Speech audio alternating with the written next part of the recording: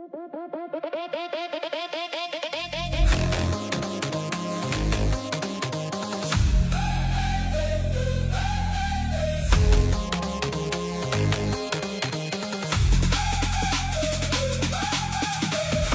up, pick a lane, one shot, take your place. Eyes up, hands locked in, no fear, let it spin. Countdown, feel that spark, we came here to leave a mark. Fast hands, shot mine, one more round on the climb. Hear it rush, feel it rise. All in now, no disguise. Stay with me, hold the line, hit the edge, cross the line. Go hard now, go hard now. We don't back down, we don't back down. Take the crown, make your move now, make it count now.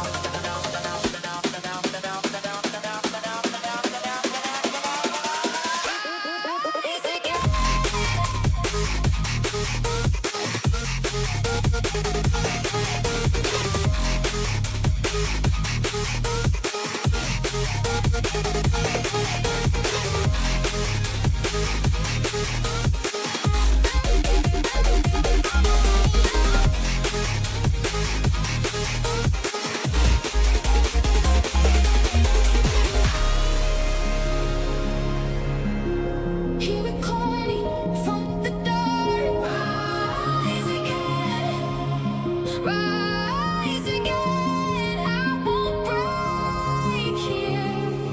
I'll rise again. Feet hit hard on the floor, chrome rain on the door. Your eyes ain't one thing more. Come on, come on. Sit up in the dark of the room, hands up, cut through the bloom. I move like I know the tune, no fear, no fear. Boot up, pick your lane, one shot, take a place. Eyes up, hands locked in, no fear, let it spin.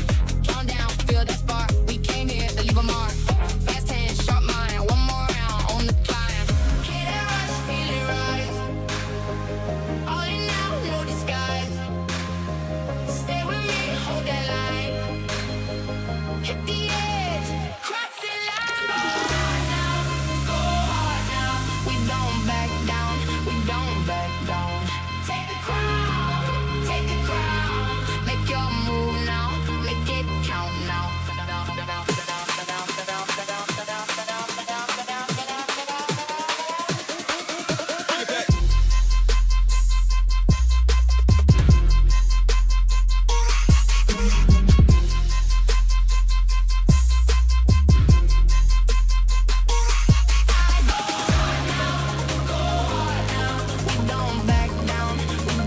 back down. Take the crown, make your move now, make it count now.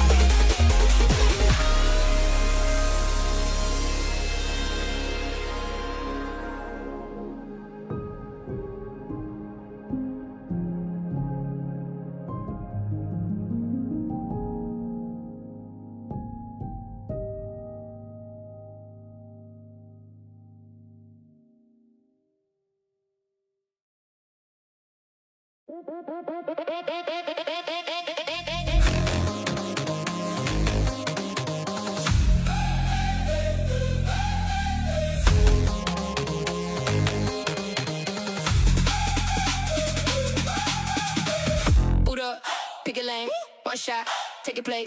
Eyes up, hands locked in, no fear, let it spin. Countdown, feel that spark, we came here to leave a mark. Fast hands, shot mine, one more round on the climb. Hear that rush, feel it rise. All in now, no disguise. Stay with me, hold the line, hit the edge, cross the line. Go hard now, we don't back down, we don't back down. Take the crown,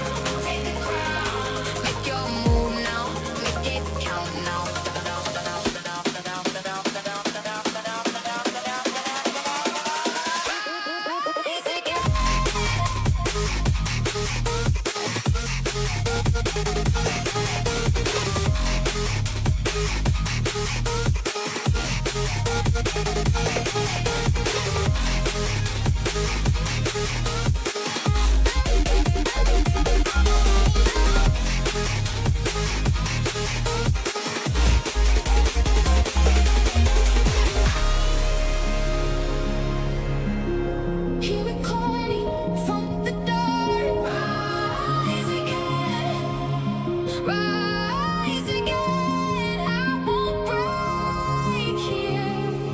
I'll rise again. Feet hit hard on the floor, chrome rain on the door. Your eyes ain't one thing more. Come on, come on. Sit up in the dark of the room, hands up, cut through the bloom. I move like I know the tune, no fear, no fear. Boot up, pick your lane, one shot, take your place. Eyes up, hands locked in, no fear, let it spin.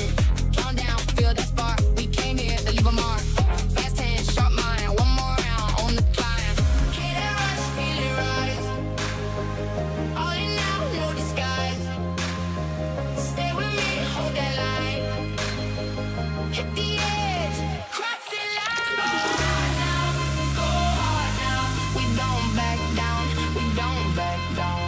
Take the crown, take the crown.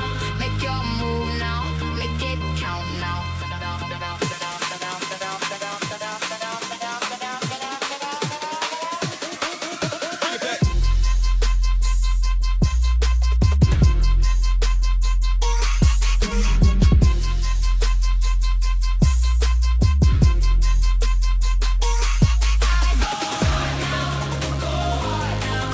don't back down, we don't back down.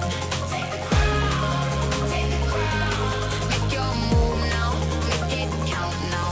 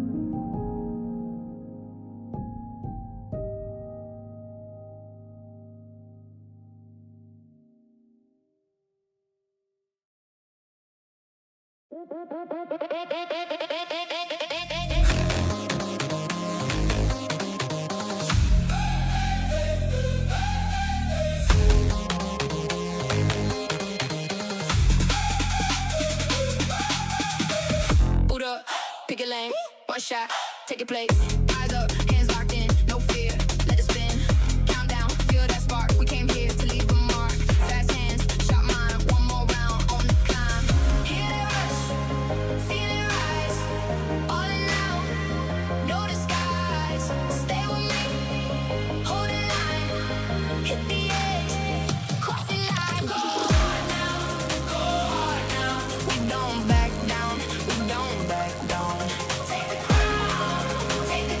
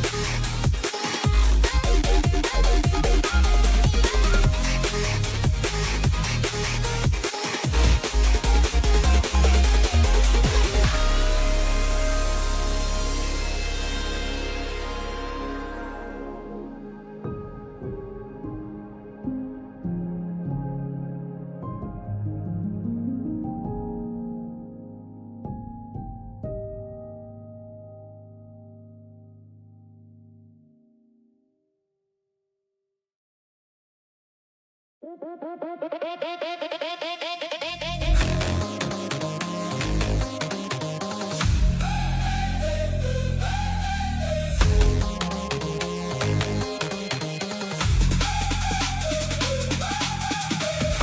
up, pick a lane, one shot, take a place.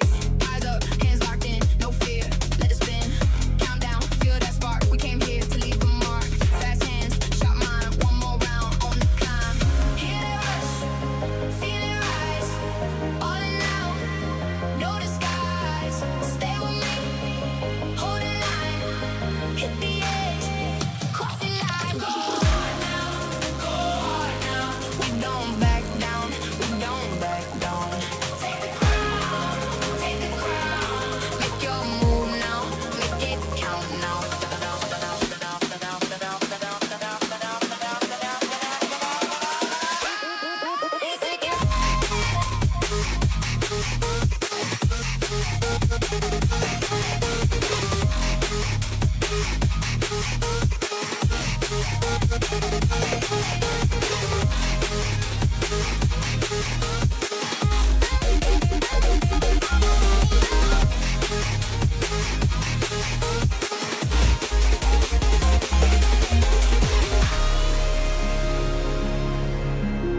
Here we call me from the dark. Rise again, rise again. I won't break here. I'll rise again.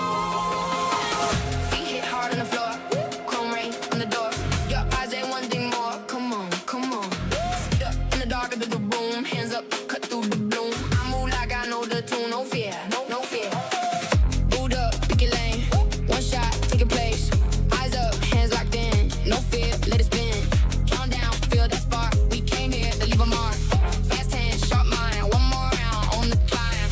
Hear that rush, feel it rise. All in now, no disguise. Stay with me, hold that line. Hit the edge, cross the line. Go hard now, go hard now. We don't back down, we don't back down.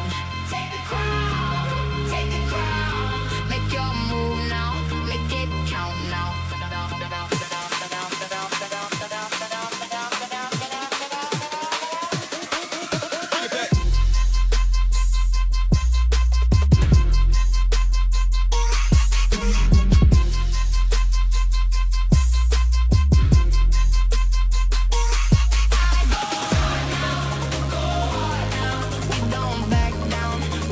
back down.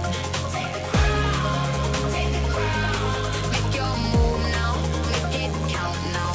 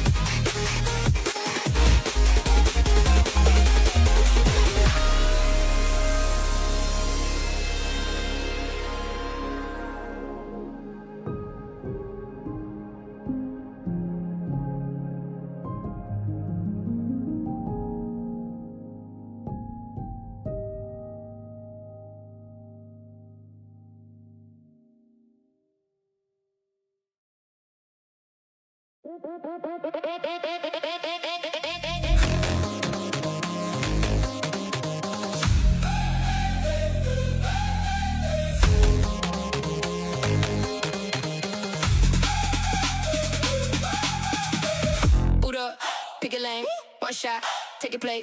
Eyes up, hands locked in, no fear, let it spin. Countdown, feel that spark. We came here to leave a mark. Fast hands, shot mine, one more round on the climb. Hear that rush, feel it. Well, good evening, ladies and gentlemen, and my dear gamers. Welcome back to the day 6 of our Mythic Showdown Season 3, which is powered by Wardrum Esports and proudly supported by our community partner, AVCG XR Assam.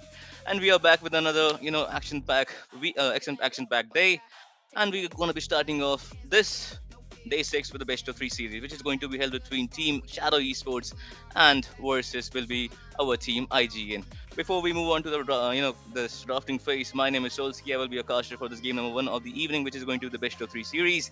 And joining by my side is going to be none other than the coach. How are you, Debbie? I'm feeling excited so because I think we are really excited to see the first best of three that can make it easier for the teams to move into the next round. And it's not the elimination this time around in comparison to yesterday. But let's see though, the teams that we'll be playing today, I think everybody should know that this is one of my favorite teams in this Indian tournament so far. It's gonna be IZN and going against the dark horse of this tournament who has been rising to popularity because of their performance and their successful defeat onto SHUL. It's gonna be SDES who's gonna be playing against each other in this best of 3 series. And so I had to mention that because of course it was just the starting of their journey. Well, absolutely. The term dark horse. I think that fortified the term dark horse when they defeated the team iQOO at UL. I mean, that was one heck of a victory to have in your pocket, and I think the term dark horse will now suit them more after that wonderful victory. And also, as you mentioned, they are dark horse, but in their against is the team IG, and they are kind of very old team. They had their run, they had their beautiful run before, but right now they're currently struggling into the starting phase. So what do you have to say about it?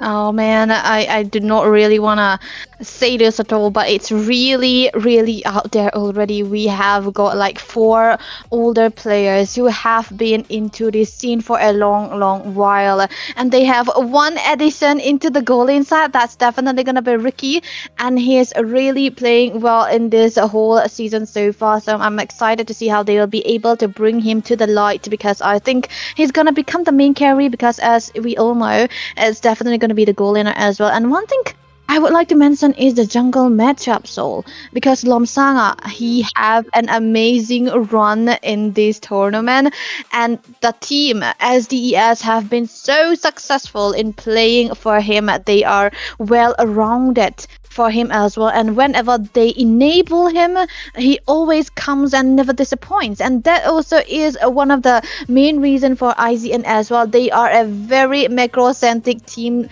as we all know, very theoretical, but they have one imposter, right? They have Joseph into the jungle, who usually stays out of position, who stays out of paper, but sometimes it works, sometimes it doesn't. But I want to see if that will become a situation here again. Well, absolutely, and in jungling phase, the Lon Sanga, his playstyle was absolutely insane. But moving on to the drafting phase, IGN first pick Shadow, second pick, first pick starter off for the IGN is going to be Corey Cutie with the Paquito, and the Atlas, and Sanson with the this Harris. Sanson with the Harris is quite it's quite a ride to see when he plays that Harris. To counter that, Joseph with his signature, that's Fredrin. Fredrin. If we talk about signature onto a good funny player like the Joseph, or like Joseph, you usually think it's not going to be the Fredrin or the Akais, but he's very versatile like that, and I like it. And IZN have been very active on spamming the Paquito into the hands of Corey Cutie most of the time, and I think Shadow Esports also knows that.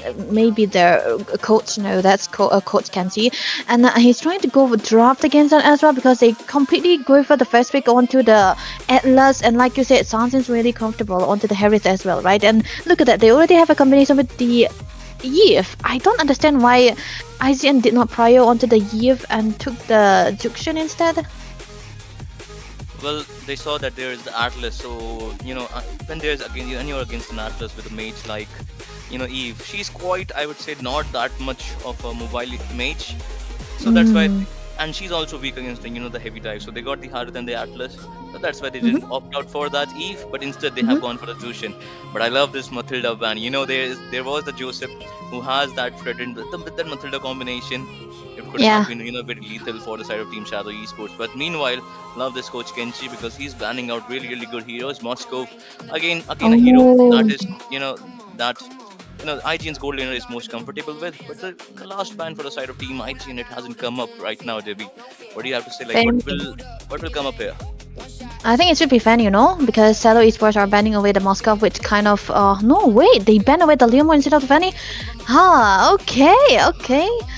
So, with the Moskov ban, Yuzong coming into play, this is, if I don't forget to mention again and again, default's main hero is really comfortable on that. If it's Fanny for Lomsanga, it's Yuzong for default, like Sansin's parents.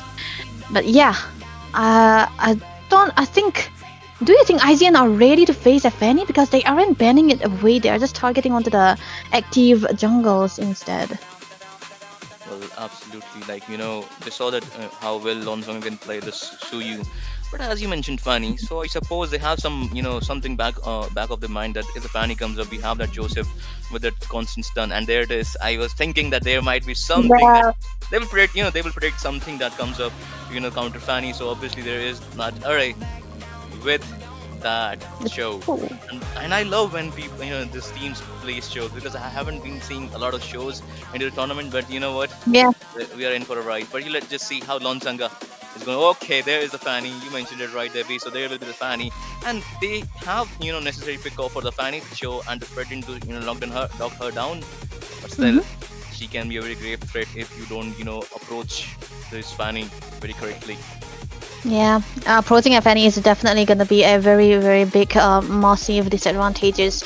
Have a very big, massive and disadvantageous side. But then again, now with the Fanny being picked away, even though there is a Cho and a Fredrin, I don't really think that Lomsanga will be playing for those two. He will be playing for the side lanes as much as possible. And there we go. They already handled the side lane pressure that the Paquito will be able to set up for. And that's what they are trying to go for it and still picking up the Fanny here. And I really don't think that Lomsanga will go for the Leo mode too, because that was kind of an iffy ban coming through from the side of IZN. Because if you know Lomsanga as well as you do, you might really want to ban away his Fanny instead Yeah. of a Leo mode. And I think they already know him too, right?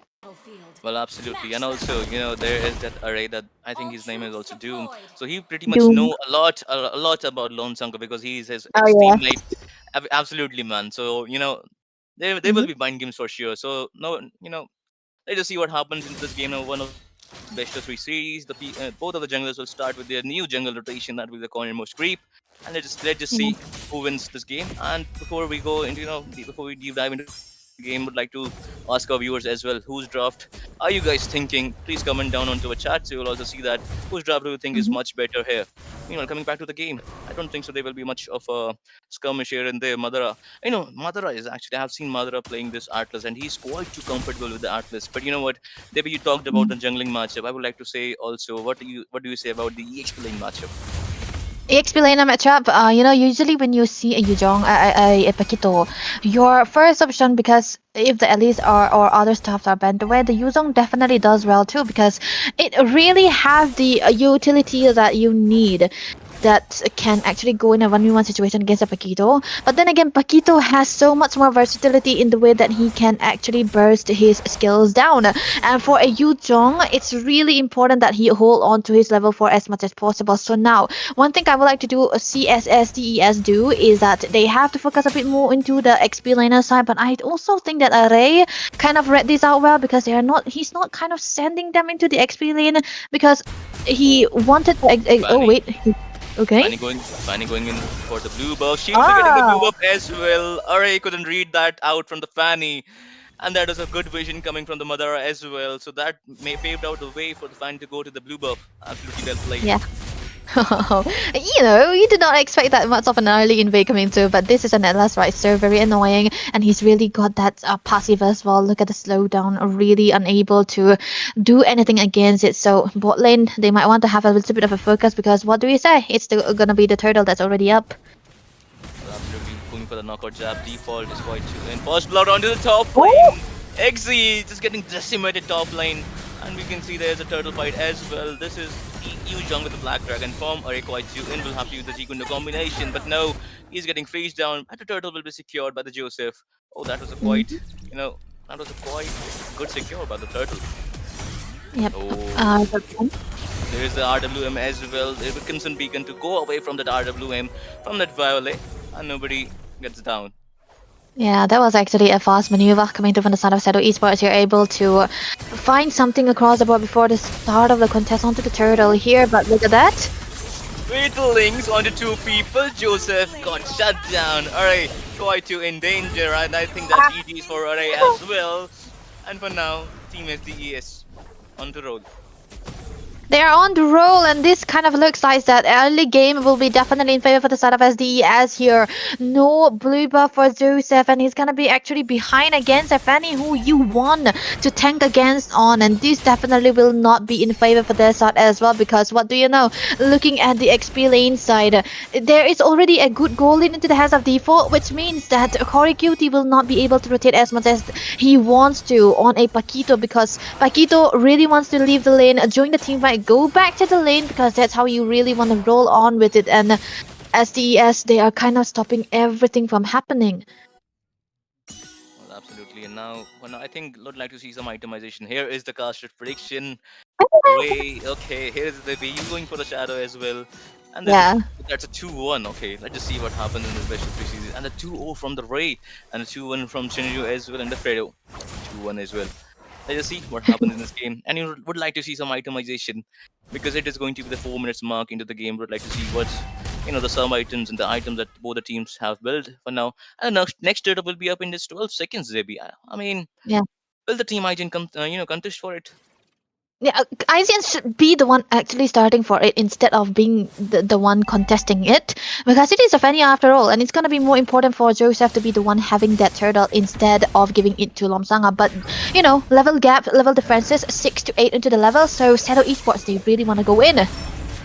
Well, absolutely. There's a Black Dragon from as well. We'll go to that to zone that Claude, which is quite not a position. That's a very good RW bucket. And that's a fatal link to that Joseph Lonsan going for the witch, which is quite too low. Will be getting cut through. No double kill for the Yuzhong Kurikuti. Quite too back into the fight, and the killing spree for the Fanny to get his hands onto that Doom. And with the Doom, I think Team IGN Esports has lost this turtle fight. Yeah, this is not really the way you wanna play the game, man. Come on. But onto the bot lane side, Corey. Well, that was a very good try from Corey right there. But it was fails to do so. Meanwhile, Sansin will get the bottom lane first turret. So far, so good trade-off coming from the side of Team Shadow Esports. This is not really the thing that you wanna do against a Fanny. When you pick up and let go of the Fanny, you are expected to know how to handle the Fanny. And ICN really think that the throw could have really worked out, but I don't know. They aren't able to do anything for the Fanny again. And on top of that, Kurikuti haven't been able to rotate across the map, so it's kind of unnerving to see that they are handicapped by this Fanny solely. But looking at the emblem, the itemization, so for a lot of goalie into the hands of Sansin already here. He got the one item, so he might be eventually going for the second one next time, and then that will eventually hurt a lot. But so far from Trinity for Executor as well, so this definitely is not an ideal situation for the side of IGN. Cursed Helmet first build. No wonder there wasn't much of a tankiness coming through from Joseph as well, but hey, when he got one more itemization, then that is where they really want to go, stay into the team fights. But the Hunter strike into the hands of default, yeah, that is a snowballing Yu Jong. Well, yep. And Hunter Strike is just good for the short fights. And with the Fanny, you usually opt out for the short fights. And I would also say that okay, never mind. You can see the top lane there is a trying to knock out jab that Sansin blazing duet. Sansin with a good sustain from the Zaman force, and Sansin will live the end of the day. But meanwhile, there's a backup from the Atlas and the Eve as well. And I think they will go for the YOL. Well, quite too in. There's a default, but a good backup coming from the default. Mega kill. Corey getting his hands onto the Eve. And meanwhile, default will try to disengage for now. Alright, we'll be getting damage. Madara will go for the area as well. Corey QT into the mid lane. So far, one for one trade off. This is like usually very uncharacteristic of IZN to go for those forced team fights when they are already unable to have that pick off that they needed onto that top lane side. When they were unsuccessful in picking off the Harris Sansin there, it was a very green light for them to back off too, because they already were trading a lot of resources, and it was actually so fast for the side of SDES to come through again, and they are able to find some trade out as well too. And as we can see, default onto the Hunter Strike, able to kill onto Witch very easily. Who doesn't really have that resources available? No ultimates so far, no seals whatsoever. But on top of that, SDS, they send the Fanny into the bottom lane side again, right? So that's definitely gonna be the gain, the perfect advantage that Sedo Esports have. Well, absolutely. And also, The default follow up is like is just immaculate, man. He's just using his Black Dragon form just in nick of time, helping his teammates out. And that was a forced fight, as you said. The team IGN doesn't go usually go for the forced fight, but I think they needed a trade off, and they just got their first kill into this game and Mm-hmm. one for eight scoreline. And if you see that there's a goal difference as well, approximately of like of 4K ish goal like. So it's not that much, but if this progresses, I think it will be the GGs for Team IGN. So what they need to do, Yeah. Devi? What do you have? Like, what do you think? What they need to do, Team IGN, right now to make a comeback in this game? It's kind of tough because whenever you try to go for the team fights and try to go for the pick off, there's always going to be Lomsanga trying to find something else into the opposite side, and that will definitely not be in favor for the side of ICN, because even if they win the team fights, they're going to be losing out to the turrets, which they already did. So now the only option that they could go for is if they can hold on to the late game for Executor to come online, and in contrary to or popular beliefs, right? Fredrin, when it is already having those itemizations, Yep, yep. he is good in those Mm. tankiness. That's what they have to wait for. Well, absolutely. And I still think that the first item with the cursed helmet from the Joseph, I supposedly think that um, you know brute force against Atlas could have worked wonders because you get that resilience because you have opted out for the turf boots as well, right? So it will get you some resilience against that Mhm. TC, but still brute force with the first item. But I understand why he has gone for that, this curse element because there's a Yujong with the which gets his hybrid defense up when he goes for the black dragon form. So curse element, to chunk that down, but still, brute force shouldn't be the very good item for Yep. first priority. Yeah, I think it could have been much of a good priority here, but I feel like maybe he wanted to go for the Oh, helmet also so that they will meanwhile, you be can see able to Sanson have in the top everything. lane. Well, absolutely. Okay, that's a trade-off for the turtle right there. So they will trade off Sanson for the turtle. Lonsanga will be getting this turtle. I suppose that was the third turtle of the game, last turtle. And meanwhile, that's a good trade-off into the top lane size. Gold lead slightly reduced to 1k. Let's just see what happens into the for the Mm-hmm. few minutes after this because I think they are just waiting for Executor to get that Swift Trinity so that he can join the team fights. Yeah, I think this kind of made them so much easier for IZN to come through here. But Lomsanga though, trying to find something on the crossbow here. This is what they wanted to do here. Play against the Paquito into the side lanes, try to counter out the way it is being played. But onto the mid side, Rich. That's a very delayed Purify, which will be getting his hands to those Sanson. But meanwhile, Array again off position will be getting cut down by this funny 2-4-0 trade this time. Team Shadow Esports winning the trade off. Yeah, they are winning at the trade-off, and this definitely gonna be in favor for there as well because now there is chances for them to take out onto the top lane side as well because now they are really having their focus onto the top lane, and I think it was a very very peculiar position for them to be into. And when you play it and at last, you don't really have to be hesitant, man. Come on, even if you see one person there, you can just go for the pick off, and that's Oh, exactly what Madara is doing. Hey, Romsanga? Oh, he's yes. just Well, styling, man. This dude. yes.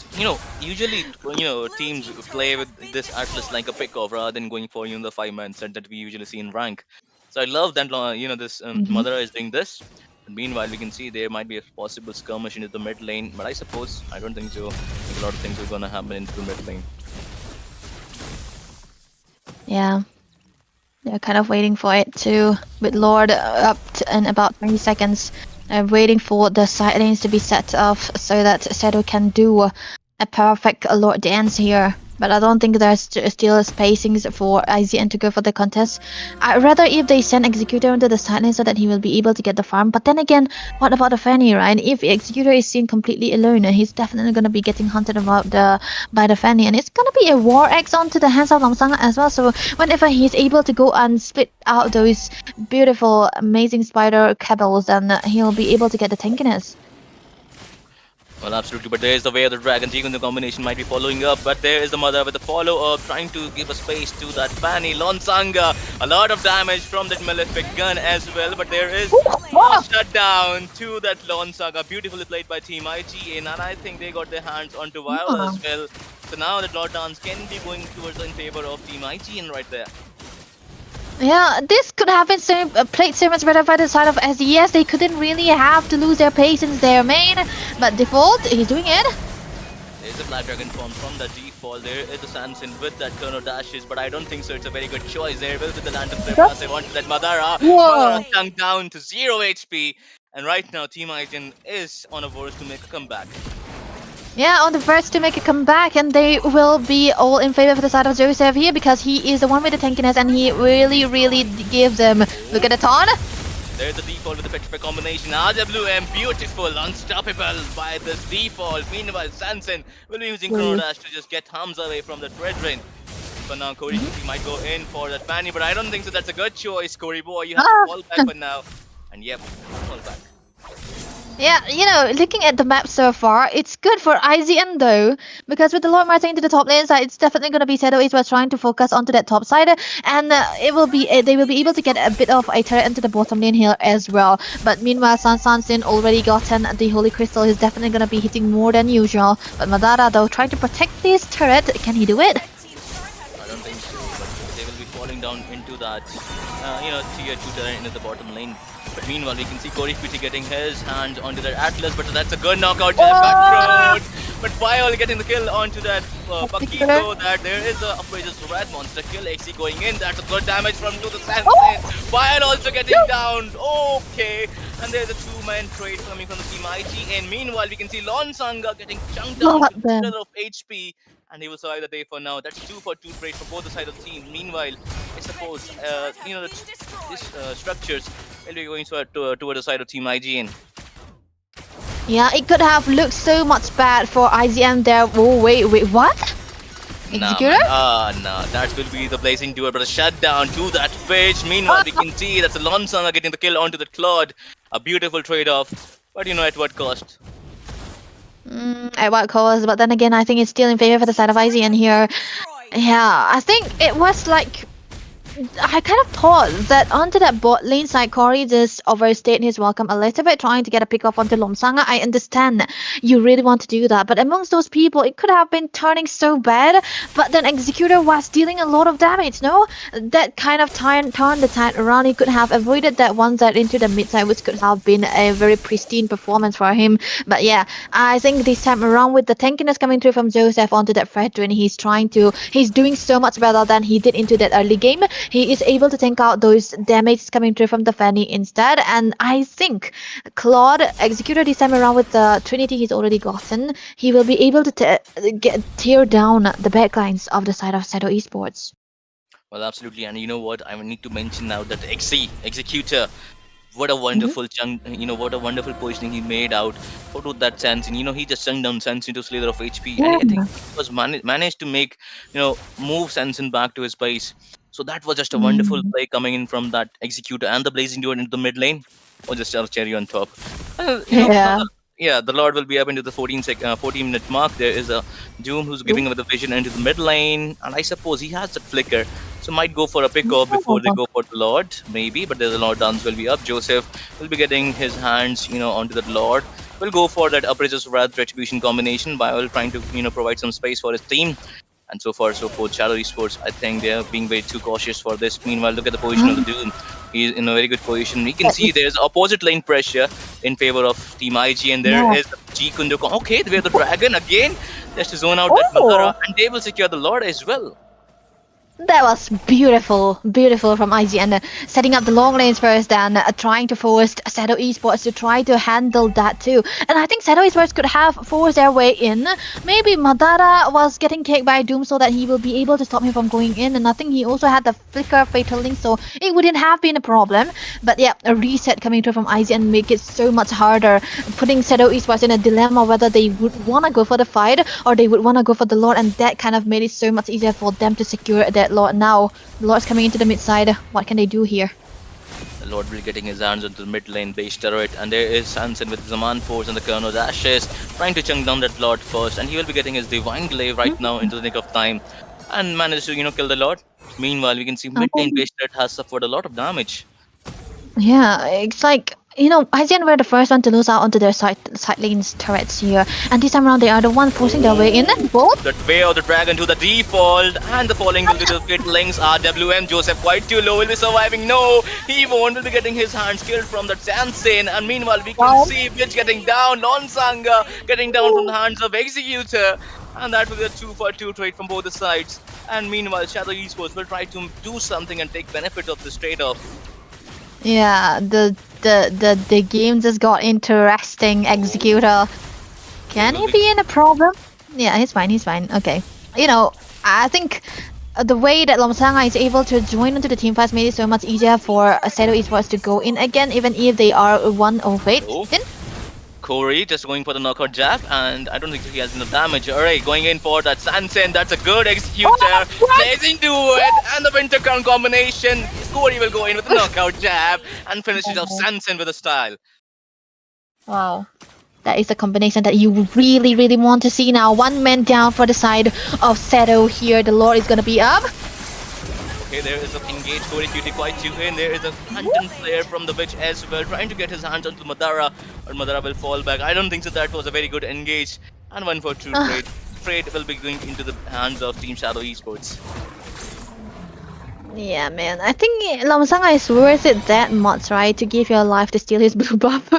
Other than that, it's completely okay because the Lord is there still taking a bit of time to spawn. So Corey and Are will be available when the Lord is gonna be up. Winter Truncheon for the Fredrin here. He wanna stay alive into the team fight as long as possible. Meanwhile, the Blood Wings will be helping Violet to refrain himself from getting taken down as well. But penetration into the hands of Sansansin is what is very, very necessary. But I think he's kind of needed a bit of a yeah, there we go. Winter Trenton. Yeah, he need to survive all the onslaught coming through from Executor and even the Way of the Dragon from Array, because this time around he's definitely going to be the target.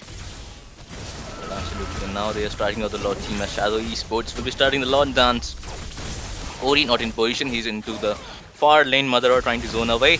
Which trying to give over the vision. There is the Array going in for the Tiny. I suppose there's a RWM as well. And we can see Array gets chunked down to slither of HP. Meanwhile, Lord got the Lord. Lonsanga with the red riff. And we can see Default quite too low. Default will be getting down for now. And the fight is not over. Madara is quite too low as well. This Executor is getting a lot of damage. Sansen inside the territory of Team IGN. And he will face this survive now. And Lonsanga might go for the Executor. That's a Winchant, I suppose. And what a beautiful, I would say, try from this Lonsanga. But Executor, Wow. what a wonderful player he is. That was a fast reaction from Executor.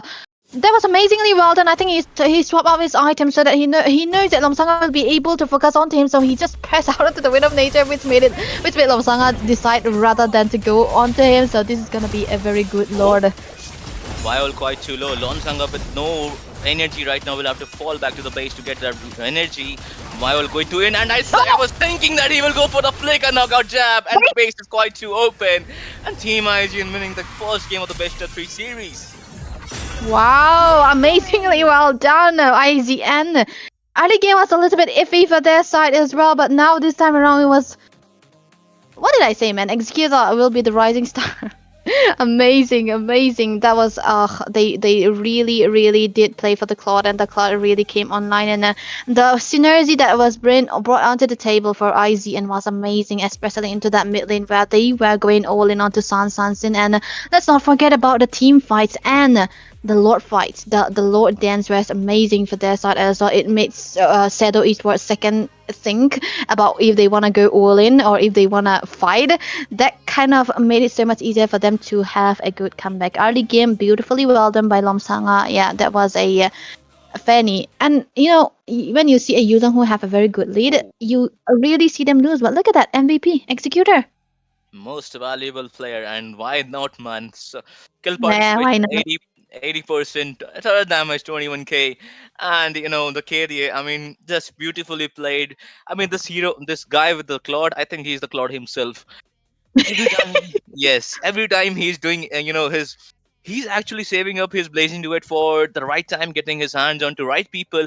And my God, oh my, he just got his hands onto Sansin 2 times in this game, and Sansin wasn't able to do a thing. Meanwhile, Yeah, Sanson, Sanson didn't get any space in this game to do what a Harit yeah. usually does, because every fight was happening, away from his, the chrono dashes and the Zaman force. But what can you do?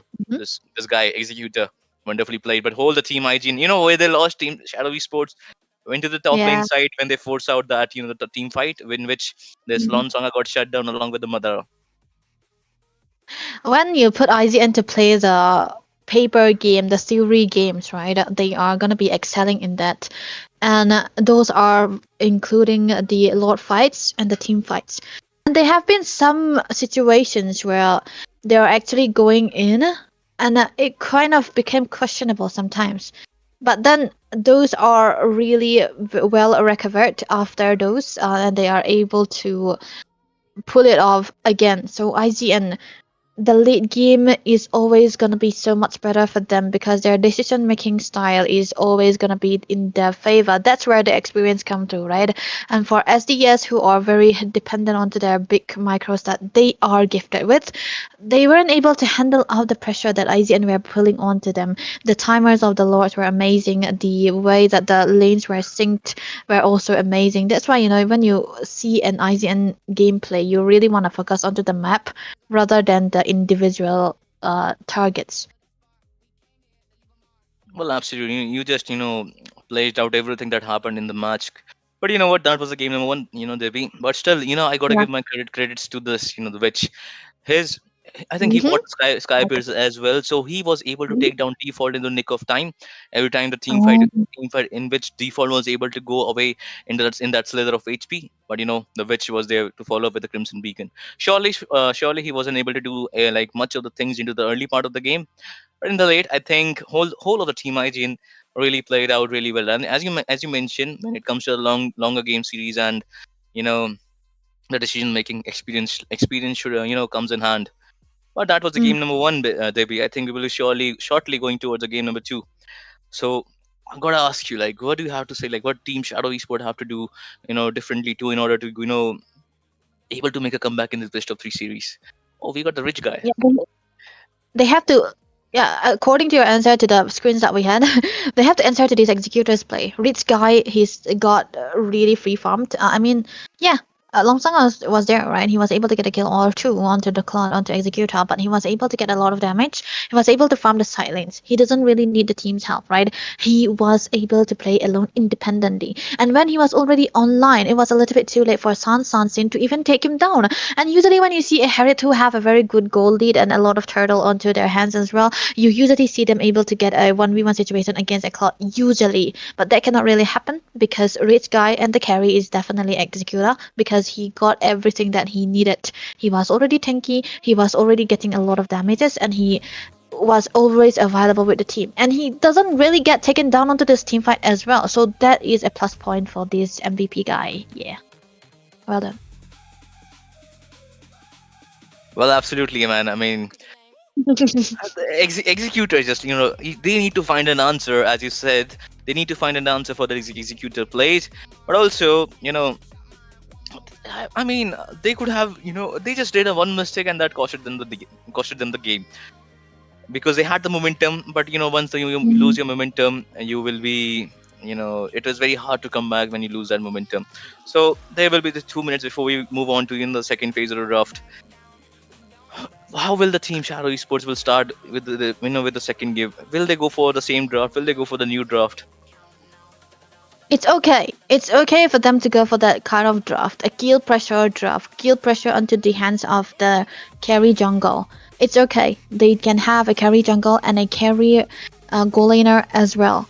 That can work, still work, but it should be better if they can have a very much cleaner decision making into the later part of the game, especially when there are lord fights, there are turtle fights. They don't have to go for those unnecessary pick-offs because it's still a Fanny after all. Yes, the kill pressure will be there, but you can play the long lanes and be patient about it. And I think they had that when they were playing against SHUL, and this time around IZN, they weren't giving them spaces to do that because Lomsanga has been bloodthirsty, and I understand why, because it is a Fanny after all. And yeah, it's still fine to go for those same kind of draft. And I do understand that IZN might eventually ban out the Fanny, even if they won this one. Well, let's just see what happens. But before we go into the drafting phase, we just have 1 minute. So I will take 1 minute of you guys, and because I need your time to give you a very, very, very good announcement, because we will be having a 20k diamond giveaway What? and you know what, at 1k CCU, or when we hit 700 likes.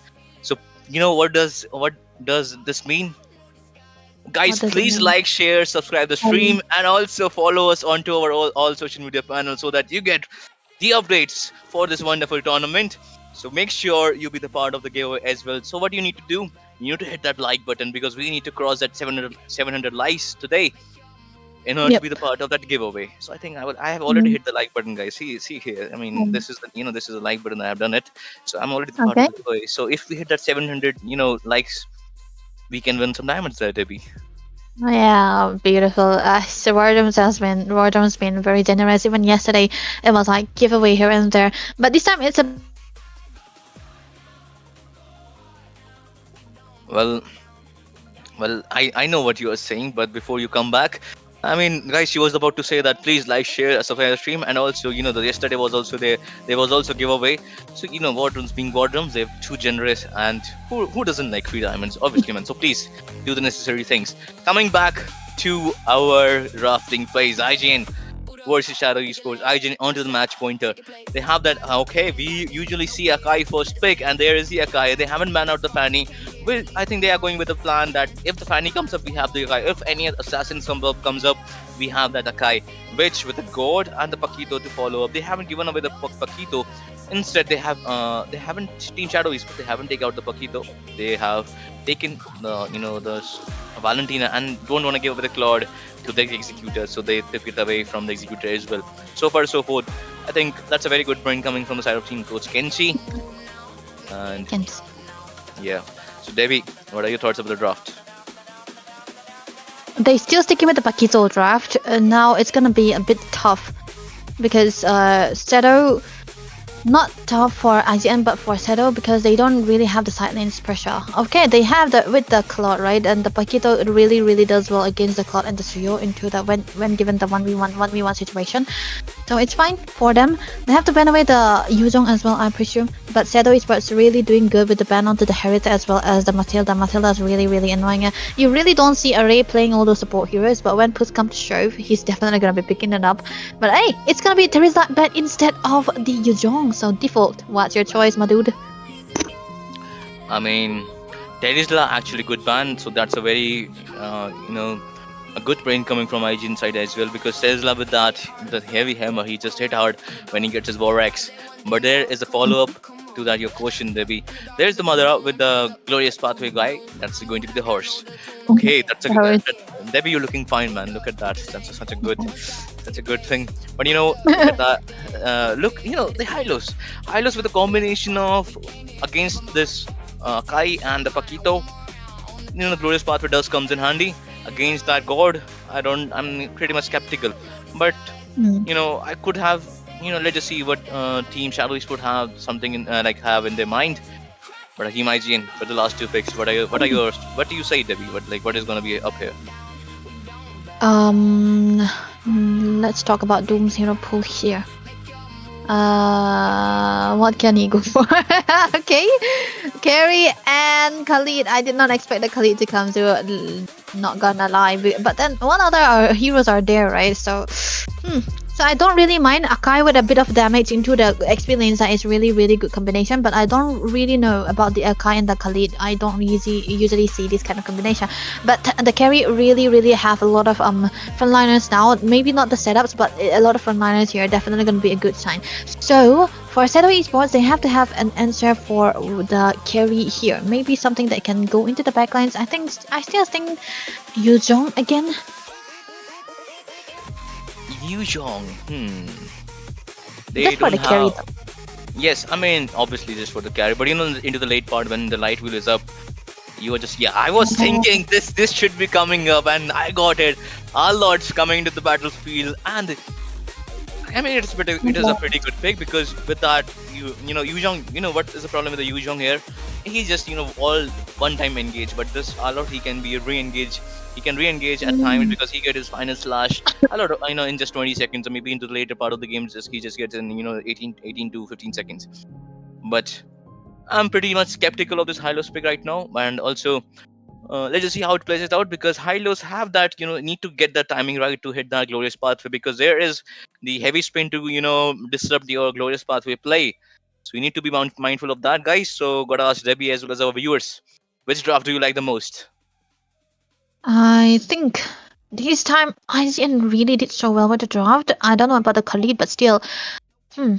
Arlott against a Paquito, really not a favorable matchup for an Arlott. The rotation is definitely going to be much faster for Corey Cutie. He's been spamming this hero for a long while now, this guy, so it's definitely going to be one of his comfort. And when he's put into the defense zone and defense lane, AO completely alone, I think it's definitely going to be much better for him to have that damage and sustain as well, because it is a Paquito after all. So with Joseph onto the Akai, I think early game momentum might be in favor of IZN. Well, absolutely, because Joseph is pretty much comfortable. As you mentioned, as Corey is comfortable with that Paquito. This guy Joseph, he's also comfortable with that. Okay, let's just see how it plays it out, because there's a lot of re-engage coming can come up from that Shadow Esport. Meanwhile, Team IGN, they don't have that re-engage. They only have that Paquito that can re-engage, but I don't think that's a very good choice. There's a Desert Tornado, and he's quite too low. Madara just falls down like that. He even uses his Revitalize. Didn't understand what happened to him, but he just got stunned away from that Akai, as well as the that Mystic injection that also come up to follow up that stun coming in from the Akai, and that GT spot that Hylos. Definitely beautiful start of the game, like we mentioned already. So this is definitely gonna mean that Romsanga will be playing the long games that he wanted to go for here. Like I said, in favor of matchup for the Arlott tier, so he's definitely gonna be getting the one who's being bullied. But look at Doom. He's Go. he's doing Doom things, man. He's such an annoying roamer. You really can't have a free farm with him on your face. Yeah, and he also, I think, with the Desert Tornado, he was able to take that creep. But meanwhile, okay, Sansin is getting forced down with the against that carry. I think he'll need to recall right now, and isn't even the Flying Clouds map. So it's a broken walls. There's a blade surcharging him. Madara again getting caught with that stun coming in from Joseph as well as the god. Not a good game for that Madara. And this is what I was about to say. That'd be like not a good matchup for Hylos, and he's getting chunked down too many times. He has already given the 2 kills right now. It's a good start for the Cyro team. Okay, that was not a very good blade surge. Lon Sanga quite too low. Array will go for the Desert Tornado. Revitalize is also there. Again, they're forcing down, and that's a very good pin. But no, there is the Mystic Gush. Will be getting Flicker, which was not able to kill that Lon Sanga. But don't worry, but there is that Doom. Okay, there's a light from the carry as well. XC with a follow-up. Beautiful follow-up. Flicker as well. Wildkite quite too low. Double kill for this carry. Beautiful follow-up coming from the carry from the bottom lane, gold lane side. Oh man, amazing rotation from Executor, man. But what a good setup from Violet as well onto that Valentina. But top lane? Okay, Yeah, there we go. Yeah, I mean, what can you say about it? But Corey Cutie, yeah, he's quite too comfortable in the top lane. But meanwhile, Joseph has enabled a lot of side cleaners to do their things. That's what, man. Even if they lose out onto the turtle, they got again onto the kill onto Lomsanga, so that's what they are actually using it. RGN really, really playing with their fundamental of the draft here. Early game so beautifully well done. I'm sorry about this, this prediction here, but yeah.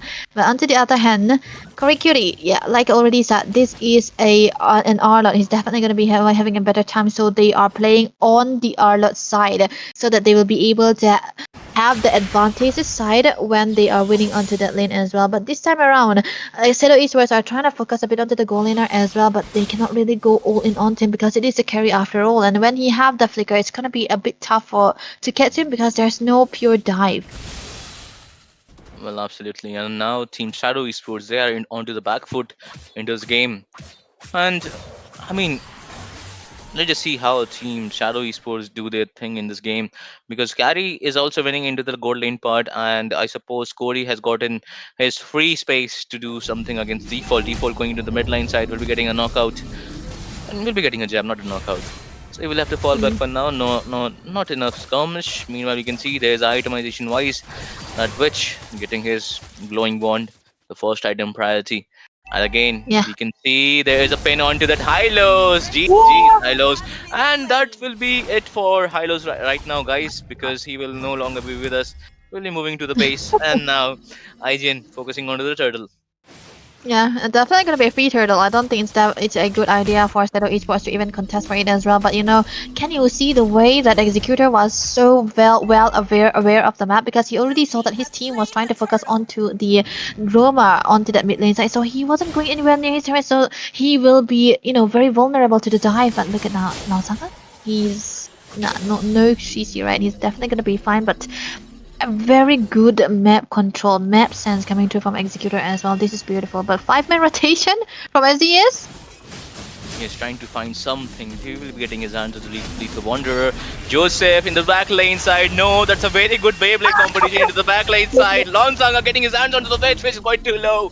Will be surviving with the slither of HP. But a beautiful answer from Vial right there into the back lane side. I mean, it could have happened, it could have been very bad for Shadow Esports only if Vial didn't have that heavy spin into him. Oh, Oh, into the bottom lane side, there's a Doom will go for the Desert Tornado, but I don't think so. He'll be getting his hands onto the Sansen. Meanwhile, re-engage coming in from the side of Team Shadow Esports. Are quite too low, will have to flicker out. And he will be oh. surviving for now. That was actually quite close. Oh, to my liking as well. But Sansan Sin, yeah, really not having the best time of his life into the lane as well. So the laners are really doing good for the side of IZN. They have both winning lanes, and this definitely is making it easier for IZN to play into the mid lane as well. Which doesn't really need to go for the rotation. He got the rapid boots. He got the win of. Wait. Oh, Wedge is getting Chang down. Now they got starting. Team Shadow Esports getting their first kill.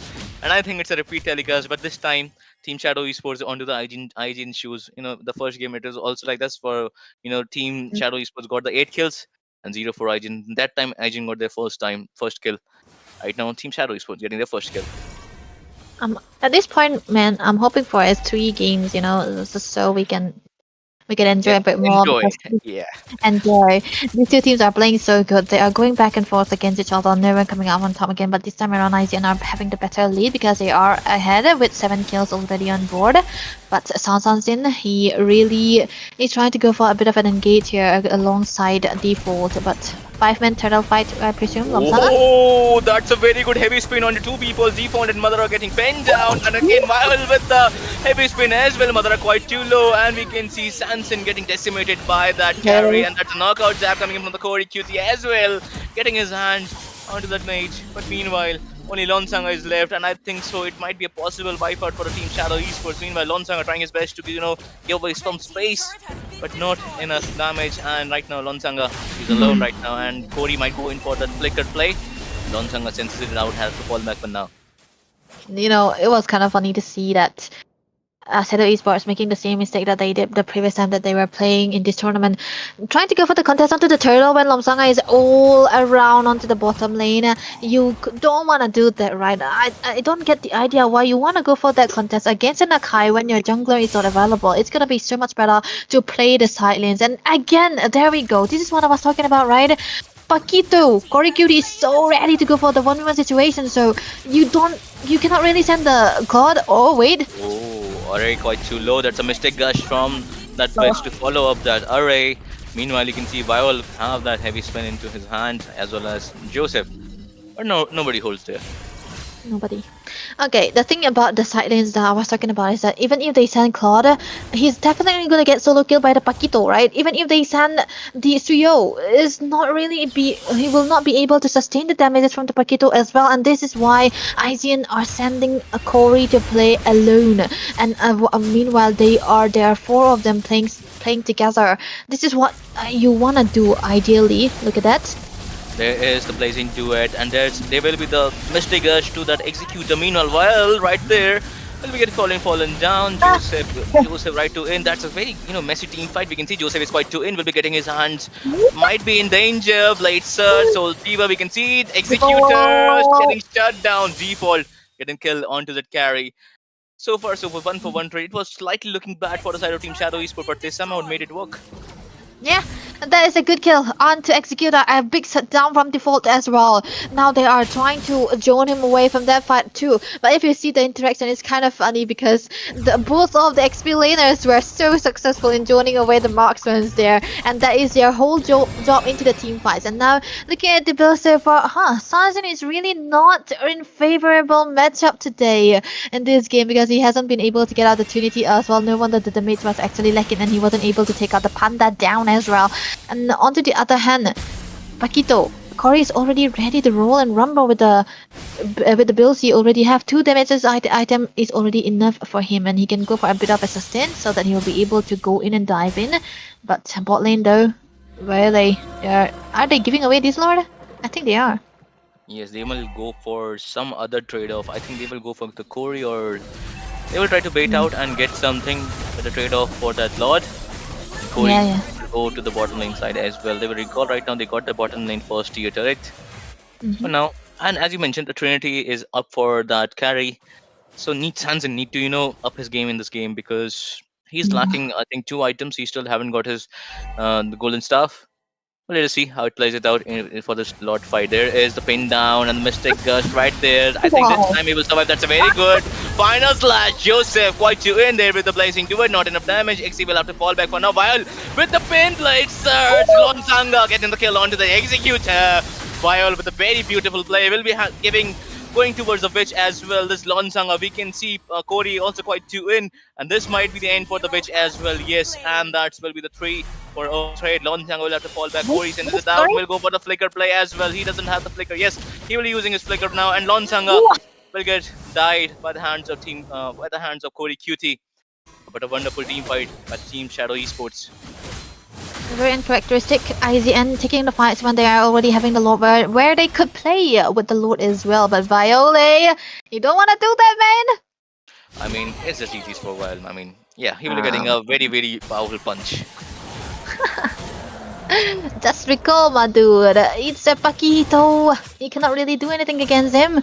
But other than that, Korikuri is doing so well into this game. I think he's really, really rich onto the gold as well because he has been farming the bot lane, farming the top lane, cleaning up the messes that his team is making, and they will be able to. Oh wait. Oh, that's a Mystic Gust with the default with a flicker. Mother quite too low with getting chunked down by carry. But the Soul Seaver will seize the day for the Shadow Esports. Meanwhile, we can see a final slash onto the witch. Joseph getting caught off guard. Sansin now is getting too hurt. And there's a Blade Surge as well. Lonsanga, no, my god. Beautiful kill from the Curry Cutie. And for now, I think that will be the 1-for-1 trade. I think I know Shadow Esports kryptonite. Done. It's a Paquito. Or maybe it's Corey. Or I don't know. It's a Paquito. It's the hero or the player. But I feel they haven't been able to handle the onslaught of the Paquito, especially onto the CO and the Claude. This is what we were mentioning, right? When we were already into the draft. The Paquito does really, really well against these 2 heroes in particular, especially in the 1v1 situation. You cannot really outplay a Paquito. His skills are very, very low in cooldown, and he's got damage reduction as well, and he have a lot of damage on top of that too. And with the way that Shadow Esports are playing, they were trying to go for the side lane as much as possible, but who are you gonna send? Wherever the Paquito is gonna be, neither the Claude, neither the Suyo would want to be in that lane because he will solo them for sure. And with the Lord coming online again, this will definitely be a better setup from the side of IZN. And absolutely, and we just saw the caster's prediction, and I think only Shinri voted for Team IGN. And I think Team IGN is winning. So Sorry. So you need to give away our bets to Shinryu. But meanwhile, you can see XZ starting out to the Lord. But I think the game still hasn't ended. Because Team Shadow Esport, they can make it a work somehow because they are doing absolutely pretty good in terms of how far behind they were. Right now, the whole difference is still 5k. But if they are able to maintain it for the next few minutes, I think then it can be anybody's game. But the Lord will be taken down by the side of Team IG, and it will be marching down from the top lane side, I suppose. You know, one thing I like about the way that IGN is playing is that they don't let Lomsanga play his game. They are actually targeting on him. And what is the best target hero? It is the Paquito, right? And they are actually sending the Paquito in lines where Lomsanga is supposed to be playing. Corey Cutie really doing a good job as well. So even if you try to engage onto him, they will not be biting the bait. And Joseph is also amazing onto the way that he's been setting up with the heavy spins sometimes. But now with the Lord marching into the top lane side, what do they do here? Oh, the Lord is into the top lane. I think he got his hands onto the top lane base turret. Yep, obviously. Mid lane also is quite too in danger. We can see they are forcing down to the mid lane as well. Team IGN is looking for a play right here. The minions will be marching down to the mid lane as well as the top lane as well as the bot lane as well. Joseph looking for some heavy spins play. Array will be giving his follow up with the Raging Sandstorm. Let's just see what it plays it out because Sanson, he needs. Okay, never mind. They will just back it up. So that's a good discipline coming in from the side of Team IGN. Classic, right? Classic Asian style. They don't brute force their way in. They are very, I don't know. Sometimes they don't take risks, man. But yeah, amazing for them. This is a kind of discipline that you need when you are already having one turret down, and it's not even the evolve lord, so it's okay, right? They can just go and play a slow game, wait for the lord to come in again, freeze out onto the lane, which they are doing into the bot side. I think they can do it into the mid lane as well. But yeah, they're trying to go for a pick off maybe. Well, they have the flicker, so they might go for flicker play, and that very good stun to Sansen getting caught off guard, and he'll be using the blazing to it as well. That's a good chance for the side of Team IGN to engage. But I don't think so they will do it because Glorious Path will be there to follow up. They have the flicker. Tori will go for the flicker play, I suppose. But no, he's just waiting it out. A good discipline. There's a very good discipline coming from the Tori as well. And the Sansen, no BMI, but that's a good flicker. We can see Carroting not taking down the base turret of the mid lane as well. Corey is quite too in. Madara doesn't have that glorious path to follow it up, and they will have to slide that Corey away. For now, that was a very close call for the side of Team Shadow Esports. Very close call, and I think it's very good that IGN did not really get baited out that easily. They were just forcing them to go in so that they will be able to get one inhibitor into the mid lane side, and Joseph is not trying to go for the sets. He's really merely going for survivability and a bit of a drone, and that's really good now. But on to the other hand, Sansan really needed he does need that penetration. But onto the other side, IGN already have all the builds that they require here. A lot of damage already onto the goat, Mr. Vitch here. That's the god, by the way. With the Lord spawning here, Shadow Esports, they are trying to look for something of a fight, because even if they want to go for the fight, they should be the one engaging it first. Well, absolutely. And also, God and the Joseph has that Winter Crown. So even if that Joseph goes for that, the heavy spin play, right now default won't be able to displace him with the final slash because he got the freeze, and I think he has got that fleeting time as well, so he will be getting that heavy spin quite too early if he gets a kill or a support into that kill. But meanwhile, Lord Dance has been started top lane wise. That's a very good pin down, but no, he will be using his wind hand, but not enough, or not enough to sustain the damage coming in from the Corey QT, and that will be a very good trade off from the side of Team IG. And Lonsanga trying to dash out damage, but that's a Viol will be getting damage from the Corey QT as well. Carry is taking down the Lord, and that's a very good play coming from the side of Team IGN. This is what I'm thinking, right? This is the anti-side lane sets. You really want to go for this kind of plays while you know that the other teams, they really know well that it's gonna be either the Suyu or the Claude who will try to clear out onto the bot lane side. And even if it's two of them, they will be able to go for the pickup because it is a Paquito plus an Akai. And they were trying to go for that set, and beautifully well done as well. Even if they don't get that kill, I'm pretty sure they will be still able to get that Lord. And Lonsanga doesn't have his Queen Wings passive. There is the Viol who is getting his hands onto that Executor, but he will be flickering out. That's the final slash. But he have that Wind Chant, and now Sansa will have to fall back for now. That's a very slither of HP, but a godlike from the Cody QT Madara quite too in, and that's a very good stun coming from the God. Ravel getting his hand on Sansa, only 3 member left, triple kill. Corey might be going for the Maniac as well. Default also quite too low. Will he Maniac? Will he go for the Savage? And I think he will be getting his Savage. No! The base ends before Savage. Wonderfully played by Team IGN, and they just defeated Team Shadow Esports, the Dark Horse, by 2-0. Oh man, what is the dark horse when it comes to these kind of players who are so experienced? Their kingdom still stands, man. Beautifully well done, IGN. I had my doubts, but they are my favorite team still. I'm voting against them so that they will be able to win, so that I won't curse them. Yeah, right. I think it's working. So beautifully well done. We don't have game number 3. I really hope that we could get game number 3 because I'm also a fan of SDES because they have been rising to popularity the way that they are playing. But IGN really out macro them so bad, man. Look at those late game fights. It's so beautiful. Ho, and right now we got our MVP. That'll be the Corey QT Team IG. And when the pressure was high, so peaked, their experience prevailed because they were the veterans when whether the Storm and they overcome the Shadow Esports and become the first team to punch their ticket to the next stage, guys. So leaving Shadow Esports to fight another day into the 2-1 bracket. Right now, we are seeing the most valuable player, and you know what I love the most, Debbie. Mm-hmm. What is That it? yeah, as you said, the side lane fights. This that when the Xanthin was Um, forced to the side lane, they were the two people to pin him down. That was the Corey QT and the Akai. I mean, that was just beautifully played by Team IGN. Yeah, I love the fact that they have 2 winning lanes and they are playing for the mid lane and the turtle fights as well. And Joseph very very disciplined on top of that too. He's very iffy when he's playing those tanky heroes, but this time he's very disciplined too. It's very uncharacteristic, but I Huh? think it has some. Okay, okay. I think it has something to do with the name IGN, right? When you hear IGN, you're automatically gonna have to be playing the Crow plays, the paper plays, the theory style. But SDS, this is a very good team with high micro into their sides, but their draft wasn't really the best. And Violet making a very weird choices out there, where he went to go for the fights against a Paquito, who's a fat Paquito, who's a 6-0 Paquito. You don't really want to do that, man, and you're gonna get bursted down just like that. And I think they throw a bit here and there. And when Lomsanga isn't able to play the game, I think SDS is gonna be suffering around. I think that is their biggest downside of this lineup right now. Well, absolutely. And now Team IGN, as I mentioned before, I mean, they will be, obviously going towards the next rounds and leaving the Shadow Esports behind to fight another day to, get their spot into the next round. So now Team Shadow Esports will be fighting into the 2-1 bracket.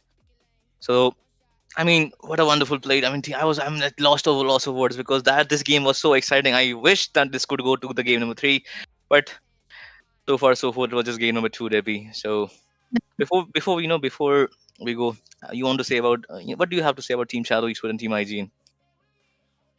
I seen it. They have my goat, man. I respect them a lot. But as SES, they have so much potential. They have such big potentials. But when it comes down to the later part of the game, where the macro will be definitely pulling up, I think that's definitely gonna be their foresight. If they are able to fix that and not solely dependent on the one-dimensional draft, they will be able to do something out here because for IGN, they read their opponents so well, they read SDES so well, and before the game, right, Doom was like, I'm gonna get wrecked. These people are so good.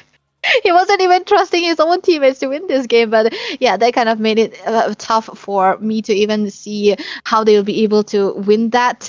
But I think SES, they still have everything that they need, just a bit of a polishing onto that macro department, the late game department, where they have to be so much better onto their lord control, lane control, and clearance as well. But look at this.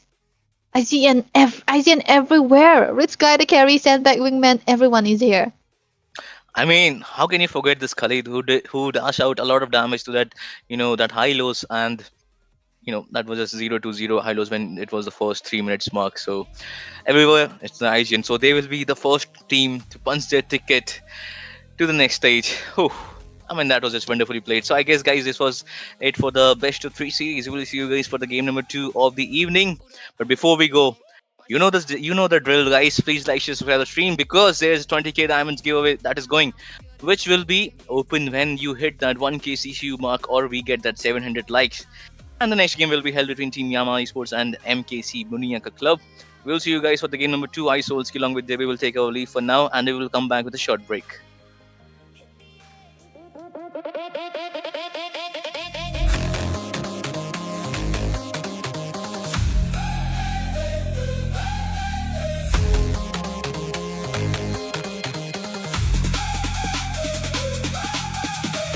Boot up, pick a lane, one shot, take a place. Eyes up, hands locked in, no fear. Let it spin. Countdown, feel that spark. We came here to leave a mark. Fast hands, shot mine. One more round on the climb. Hear that rush, feel it rise. All in now, no disguise. Stay with me, hold the line. Hit the edge, cross the line. Go hard now, go hard now. We don't back down, we don't back down. Take the crown, make your move now, make it count now.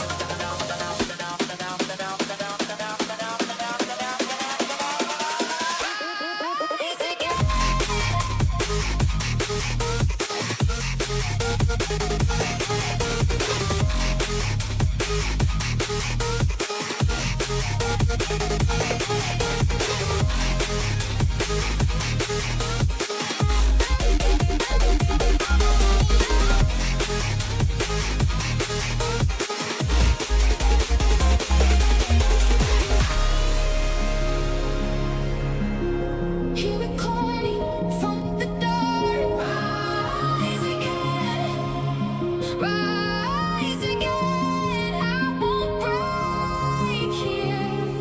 I'll rise again. Feet hit hard on the floor, chrome rain on the door. Your eyes ain't one thing more. Come on, come on. Sit up in the dark of the room, hands up, cut through the bloom. I move like I know the tune, no fear, no fear. Boot up, pick your lane. One shot, take a place. Eyes up, hands locked in. No fear, let it spin. Count down, feel that spark. We came here to leave a mark. Fast hands, sharp mind. One more round on the climb. Hear that rush, feel it rise. All in now, no disguise. Stay with me, hold that line. Hit the edge, cross the line. Go hard now, go hard now. We don't back down, we don't back down. Take the crown, make your move now, make it count now. We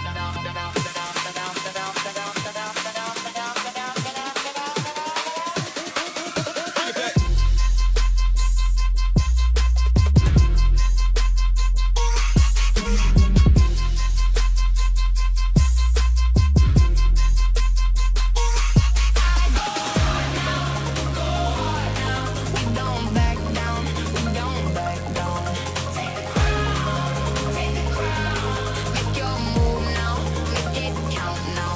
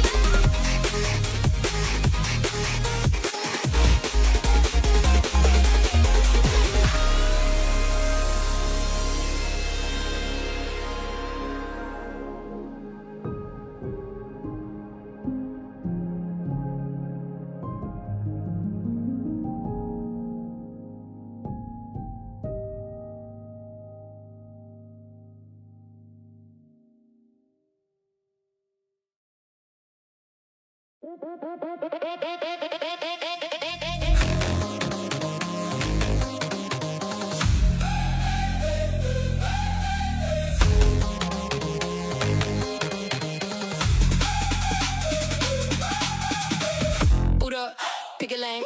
One shot, take a place. Eyes up, hands locked in, no fear. Let it spin. Countdown, feel that spark. We came here to leave a mark. Fast hands, shot mine. One more round on the climb. Hear that rush, feel it rise. All in now, no disguise. Stay with me, hold the line. Hit the edge, cross the line. Go hard now, go hard now. We don't back down, we don't back down. Take the crown,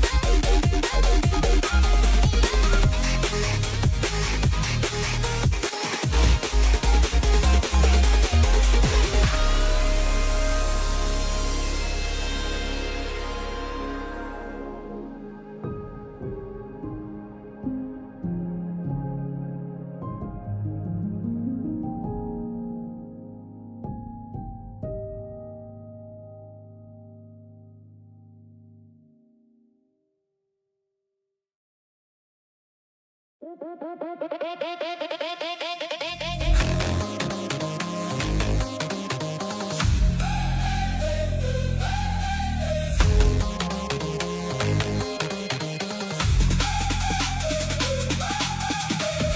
up, pick a lane, one shot, take a place. Eyes up, hands locked in, no fear, let it spin. Countdown, feel that spark. We came here to leave a mark. Fast hands, shot mine, one more round on the climb. Hear the rush, feel it rise. All in now, no disguise. Stay with me, hold the line, hit the edge, cross the line. Go hard now, go hard now. We don't back down, we don't back down. Take the crown, make your move now, make it count now.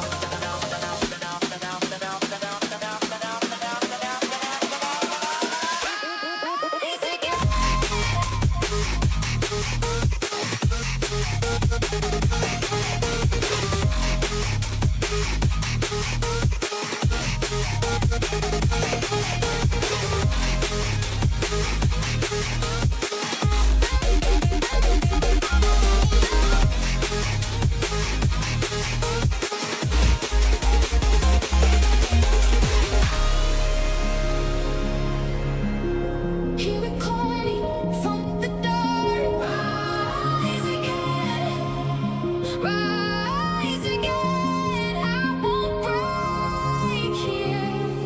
I'll rise again. Feet hit hard on the floor, chrome rain on the door.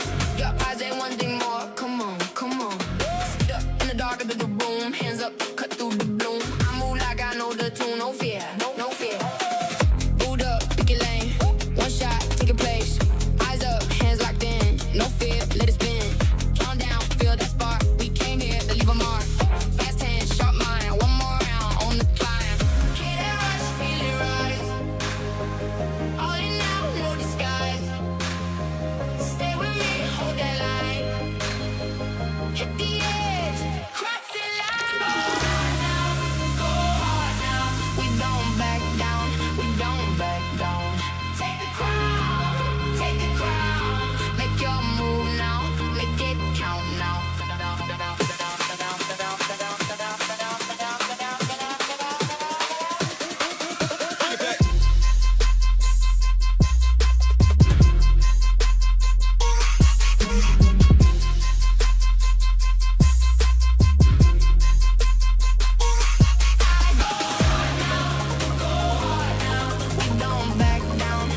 we don't back down. Take the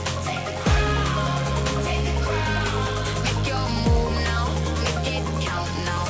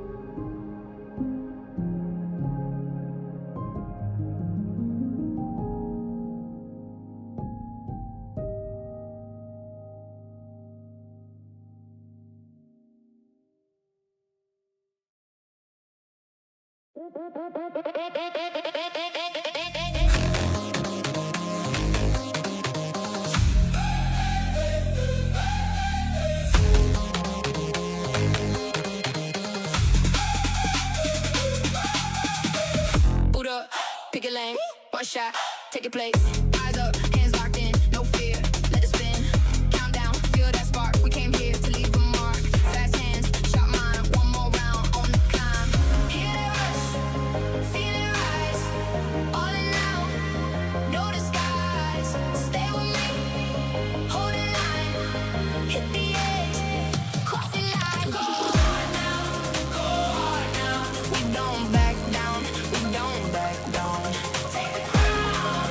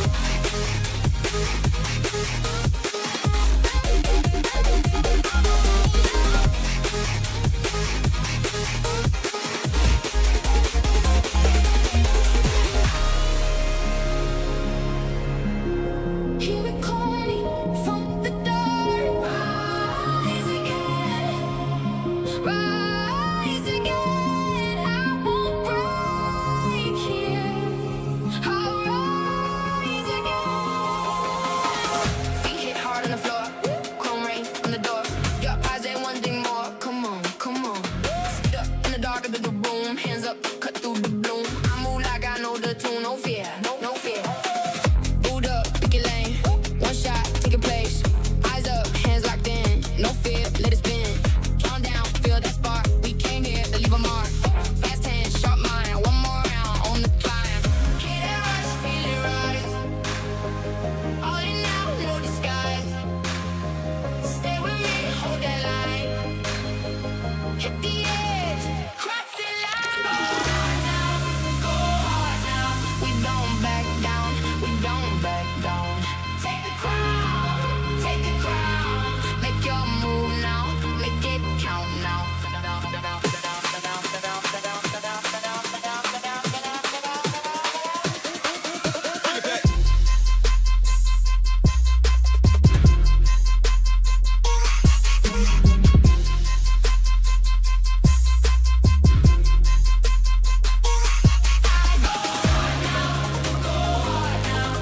don't back down, we don't back down.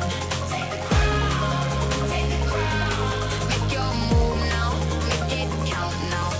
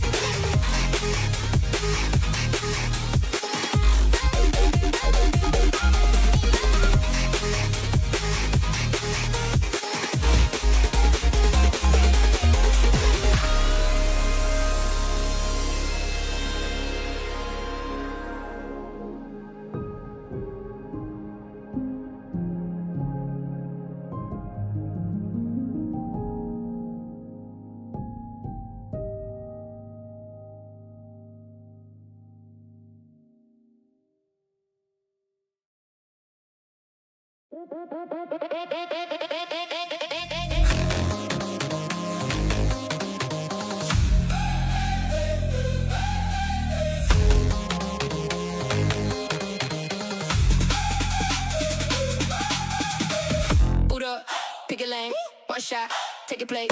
Eyes up, hands locked in, no fear, let it spin. Count down, feel that spark. We came here to leave a mark. Fast hands, sharp mind, one more round on the climb. Hear that rush, feel it rise. All in now, no disguise. Stay with me, hold the line, hit the edge, cross the line. Go hard now, go hard now. We don't back down, we don't back down. Take the crown, take the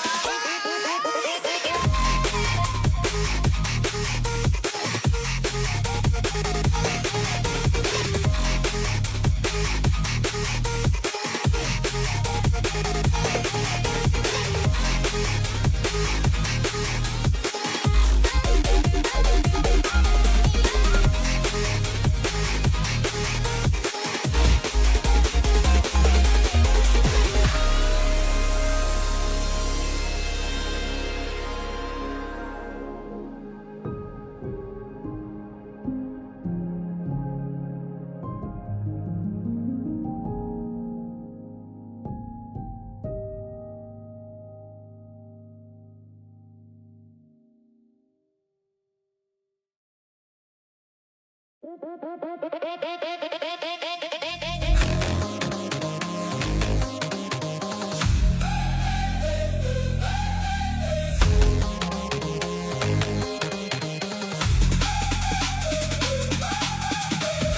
up, pick a lane, one shot, take your place.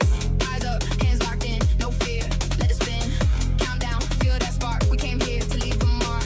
Fast hands, shot mine, one more round on the climb. Hear that rush, feel it rise. All in now, no disguise. Stay with me, hold the line, hit the edge, cross the line. Go hard now, go hard now. We don't back down, we don't back down. Take the crown, make your move now, make it count now.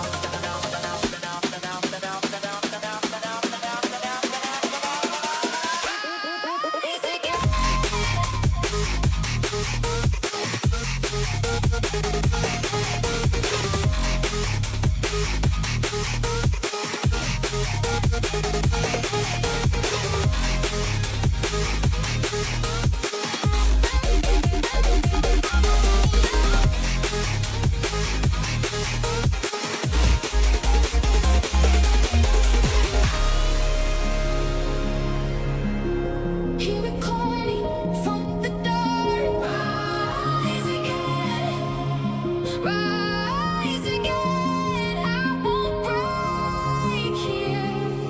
I'll rise again. Feet hit hard on the floor, chrome rain on the door. Your eyes ain't one thing more. Come on, come on. Sit up in the dark of the room, hands up, cut through the gloom. I move like I know the tune, no fear, no fear. Boot up, pick your lane, one shot, take your place. Eyes up, hands locked in, no fear, let it spin. Count down, feel that spark. We came here to leave a mark. Fast hands, sharp mind, one more round on the climb. Hear that rush, feel it rise. All in now, no disguise. Stay with me, hold that line.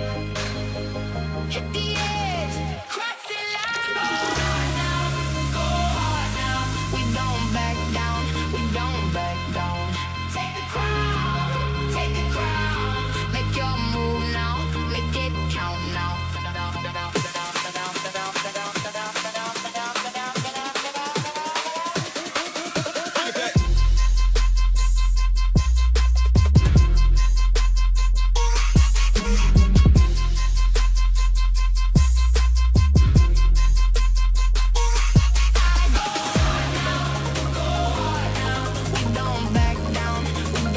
back down. Take the crown, make your move now, make it count now.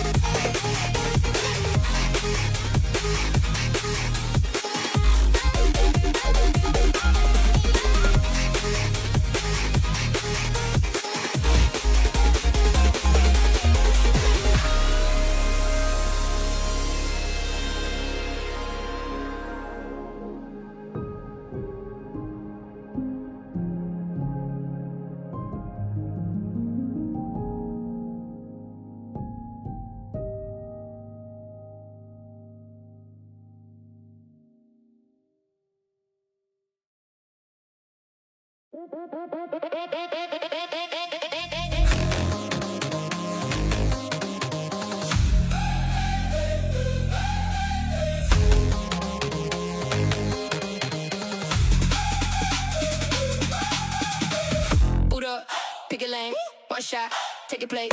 Eyes up, hands locked in, no fear, let it spin. Countdown, feel that spark. We came here to leave a mark. Fast hands, shot mine, one more round on the climb. Hear that rush, feel it rise. All in now, no disguise. Stay with me, hold the line, hit the edge, cross the line. Go hard now, go hard now. We don't back down, we don't back down. Take the crown,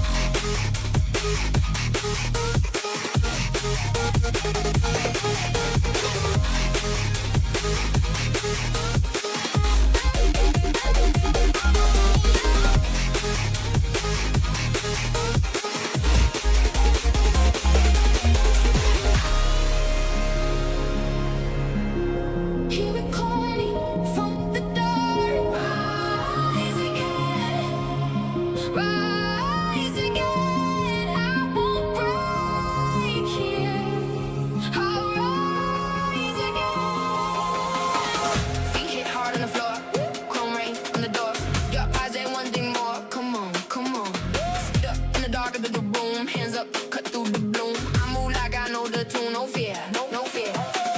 Boot up, pick your lane, one shot, take a place. Eyes up, hands locked in, no fear, let it spin. Calm down, feel that spark. We came here to leave a mark. Fast hands, sharp mind, one more round on the climb. Hear that rush, feel it rise. All in now, no disguise. Stay with me, hold that line. Hit the edge, cross the line. Go hard now, go hard now. We don't back down, we don't back down. Take the crown, take the crown. Make your move now, make it count now. We don't back down, we don't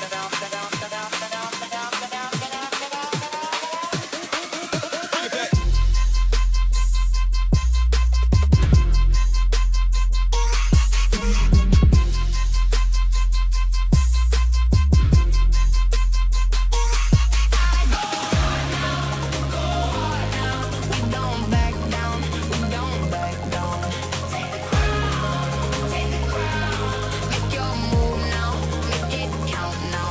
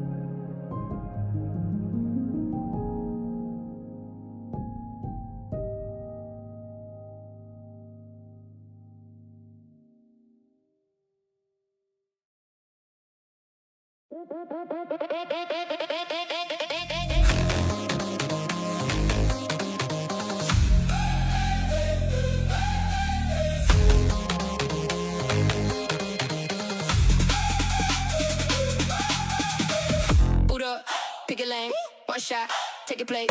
Eyes up, hands locked in, no fear, let it spin. Count down, feel that spark. We came here to leave a mark. Fast hands, sharp mind, one more round on the climb. Hear that rush, feel it rise. All in now, no disguise. Stay with me, hold the line, hit the edge, cross the line. Go hard now, go hard now. We don't back down, we don't back down. Take the crown, make your move now, make it count now.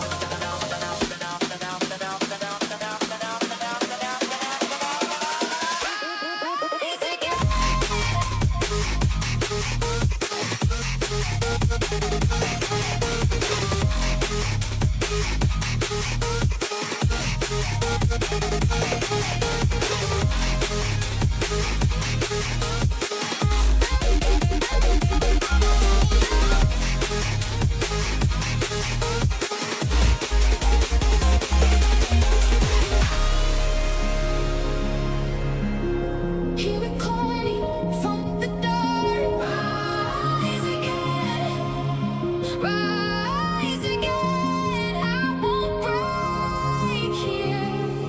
I'll rise again. Feet hit hard on the floor, chrome rain on the door. Your eyes ain't one thing more. Come on, come on. Sit up in the dark of the room, hands up, cut through the bloom. I move like I know the tune, no fear, no fear. Boot up, pick your lane, one shot, take a place. Eyes up, hands locked in, no fear, let it spin. Calm down, feel that spark. We came here to leave a mark. Fast hands, sharp mind, one more round on the climb. Hear that rush, feel it rise. All in now, no disguise.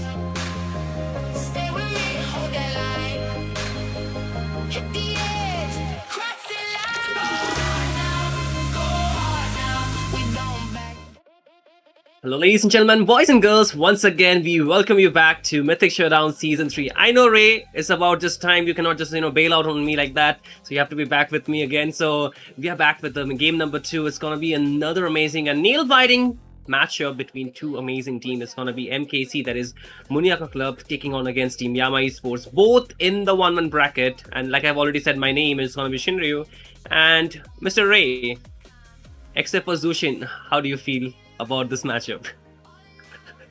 No, you're not Shinryu today. You're Claude for some reason. Why do you have Okay. Claude in the background? That's a bit weird, isn't it? Because the I had tournament to is match you. purple theme. I had to match you. I had to match you, man. You had to match me, but you didn't match up the background. You know, Zushin matches everything. That's the perfection. Okay. But you should have matched You yours. want Zushin? You want Zushin? No, you want Zushin? yeah, I'll get you screw Zushin. on that one. Screw you on that one. Go for something purple, man. It could have been cool. But yeah, let's talk about. Of course, the team of this tournament is spectacular. But hey, we can talk about it later on because we gotta focus on what's the big event right now. Of course, it is going to be another best of 1 series, and this is in the 1:1 bracket, and it means only one thing. It means Yeah. I really want to put out 2 good fingers for you, my friend. You wanted Zushin, I got you the Zushin, buddy. So hey, we are Good same enough now, for right? me. But the good thing is that they're looking at each other, both the Zushin, right? So we had to do something about that, Trey. But hey, talking about the matchup by far, right? We had the previous series. I hope you watched it as well. IGN versus Shadow Esports. What a matchup it was. For a very brief time, I thought, we already saw the rise of an underdog and they almost had taken down IGN in the game number 1. But something sparked, something changed for IGN, and suddenly it was like 2-0. Can you just break it down for me, Ray? Because I think we have not talked about that enough yet. I have to take a little bit of a recap. I was watching that match and I got the update that, I mean, to be fair, I was the one that was predicting with the 2-0 off into favor of Shadow Esports because, yesterday they got the big thing for them as an underdog team, be defeating one of the tops. So I thought maybe tonight they can kind of recreate the miracle with the momentum that they were able to achieve, but looks like I was kind of proven wrong. Mm-hmm. I mean, see, I just think one of the biggest factor which actually played a very crucial role was the experience. And coming back to this game as well, I think the past is already done and dusted. We know that IGN will be moving to the next stage already. So it's about this matchup. One of the teams will move to the 2-1 bracket out of these two. So again, we are talking about a team with a lot of experience, and on the other end, we have a team who is newly emerging, right? And we had this debate. Yeah, we have been having this debate quite a while, even between us, the discussion there. The underdogs, how are they faring? What newness do we actually are looking at when we talk about these teams?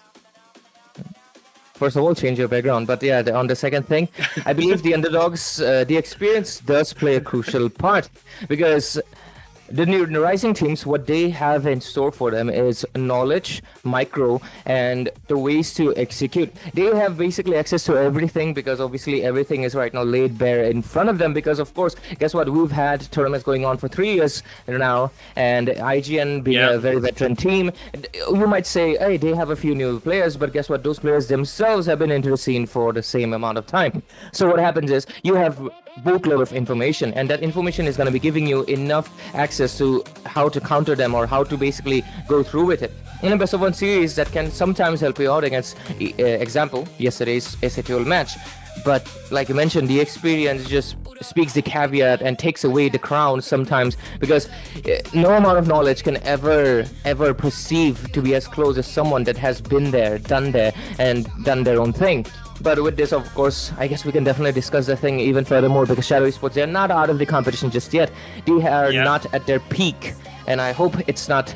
I'm not, saying it a bit early, but looking forward. But anyways, right now, let's go with Muniya Club versus Yama Esports. I think we see somebody we would like to talk about out there, right, on the side of Yama as a coach. It's going to be Mr. Kronos, all the way from the other continent, right? So he's going to be the coach. And I think adding a coach also adds up a lot of new layers to an existing team. And when we talk about the experience of a coach, then I think Kronos is also one of the very rising talent that we have seen, whether it be in analysis or about the way he likes to draft. And in this particular game, we can already see the draft being laid out. The Bakshi as well as the Guinevere are getting already banned away. The first ban from Yama will be the Freya, but what are we expecting that might just get picked? Both of us, Zushin, are getting banned here today. I mean, when I say both of ours, it's more yours. Yeah, more Thank yours you. than mine. Thank you. I Yeah. appreciate that emphasizing point. You should continue. But anyways, it is pretty clear that Yama Esports might be following through with kind of a bit of a simpler approach. While Muniya Club, they can honestly just target what looks to be the star player of the side of Yama Esports, the consistent king into the utility. It's going to be Raren, who has added the F. Now F, I'm not sure what it stands for. That could be a lot of words. I'm trying to find fantastic, perhaps. But yeah. Anyways, they might just aim for the Akai or the Fred in here as well, and perhaps shut down his capacity to go for something. Yama, I do believe they should definitely ban out the Marcel. Yeah, I think the Marcel should be a good ban, but again, the Akai has been rising quite a bit in this meta. And I think Raren, being one of the players, do Okay. like to go for that heroes here, but now the Harith was it necessary though? I agree with you. The Harith is a little bit too over the top early. They could have honestly went in for, like we mentioned, the Akai is something that Ryan has been consistently picking, and it's a BO1. It's not like he's thinking of picking it in the second game or third game. He's gonna pick it, and that much is obvious, unless Muniya Club are trying to play a little bit of a long game, and they want their gold laner to perhaps... I don't see a decision. Anybody can lane against the Harith right now. True. I think the Harith has been a problem, but then again, we have a lot of ways to deal with it. Especially, you can pick some of the counters that are existing, some hard suppress CC as well. So, True, right? the about options are endless. Options are endless, Jerry. Yeah, that's what I don't understand. The Harith ban right now in this meta kind of doesn't make sense considering the suppression heroes are at the top. Like you have the Kaja, you even have the Kalia and the Atlas showing up more often. Yes, except for the Kaja, they can purify the rest, but guess what? There is a massive cooldown of 75 seconds, and I believe in a fast-paced game like this, you're gonna be at least using your ultimate twice during that period. So that Harith ban is gonna be a bit confusing. Yama Esports have left out the Marcel completely open. Muniya should be taking this golden goose, I guess. They should be, but then again, I think nowadays we have seen how the meta have shifted. The Akai could be a very good... I mean, I don't know. I'm just reverting back to the Akai again and again, Ray, because I think that Yeah, it's is fine, a hero yeah. you would not like to, give away to any of the teams. But then again, Okay. Pakito is there as well. But Pakito with the nerf, how do you think it fares in this kind of meta? It did nothing to him, honestly, because we just saw last game, right? Coriguri on the MVP. 0 deaths for a Yeah. reason. The shield is insane at this point. But yeah, Yama Esports, I believe they did wanted to give away the Pakito for the chance to nab at the Marcel into the hands of Papi Shrek. Yeah, I think Papi Shrek with the Marcel would be pretty lethal. But then again, with the Marcel, you do not have that tankiness on the front line. So, do you want to pair it up with the utility jungle, though? I guess he just wants it because he just wants to go for support right now, and having someone like Marcel who can basically it's advanced Pro Max version of the Aurora Freeze, but the added fact that everything stops working there, like even projectiles and skills. I guess it will give Raren a golden opportunity to make sure he secures 100% on all objectives. That could be their vision, Yeah. is what I would see. But Muniya, how do you respond?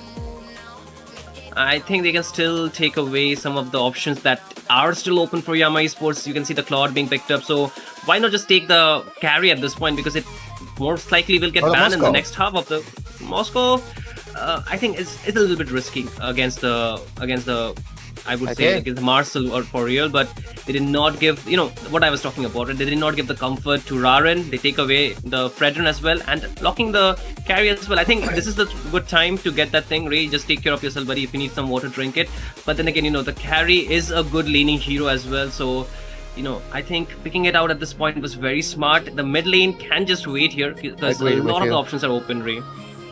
The mid lane is going to be the contending factor, and I believe since you've not committed to it yet, Yama can decide Yeah. to right now lock into the Akai to make sure it does not get zoned out more. Because if you're going to leave out both of them besides mid lane is open, basically right now teams have an option. Do we ban mid laners out and lowering our pool simultaneously? And Glue is going to be a decent one, but that will still pose a question is, of course, the fact that there could be a right now potential Faramis from the side of Muniya Club. You might think that might thwart their damage, because if Faramis does not have any damage until he becomes full build, but guess what? They have the carry and they have the Pagedo. I don't think they're going to be compensating in the damage whatsoever. But honestly, I would love to see a Vexana show up sometimes, man, against the Glue. I do understand, those are the very generic pick you would like to go for against the glue, but do you really risk it in the tournament scene? That is my question. But then again, you can see Yama Esports taking no risks at all. They will ban away the Pyramis. Good option for them. But do you think the Valentina could be also a viable choice for Muniya Club here? Because they can steal away the golden hour for themselves. Technically, yeah, you can, but I believe you don't get the passive from the what is it? Valentina Yeah, can actually his copy the passive. passive too, right? Does she not copy the passive of the Marcel? I mean, even if she copies the passive, the thing is, how will you initiate it? You don't have the skills, right?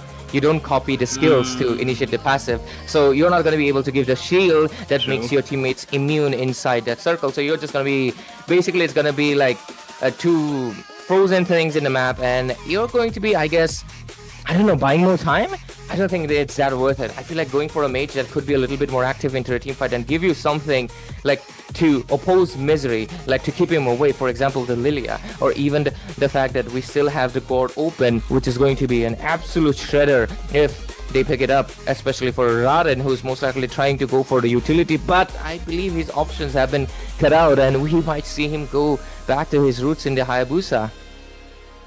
I think that is also something. I mean, judging Rahren, I think he can even go for the very generic of one of his very choice. I do not want to name it just yet. Can you guess it, though, Ray? Like something Rahren just picks obnoxiously and plays very well. It's an You're in a assassin. jungle. No. Okay. Assassin. You threw the assassin after that. Yeah. Assassin. I mean, I've seen him on the Hayabusa a few times, but other than that, what else? The Nolan? Nope, Hanzo, man. Hanzo. You said the age, but you forget about the Hanzo, right?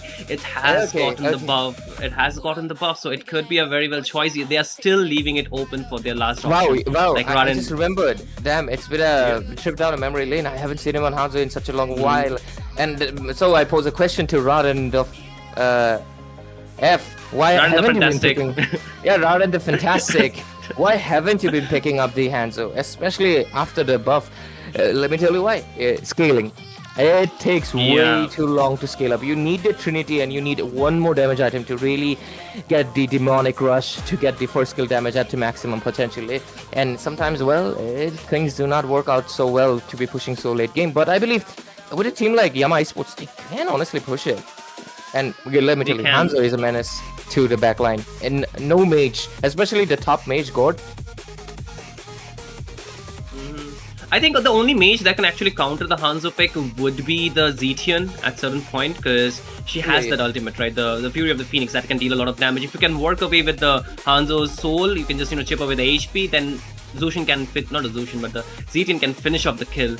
But now they go for the Novaria here, giving that extended range for the carry as well as some of their other damage dealers. So I do like it, but then again, it's very centric towards the vision control. You do not possess much of the mid control. You do not have that the crowd control in you as well. So I think it's just they are trying to have the vision, not to get just jumped upon for Muniya Club, but this kind of keeps her safe from the the Lilia, of course. But is it just that they're looking for? Then there comes the Hanzo, which we were talking about. This time though, Yama Esports did not disappoint. They are actually pulling the big guns here. Three things. First of all, I don't like the Novaria pick. Second thing, I might like the Novaria pick if they were anticipating the Hanzo like we do, right? So definitely Muniya Club has put in some sense into the research. They have obviously seen like, hey, we've taken the Fredin away. There's obviously the Baksha gone, Akai gone. He's not going to be able to play any of the tank jungle. If he does, it's going to be Uranus, which is, guess what? It gets melted away by the carry. So the only real option he's going to be having is to commit with a Hayabusa that's going to be really fatal, or go with the Hanzo. Either way, they go with the Novaria, which can technically give them the vision needed of where his body is going to be, even if he calls back his own body. You get only the vision if his soul dies. But if it doesn't, you don't get the vision. But with the Novaria, technically, you can. You just put it in toward the direction the Hanzo is coming from, and it will reveal his position. So is that the plan? Is that it? We're really looking forward to be seeing it, because, ladies and gentlemen, welcome into the Land of Dawn. And Shinu, come take us into the game.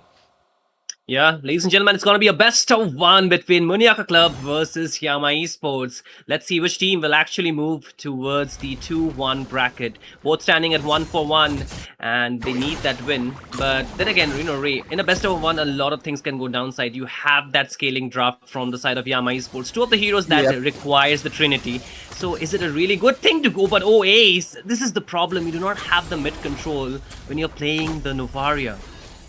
The good thing about their composition is that the Claude is mid to late game.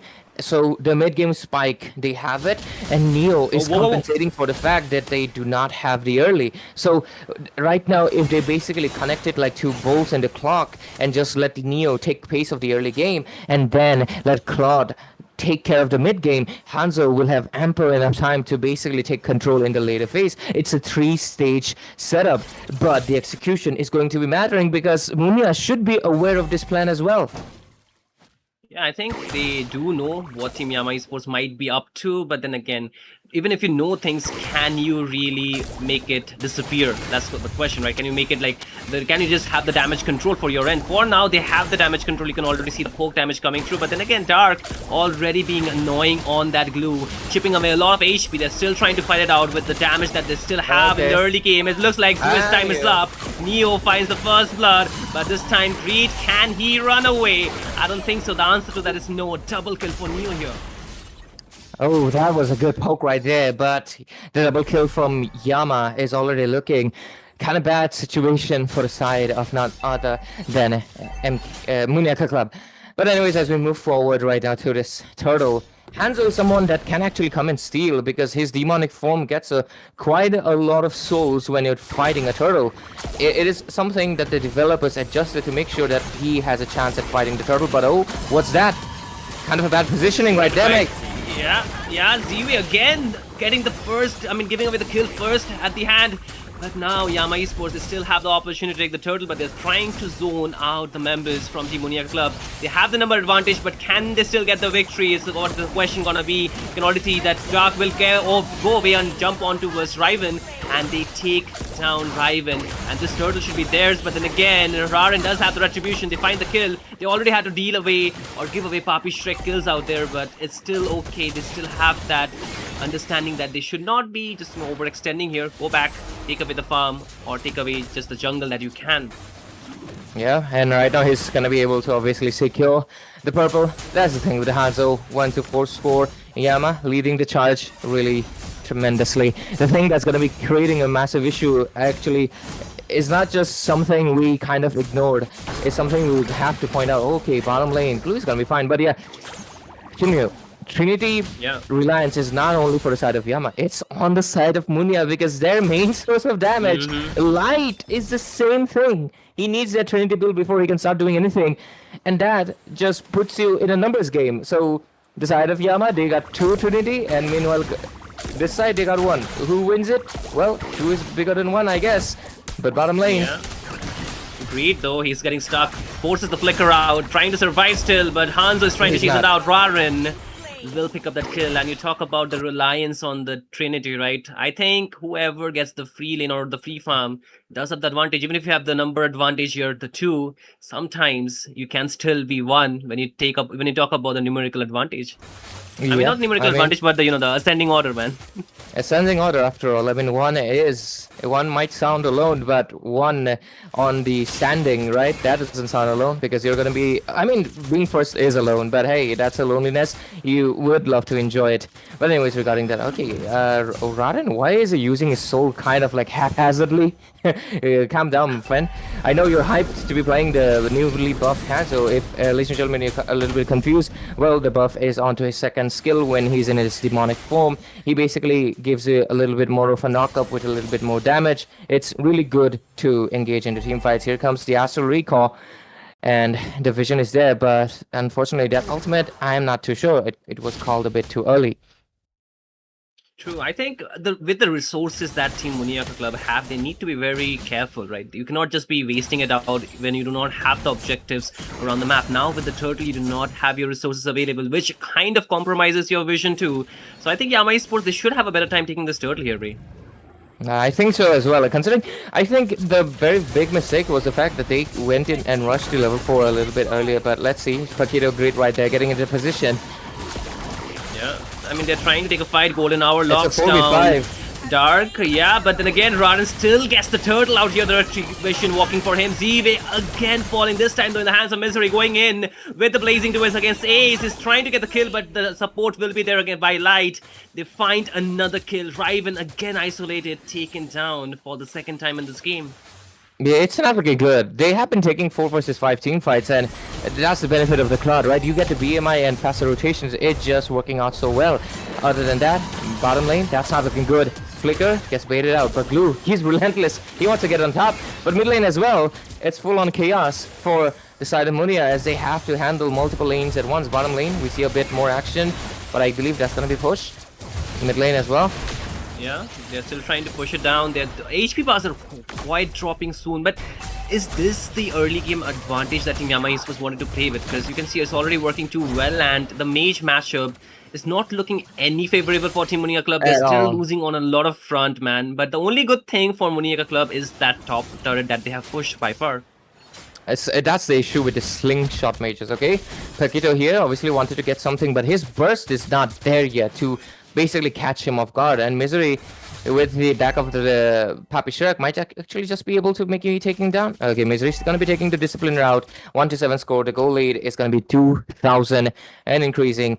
Let's take a look into the itemization. Carry does have 4.2 versus Claude versus 4.2. So they're kind of in the equal zone, but having the DHS gives Claude the better power spike. While Carry, I believe we should have went with the golden staff to really maximize the light wheels. Other than that, I guess the rest of the items are just the classic. No Sky Blisters yet though. I guess they just want to get the maximum amount of damage they possibly can. And yeah, getting back to the Novaria, it was a bad pick from the start.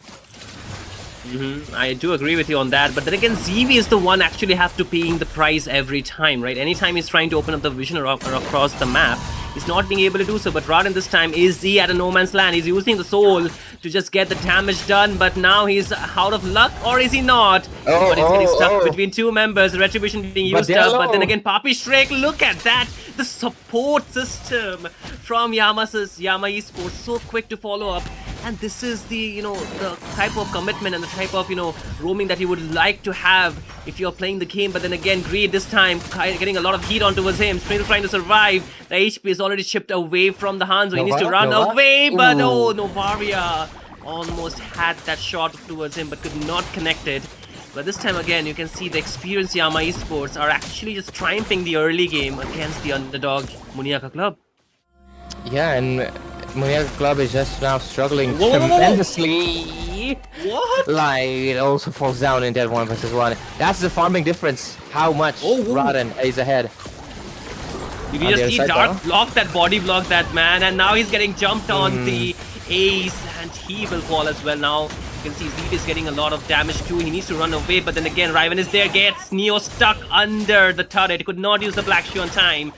And I am kind of questioning, was the Flicker right choice of, spell for you? The Purify could have saved you out there, friend. Yeah, a lot of questionable decisions have been made from the side of Muniya Club, honestly. And it's really kind of paving the road for the side of Yama Esports. They got the early, they have the mid game, and right now, the late game is honestly concrete for them because the Hanzo's damage in the late game is so strong. Nobody can get easily being picked off by just a few stacks of the second skill. Then you have Light, who's also going to be vulnerable, or maybe even if he does by the Wind of Nature, that just opens up a good window for Misery to be going in after right away with the Raden. Because guess what? The cooldown on the Hanzo is 12 seconds into the late game, and he can keep on doing it repetitively. You kill him one, he'll come back again and again and again. But Ray, I have to say this one way or the other. I think the way they have just made the drop so one-dimensional is actually a very bad thing for Muniya Club, and because of that, ZV has to fall time and again. The golden hour once again being used up just to push the turret this time, and they will successfully take it down. But is this the type of early game Muniya Club actually imagined? Because they were really forceful in the early game, and that's why they have to pay the price. Now Greed does not have a way out, still is holding on to the Flicker but getting a lot of damage, still trying to run away. The knock-up strike is connecting, but now he's still surviving with the Flicker. being Oh. on cooldown. But again, you can see the side lanes are actually paying the price for that. Massive price difference, and I believe right now I've been seeing a few teams that have been trying with a perhaps Barang Rome, the Khalid Rome, and I don't know, I feel like we're kind of out of that meta right here. I've not seen the Khalid Rome being excelling anything anymore. I believe the simple reason is because we have entered a meta where tanks are meta once more. And Ranen is just, look at him, he's not even boarded, he's really using the passives regen to stay alive longer and longer. And Carrie, she's still on the second item, that purple is goner. Astral Recall right there gets a bit of vision, and that's the thing with Khalid, you go in once, now you're a victim. Oh. Yeah, you're a victim because you get stuck inside the golden hour as well. Raden trying to get the damage, but it's going to be Dark who picks up the kill. Light now is in a very bad position, gets instantly taken down, unstoppable for Raden. But on the other end, Great trying to get a shutdown. He gets that on towards Papi Shrek, but he has to fall as well. 4 versus 2. It's never a favorable number, but you still have to manage around with that. They're trying to clear up the wave, but the mid lane is a goner at this point. But then again, Raden jumping in, ace! He cannot even say ouch before he gets taken down here, Ray. And that's another kill for Yama Esports. 14 for 3, their score. I love the fact that Raden tonight is going to be giving a bit of highlight to one of the heroes that I am not understanding why a lot of junglers had not been going. Raden is a utility guy, right? And even he's able to execute. I mean, I'm not saying like he's, just because he is, everyone will. No. The question is, I'm not seeing a lot of assassin players go for the Hanzo, man. And I love to see this being executed in a perfect way. A good amount of rotation, good utilization of the passives, and obviously his team is able to give them the window that they really desperately needed, and they have made it work. But I'm gonna be honest, Muniya club also, their mid control was way too weak. A Khalid and a Novaria, it just does not pay off well. Astral Recall right there. Can they do anything about it, Shin? The Lord is very low. The retribution should be in the hands of Yama Esports. And is there another amazing golden hour? Gets a stuck inside. And he will get taken down. 1-4-0 is the trade with the Lord. You make it 2-0. And Yama Esports, they will have the siege now with Lord coming from mid lane. Lord walking down the mid lane. And right now, the only response they can possibly do is to just... I'm not too sure. Because they have a Hanzo on their tail. Constantly poking up their back lane, whether it be Ace, whether it be Light, it's just every second. Look at that. He just came, now he's back again. What do they do about it? Carrie? She can't do anything. He's gone now, but he'll be back in 10 seconds.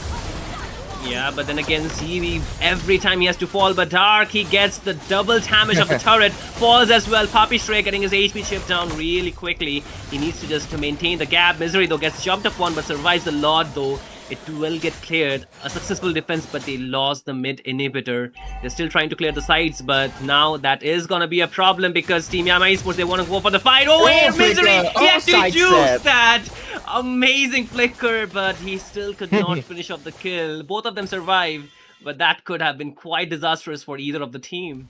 That was kind of good. That is like, why sidestep when you can side teleport? that was that was good. That was good dodge right there. And honestly, he would have won it because Paquito, skill reliant, has a cooldown. Claude, not so much. Basic attack god. But 16-4 score is, and right now the goal lead is just high, climbing up. And Fredrin, he's a victim of Trinity. Yeah, he's a victim of Trinity, but then again, this time the golden hour does not connect, but it does create a separation. ZV still flickers out, but Dark, he jumps upon, he wants that kill at any cost, but they could not get it. But Neo, he still gets the last hit. Here comes Misery with the blazing duet, deals a lot of damage, but still the kill are not coming in his back. But this time the Greed with the flank, he has a good positioning, but look at that, the BMI used so smartly, escapes at the right time. Misery is really making, Great feel that bit of misery because he's like, every time he's been trying to angle him out, predict his movements, it's getting harder and harder. And look at that, the melting is just too much. The Trinity melts the Fredrin. I mean, even if it was a Hanabi, it would have done the same thing because Fredrin is just a high HP bar. DHS melts high HP bars. Misery top lane, is that a retribution on top of him? But Papi Shrek is going to be there. BMI used. Now, this is a little bit of risky position that Misery is in. You can see already he's trying to chip up the damage. There comes some Tracer's Wrath! Leads him, but the kill will be in the hands of Light. But then again, Papi Shrek pretty low, flickers out, but Dark jumps up onto his Riven. But there is nobody. Winter? There's the Winter Crown as well. But this time, Dark, he might be out of luck because getting stuck in between 5 members. He falls. Great still trying to go for the kill. Neo forces the Cool black down. shoes, but now Greed, I don't think so he can finish the kill, but the Lord is on the table. This is a good timing for Muniya Club. Yeah, they finally do get a few kills that they desperately needed. Misery was not on a killing spree, but Greed, why? For a second I thought he was taking a little bit of a step back, but now he's once more in a 1 versus 2 scenario. Can he? Oh wait, he bursts down Poppy Shrek. That jab, it hits you before you even realize the Lord getting worked upon. You can see Raden trying to go for the fight, but his HP gets instantly depleted. Good. And Team Muniya Club, they will find the Lord here. Muniya Club, let's see if they grow up to be the Lions in this game, because slowly but surely they are finally utilizing these slight bit of mistakes that the side of Yama has been making. The fact that Hanzo does need his teammates to be, in the Lord, or his soul form is just going to be diminished out, and after that he cannot obviously be present in the fight. He just has to let it go, and that was an easy retribution for none other than Fredrin. What was the thing again? This top lane, I believe Poppy Shrek was not ready for that burst, man, because you only have the Dominance Ice, and Domites is not going to be saving you from a burst like the Paquito, who right now is the highest gold. Kind of crazy to be thinking about. Oh, they take away the soul. Yeah, I think that is the disadvantage when you go to the late game, right, with the Hanzo. Yeah. You can still dominate, but your HP gets instantly shipped You down. need your team more right now in the later phase, actually. Mid game, you can kind of handle because they cannot burst your soul down as fast, but in the late game, the Paquito can, even the Novaria can if she connects in. But let's see, top lane, I believe that Lord is going to be taken care of with no issues. The carry is right now full build. She does have the Wind of Nature as well, but oh, look at that. Okay, they force it back, forward. But I believe she needs a Rose Gold and sell the boots, honestly. She needs to survive. Yeah, she needs to survive at this point. ZV jumps Wait, in, but what? is it something that will work against him? It does! The Golden Hour locks light, the target that they're looking for, and Dark jumps upon him. That should Greed be a is kill. not The Wind of present. Nature used. Not gonna work. And then again, they take down one more. It's gonna be, the Ace as well, Greed as well as Riven. Now the responsibility falls on them to just defend this game, but you can see already he's getting chased upon by Dark. He wants to just, jump on towards him, but they're still holding on towards that. 65 seconds for the Lord here, but then again, Dark Greed jumps upon Rana. He finally gets the shutdown that he was looking for. That's an amazing play coming for him, but then again, Poppy Shrek, he has been through this. He knows the drill. Black Shoes save Neo for the time being, but can Greed run away? Still trying to go for the jab. He misses one, but still he's able to maneuver his way out. Oh, Dark quicker commitment. in, jumps in. There's a knock-up strike, but it's not going to be enough. But then again, the region is going to be there, but not for too long. That's the kill going towards Neo, but it brought enough time for Muniya Club to fight back in this game. The members are back up from their dead timers, so this Lord should be contested by both the teams. What did Ranen mean when he died at the KDA of 6-7? You get me, right? I guess he wanted to maintain 6-7. it. But yeah, 21-9. Oh, both are divisible by 3 as well. Kind of goes to show that maybe we might be in a 30-minute game. But yeah, jokes aside, I don't think it's going 30 minutes. I believe in the next 5 minutes we'll get the decision maker, because if the things keep on repeating of the fact that Hanzo does not get his teams back up to the point where he's getting locked in right now. I mean, the whole purpose of their whole lineup was to counter out the Hanzo. They have the Novaria, they have the Khalid, they have the Paquito, all want to dive in, all want to poke that back lane out. They didn't get it until now. And that first death, does it set up a precedent? Let's see. Fredrin looking for an angle to go in. Carry on the back end. Got the damage now. Golden Hour missed. The Golden Hour. Yeah, missed. The Lord low on HP. Who's gonna get retribution? Ace still have, Raden will still have the retribution, but then again, there comes the raging standstill blocking 2 members. That Greed with the good lead, taking down the Flickering as well. Look at Neo's HP almost gets taken down. He survives though, but that came at a cost of a lot of members. 2 down. Misery not gonna be there. Poppy Shrek not gonna be coming back on time. The waves needs to get cleared out. Greed once again. He has the damage, but the Lord is in the hands of Yama Esports. Can they make it work? Dark still wants to go for the fight, but he knows better that his team is not near him, so he should not be jumping in and out. But then again, he's getting taunted upon. They're overextending, but the Lord... Oh my... Wait, was there a Lord at all? But Light He uses the wind of nature at the right time. Swap. He survives. But He has to swap items now. yeah. He has to swap items. He has that 60-second cooldown. Can't be wasting it, and he has enough gold. I believe Immortality, Rose Gold, Winter Crown is not gonna work. They share the same cooldown.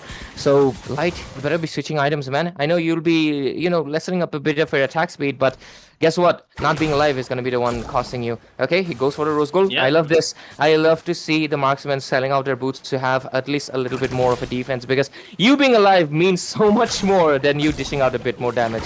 So anyways, Yeah. 11 to 12 score Muniya Club right now. Look at the gold has shifted to their side. I know it's not much. It's like barely 60, 100 gold. But the fact that we were seeing a 7,000 gold advantage into 15 minutes into the game for the side of Yama, the fact that it has switched means that the snowball effect is completely gone.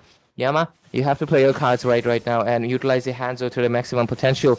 Play him only as a person that comes in the last in the team fight and let your teammates do the bidding. But right now, this is where one of the Novaria, let's be honest, she's really bad at the wave clear. She's really bad providing anything to the team fight. But all it changes once she's full build. Yeah. Now she's a sniper, and just one hit can change everything. Because Misery, True, he man. might be gone in the team fight before he knows it. You know what? I just think like at this point, greed has gone into the heads of everyone from Team Yama Esports. They're constantly trying to find him around, and look at the amount of resources that they're using on towards him. Zive though, he's getting a lot of heat out there. He's trying to run away, but look at Too much damage Papi now. Shrek. And he cannot sustain the damage. We did talk about this, right, Ray? That Yeah. this is a support hero. You cannot sustain the damage. And now that the Lord is on the table, how does Yama Esports want to play this one? One thing they can honestly do is have Dark go with the flicker, grab, and just try to get onto Fredrin and let Hanzo try to steal it. That seems to be the only way, but oh, they're really utilizing the Khalid now. Whoa. Yeah, Zivi taking a lot of damage as always. His immortality is lost, but then again, the Lord is on low HP. Appraises rat drop down.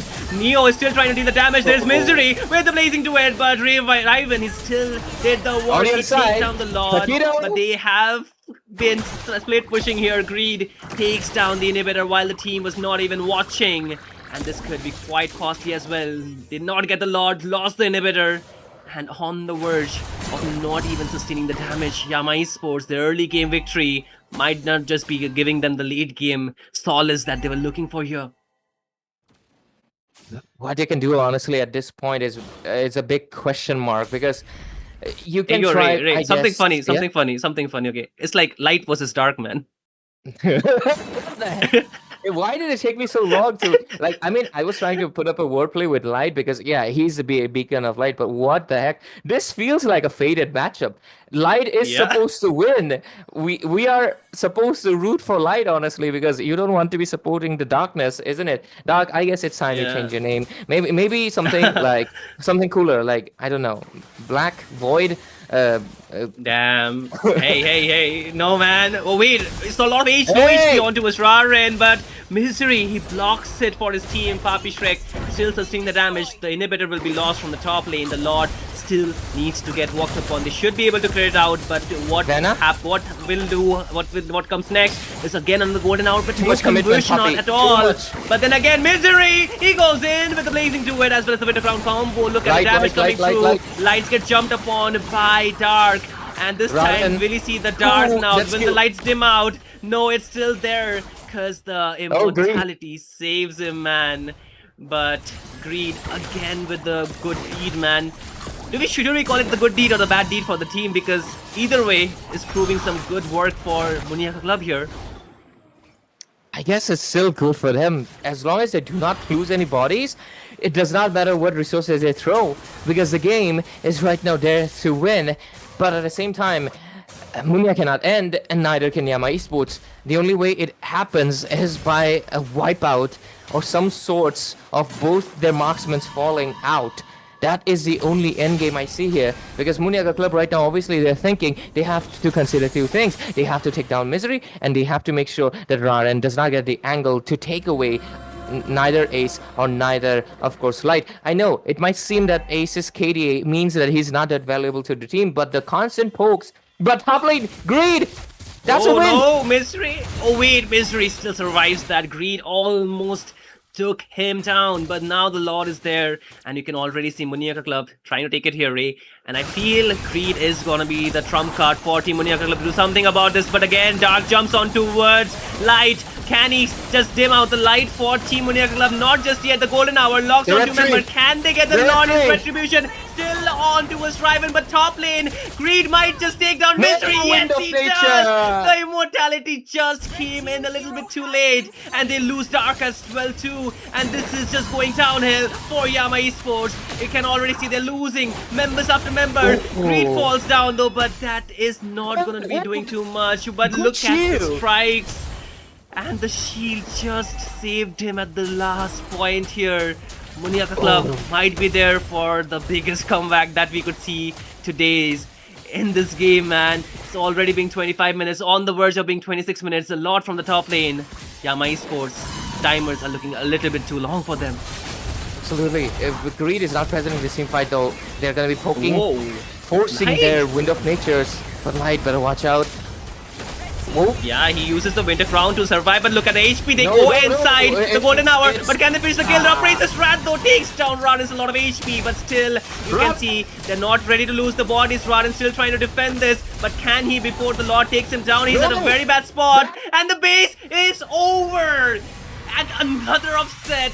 We are looking at Yama Esports, one of the top team from the Mythic leaderboards, have to get taken down by Muniya Club. Another underdog, another dark horse perhaps, rising in Mythic Showdown Season 3.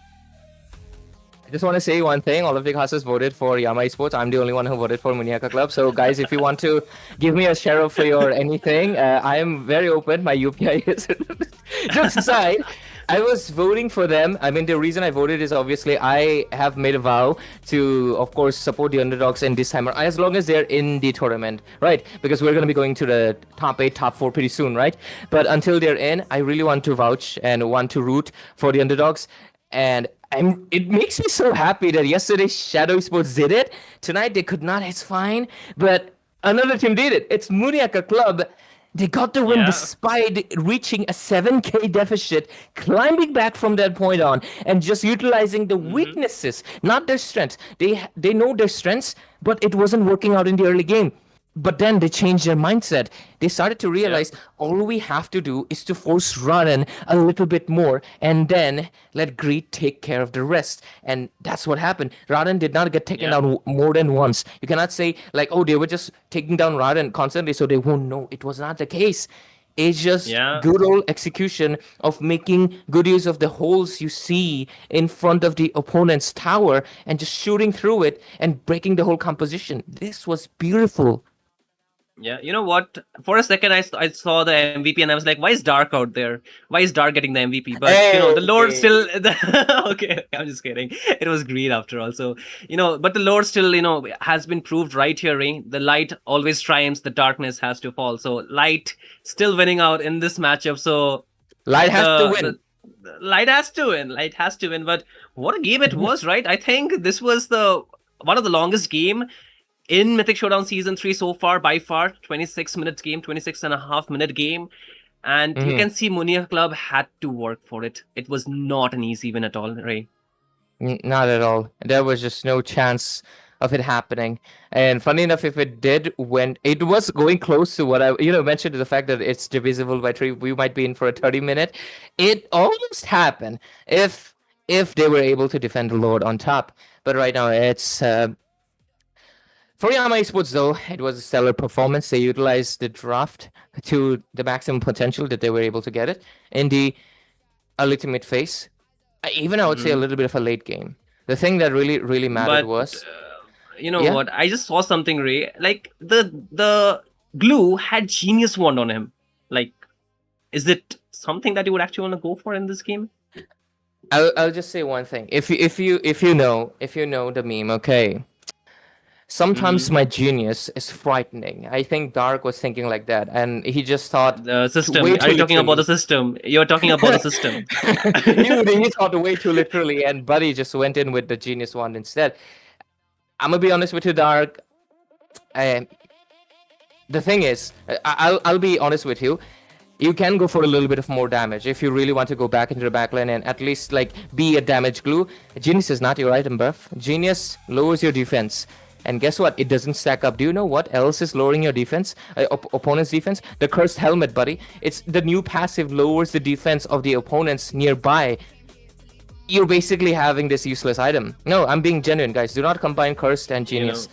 Go for Lightning Truncheon or go for the Wishing Lantern. It could have honestly worked out better. Don't go for magic items on tank, dude. Go tank. Glowing Wand is valid, by the way. Glowing Wand is super valid. But Glowing Wand, okay, I give it to you. Like, that is valid, but it also gives you HP, so in a way it is still fine, right? Yeah, it is. So, I think if you went for Lightning Truncheon or maybe even a Wishing Lantern or maybe even a goddamn Holy Crystal, maybe we would have seen something suddenly and we would be like blowing our minds away, like, whoa, what just happened? Glue suddenly took down Carry by himself.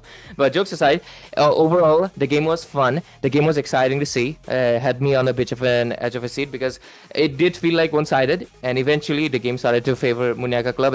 But still, there was a big question: does Yama just bounce back immediately and end the game? But regardless of that, we are done with the series. So Shinyu, obviously, do us a favor, man.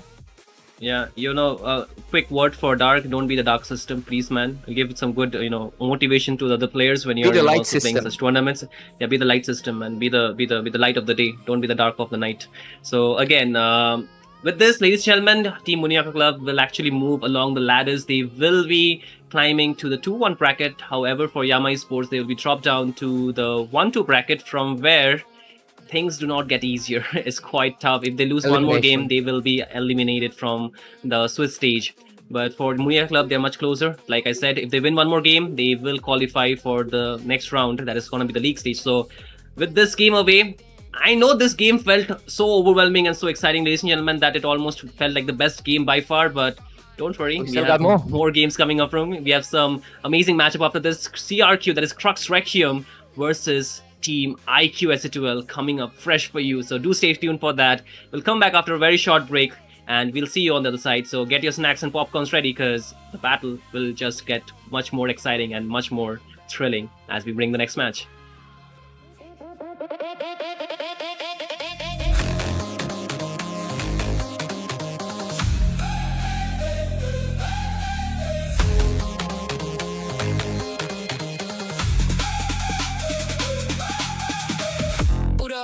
Pick a lane, one shot, take a place. Eyes up, hands locked in, no fear, let it spin. Countdown, feel that spark. We came here to leave a mark. Fast hands, shot mine, one more round on the climb. Hear that rush, feel it rise. All in now, no disguise. Stay with me, hold the line, hit the edge, cross the line. Go hard now, we don't back down, we don't back down.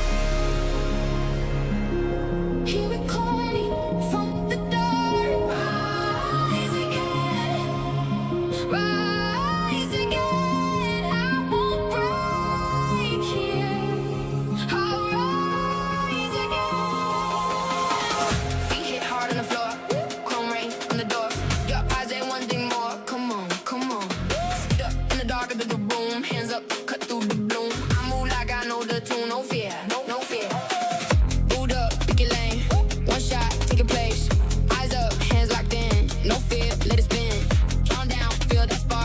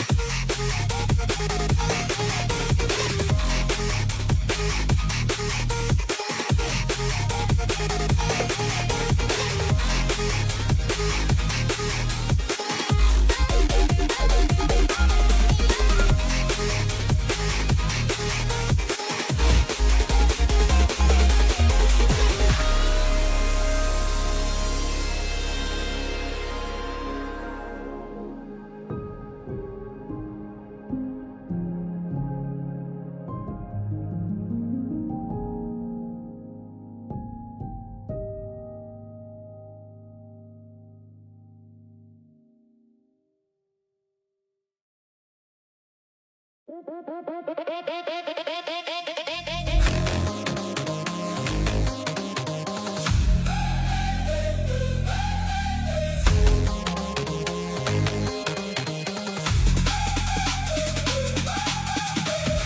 up, pick a lane, one shot, take a place. Eyes up, hands locked in, no fear, let it spin. Countdown, feel that spark, we came here to leave a mark. Fast hands, shot mine, one more round on the climb. Hear the rush, feel it rise. All in now, no disguise. Stay with me, hold the line, hit the edge, cross the line. Go hard now, go hard now. We don't back down, we don't back down. Take the crown, make your move now, make it count now.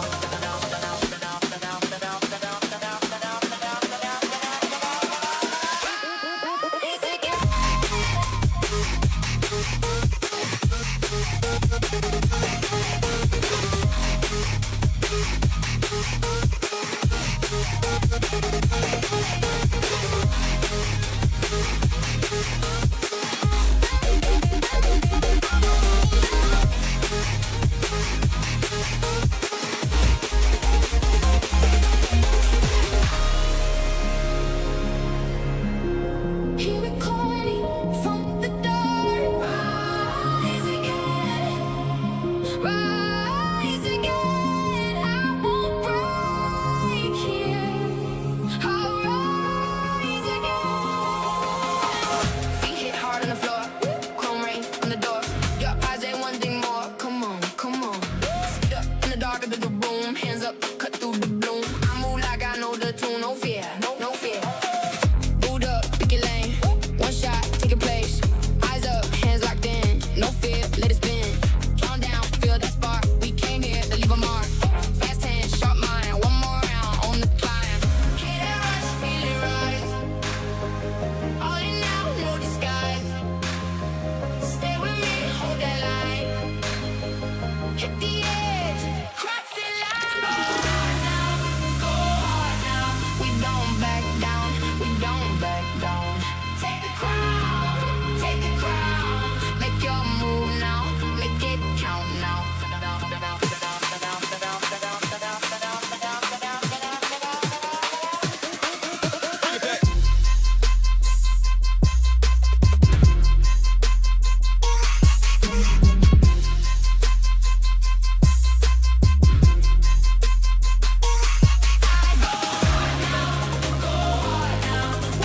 back down, we don't back down. Take the crown, make your move now, make it count now.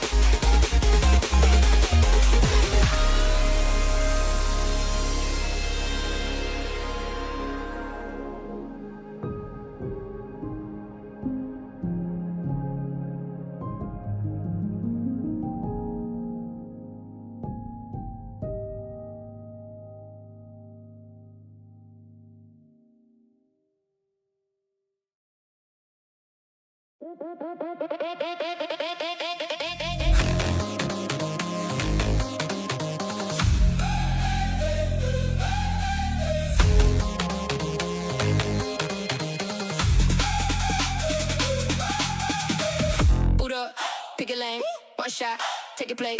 Eyes up, hands locked in, no fear, let it spin. Countdown, feel that spark. We came here to leave a mark. Fast hands, shot mine, one more round on the climb. Hear the rush, feel it rise. All in now, no disguise. Stay with me, hold the line, hit the edge, cross the line. Go hard now, go hard now. We don't back down, we don't back down. Take the crown,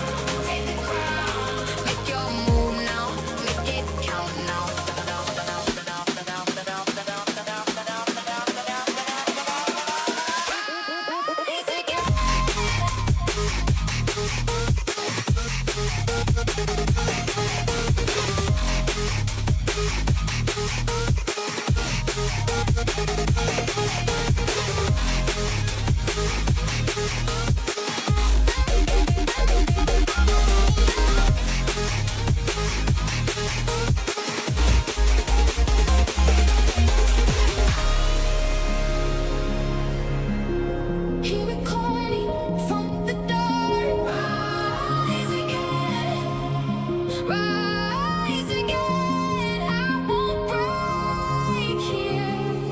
I'll rise again. Feet hit hard on the floor, chrome rain on the door. Your eyes ain't one thing more. Come on, come on. Sit up in the dark of the room, hands up, cut through the gloom. I move like I know the tune, no fear, no fear. Boot up, pick your lane. One shot, take a place. Eyes up, hands locked in. No fear, let it spin. Count down, feel that spark. We came here to leave a mark. Fast hands, sharp mind. One more round on the climb. Get that rush, feel it rise. All in now, no disguise. Stay with me, hold that line. Hit the edge, cross the line. Go hard now, go hard now. We don't back down, we don't back down. Take the crown, take the crown. Make your move now, make it count now. We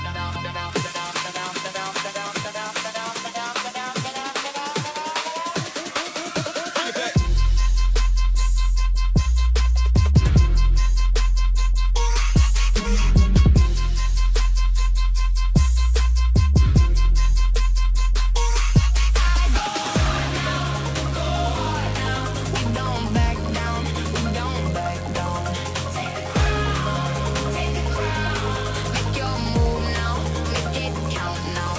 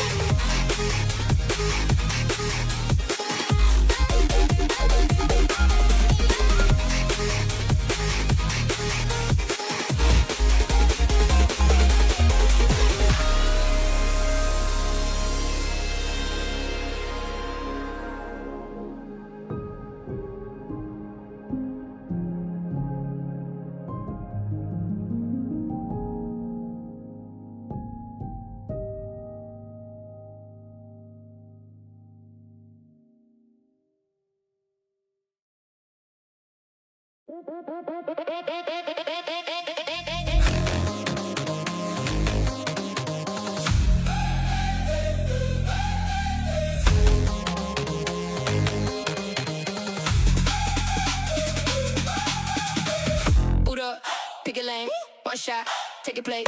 Eyes up, hands locked in, no fear, let it spin. Count down, feel that spark. We came here to leave a mark. Fast hands, sharp mind. One more round on the climb. Hear the rush, feel it rise. All in now, no disguise. Stay with me, hold the line, hit the edge, cross the line. Go hard now, go hard now. We don't back down, we don't back down. Take the crown, make your move now, make it count now.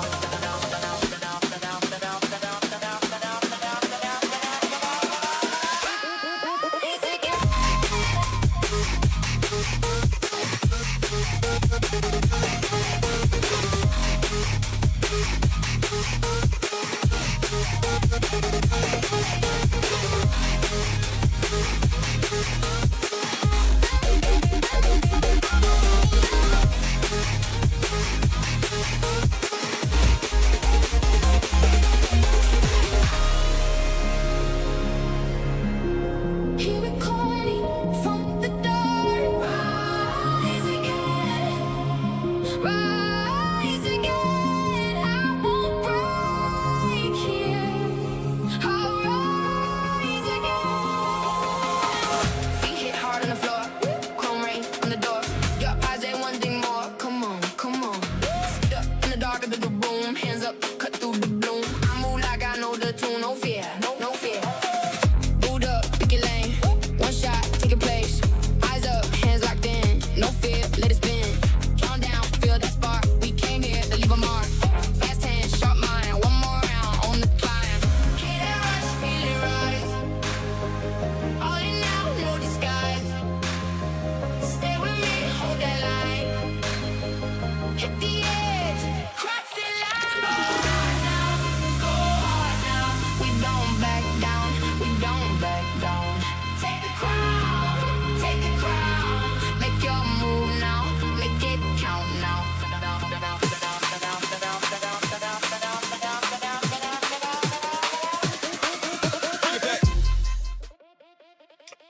Hello, everyone. Welcome back once again to Mythic Showdown Season 3. Another very, very interesting match lies ahead in front of us. And of course, before we talk about the teams, it's me, your boy Fredo. Alongside me, we have Ray. And of course, familiar faces, been around for a long time. You already know us, I guess. And we're going to be heading right into the draft very soon. But yeah, talking about today's match, Ray, you know the teams, right? They need no introduction. But what do you have to say about this matchup? This is, of course, a matchup I believe a lot of teams have been looking forward to, and the audience as well, because this gives a good bit of a leeway, especially considering yesterday, some people call it upset, but I believe I would call it an impressive night because we saw the underdogs triumph over the big dogs, right? So SA12, like, I mean, you have already discussed, right? SA12 after yesterday's fourth might feel like some people might think their momentum might be gone. No, I believe they're going to be coming back harder than ever. And I believe CRQ is now fooled to that. They should be aware that, hey, SA12 right now is going to be going no mercy in a best of one series, and they're not going to be leaving no room for error. And that can be very scary to think about. And we've already discussed a bit how long this game can go. Last game, though, it went 26 minutes. This one, what do you think? I mean, the way today's day has been going, teams dominating in the in the first 10 minutes, comebacks happening after that, games dragging on for more than 20 minutes. I think this is another I mean, what do we expect from SATUL? If they lose, they kind of get locked in. Apex is the kind of guy that tries to analyze the mistakes, tries to fix the mistakes, and Pulls out that notebook. Yep, take out the notebook, note it down. Tell the players, give a nice lecture right after the match as a team captain. That's what Apex does. But I think tonight, once again, that's the reason why CRQ could be facing an upset. They might be the ones who might be losing it out on this one. But at the same time, even CRQ as well, they understand that if they are able to defeat an opponent like SADUL, they will gain the kind of confidence that they need to move forward with. This is a completely new lineup. Of course, there are familiar faces as well. But even then, a win against a very good team, a known team, does give you a huge confidence boost. So I think the side of CRQ are also looking to get that win. But it's not going to be easy, especially because SADUL are just coming back from a defeat, and a defeat in the... Oh my god! It was not even a head-to-head contest. They got bulldozed over by of course Shadow Esports. So I won't say too much right now about that. But I'm just hoping that we have a good game and both the sides are having a good matchup instead of just one team winning it over. I don't know, man. I don't think SADUL can take 2 defeats in a row, bro. It's not possible. It's not possible. But if that happens, if SADUL loses 2 in a row, oh my god, bro! This tournament is going to get just more interesting. Yeah, because the ones taking the lead, I mean, not just the lead, they have won championships lately, right? They won that RG one, and they were very close to getting into the slot of MLMS if it wasn't for a few mistakes that they made along the way that led ultimately to their downfall, right? So that's what really changes everything. But right now, we're going to be going into the drafting phase itself. It's going to be Crux onto the blue side. The first pick, they're going to be going with OBS. While SATUL, they are right now going to be responding. Let's see what they respond with here. Phobia's first pick definitely speaks that you're trying to mark down any of the the dash heroes that the enemy might pick up. At the same time, a Matilda combination showing up is also highly likely, and you are also opening up opportunities for your own teams as well to pick up heroes that have the dash. So I think this Phobia's pick is very good first pick, I would say. But now the Formula 5. Oh, okay. Another counter pick coming up. Oh, Carry. Carry is very, very deadly. Carry is very, very deadly. You have to mark this guy down as soon as possible. In the early game, it's probably fine to play along with the carry, but after a while, when it crosses the 8 minute, 10 minutes mark, the way the carry, is able to get that power spike, I don't think anyone can deal with it if you do not have magic burst damage. And that's why I feel like the Farsa pick, if it shows up right now on the side of CRQ, it will be very, very good. What do you think? Farsa, it's something we don't see that often, right? It does make sense onto the paper because she's basically advanced Pro Max Ultra version of Eve. A lot of zoning, and you even get a bunch of damage. But it also comes with its own caveats. So they just go with the Eve instead, going for a much safer option with the kill zone as possible. And right now they close it up with ISS. A bit too early in it because I believe they could have waited. I don't think CRQ should have rushed it that early. But yeah, you're right about the carry because last game, carry was the reason they actually won the side of Team Muniya club. They pushed it 26 minutes, and at that point, carry is just unstoppable. Their front line melts in seconds, and that's the thing that Phobius has to watch out for. I mean, he cannot do anything. He just has to trust his team to not push it into that point, and he will just be the sandbag until the carry becomes too overwhelming. Definitely, carry can be overwhelming, especially in the late game, and that's why you want to end it as soon as possible. CRQ right now going in for the Eve and Yisenshin kind of, shows, where they're proceeding with this. Eve for the good slowdown, Akai gonna get punished as well a little bit. The poke will be there from this Eve, and the Yisenshin will definitely there to try and finish up the kills, right? At the same time, on the other side, God showing up is also a very good sign of the way CRQ, SADUL are really confident in this mid lane. I think Bit on the God has always been. I mean, we all know Asuna and Bit are the two, they have two different playstyles. Bit is the kind of guy that holds position and is able to deal a lot of damage from the backlines. And he sits so deep into the backline that enemy literally has to sacrifice one member to try and get a kill on him. At the same time, Asuna is the one who goes ahead and does the part, yeah. So that's why I think the God on Bait is definitely one of the best picks that he could have went for in this game. But I did not really like how Crooksef went for the Eve here because I do not think the physical damage is enough to take down a carry because we all know what happens when you go for the physical damage. You literally have the wind of nature to counter that. And I don't think SADUL is going to be dumb enough to, let the carry get snowballed. So I think they should have taken a magic burst, but I don't see that on the side of CRQ. What do you think about that? Yeah, there's no magic burst yet. There is a chance of a Harith and a glue. But even then, those two heroes are not exactly what you would consider to be fully burst. Harith needs to scale up, and Harith is going to be, I believe, kind of a really bad pick considering there's an Akai, there's a Gord.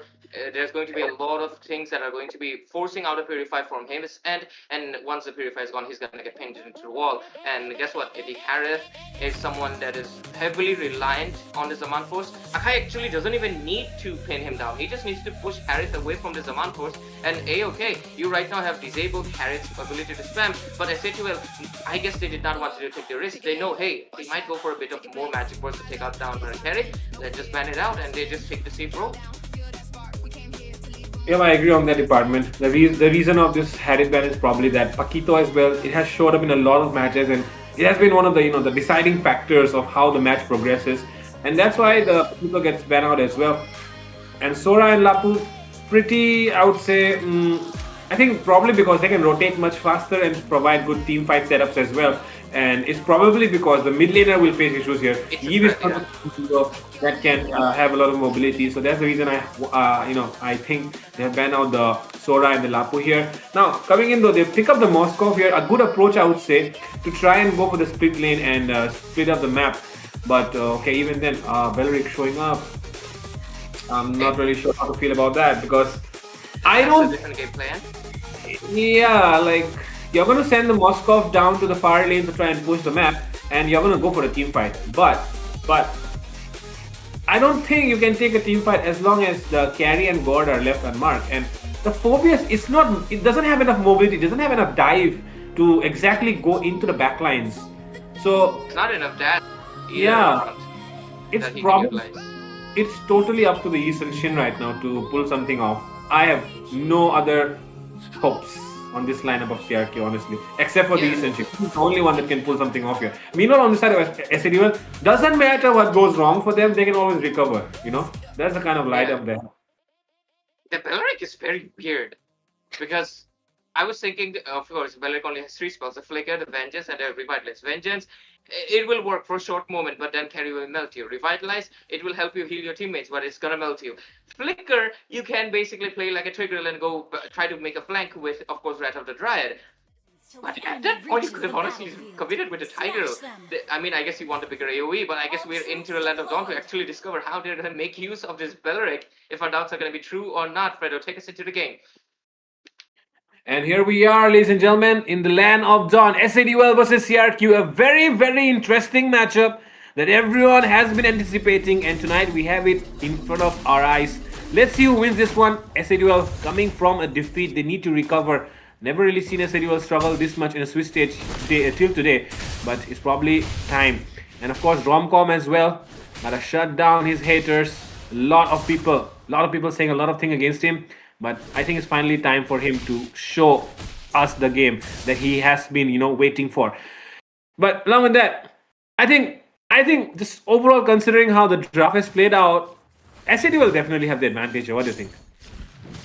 Yeah, it's pretty clear and blatant. They have insane amount of true damage to dish out with the frontliners.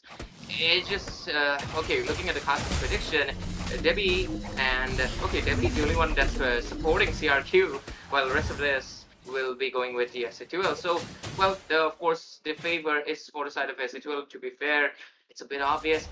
I guess Debbie wants to see the not exactly underdog. Man, let's be real, CRQ is not at all underdog. But hey, the draft does speak like one.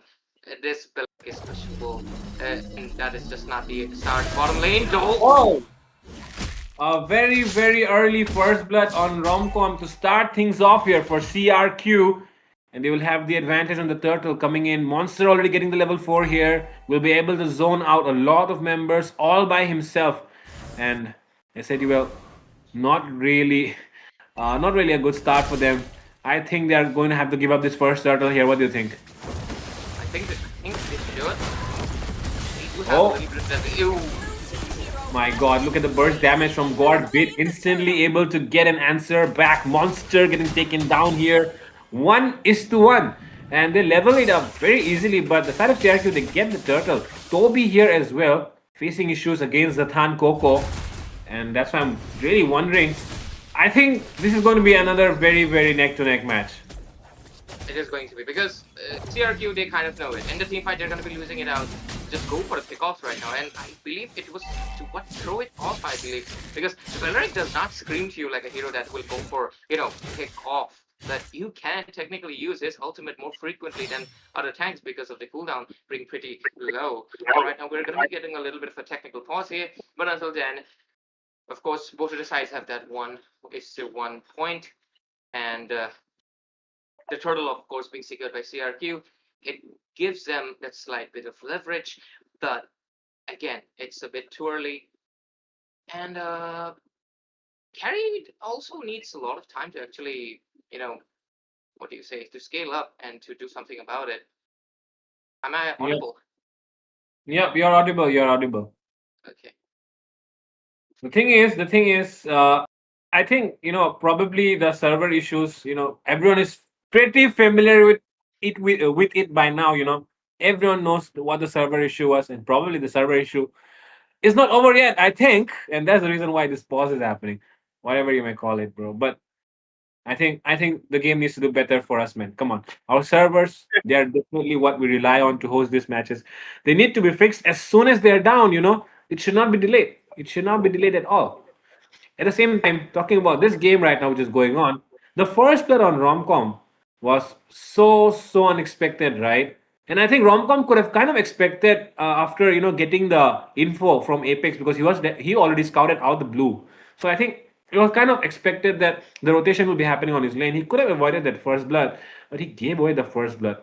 Very, very unexpected from Romcom, actually. But at the same time, I'm just being a little bit more critical here, you can say, because of course we know that guy. He is always someone who has proved everyone wrong, and he always is the clutch guy, right, in every team that he has played for. So right now, let's see. When he was in LCF, he was definitely one of the clutch factors. When he was in GodLike, Sacred Shrine, he was again one of the clutch factors. And right now in SADUL, we need a clutch factor, and it could be him. But if not him, who? Let's see. 1-1 score. Game has been resumed back, and I'm really wondering who is going to take the next kill here and start things off. I'm honestly very curious as well, considering there is 2 purifies for a side of team CRQ, who do you pick off? Like, the only one you think is Kids and Monster. But yeah, why would you and how could you pick off the YSS? The big question is going to be simple, the fact that he has an immunity as well. So the only one you can technically go is Monster, and guess what? He's a frontliner. So the Atlas is getting a little bit wasted, but I'm going mid lane. Oh, seems like another fight breaking out here. 2 taunts coming in. Very nice one there. And Jay, very, very wrong position for him to pin him down. But there comes the stun from Bit to save Jay there. And with that, Kids will arrive as well. Very late to the party, though. Will not be able to get anyone there. But I think the fight was still even. And CRQ might be in for another turtle fight. This is going pretty much intense because it doesn't feel like you can actually predict anybody's game right here. It does feel like the side of CRQ are really ravishing on the fact that they have that early game boost, but for how long is going to be the massive question. But the thing they have is Black Dragon popping in. Oh my god, he's already getting the turtle here. Black Dragon popping in. Does Romcom want to look for a fight here? He'll decide to back off, which is the right decision, I would say. Potentially because his teammates are not really in a good position to take the fight. And along with that, look at Monster here. Monster has been doing so well, you know. He has been able to zone out at, so many people all by himself. At the same time, Rudius as well. The Belleric has been playing out pretty good. Did not really expect that though, because I thought Bed will be able to deal with the Belleric properly, but seems like that's not the case. And Jay here arriving to the EXP grab. Seems like Monster is going to pin down. Is there enough damage on Momcom to take him down? Flicker used up as well. Apex coming in. It could be a outplay happening. Oh my god, Monster kills the stealing. But he will finally get taken down. A taunt coming through here. And there comes the RWM. Bit taken down solo. 1 HP escape. Oh my goodness. So close to death there. But Kids still going to check the bushes. And still going to try and see if he can get a hold on Bit, but Romcom still not recalling. He wants to defend the tower. Jay as well. iQOO said you well know they have to defend this tower. They cannot give up real estate for free here, but they are very low and they do not have the resources to burn. iQOO said you well. Apex coming in with a stun onto Kids, and Kids will be taken down with the combo. He won't be able to immune the ult. Top lane side as well. Toby versus Zatan Goku 1v1. Already Purify getting burned out as well. Zatan Goku decides not to engage further. And with that, iQOO said well, taking a bounce back. Rudius forced out to use a flicker as well. Finally showing what they're made of. Finally showing up the tempo. Coming back right on the face of CRQ. This does look like the fact that the side of CRQ did get a little bit overzealous. They realized they have the lead and they went in a bit too much, I believe, because you're seeing SATL are obviously trying to come and defend this lane. Just leave it, right? It's a tier 1. You do not have to gamble so much. If it was an inhibitor, you could have done the same thing, but it's not. So to go so much for it, you obviously had to pay your price. And right now, Kids, yeah, he does not have the KDA to look like he's on an advantage, but the fact that he fell down is going to affect his farm. But right now, let's look at the Turtle 5. SATL prepared more than ever, all spells ready, but Apex doesn't have the flicker though. Yep. And seems like Kids already used up, and the Black Dragon as well trying to zone out the Apex. And Apex coming in, and take a look at that. They'll use up everything, but this time around the last one will be taken down. Monster getting pinned down against the wall once again. Jay, very good positioning. Take a look at Kids. He's getting zoned out by Romcom. Good stuff being done here by QSADUL, but can they get a member? Petrify! And that is exactly what Romcom is known for.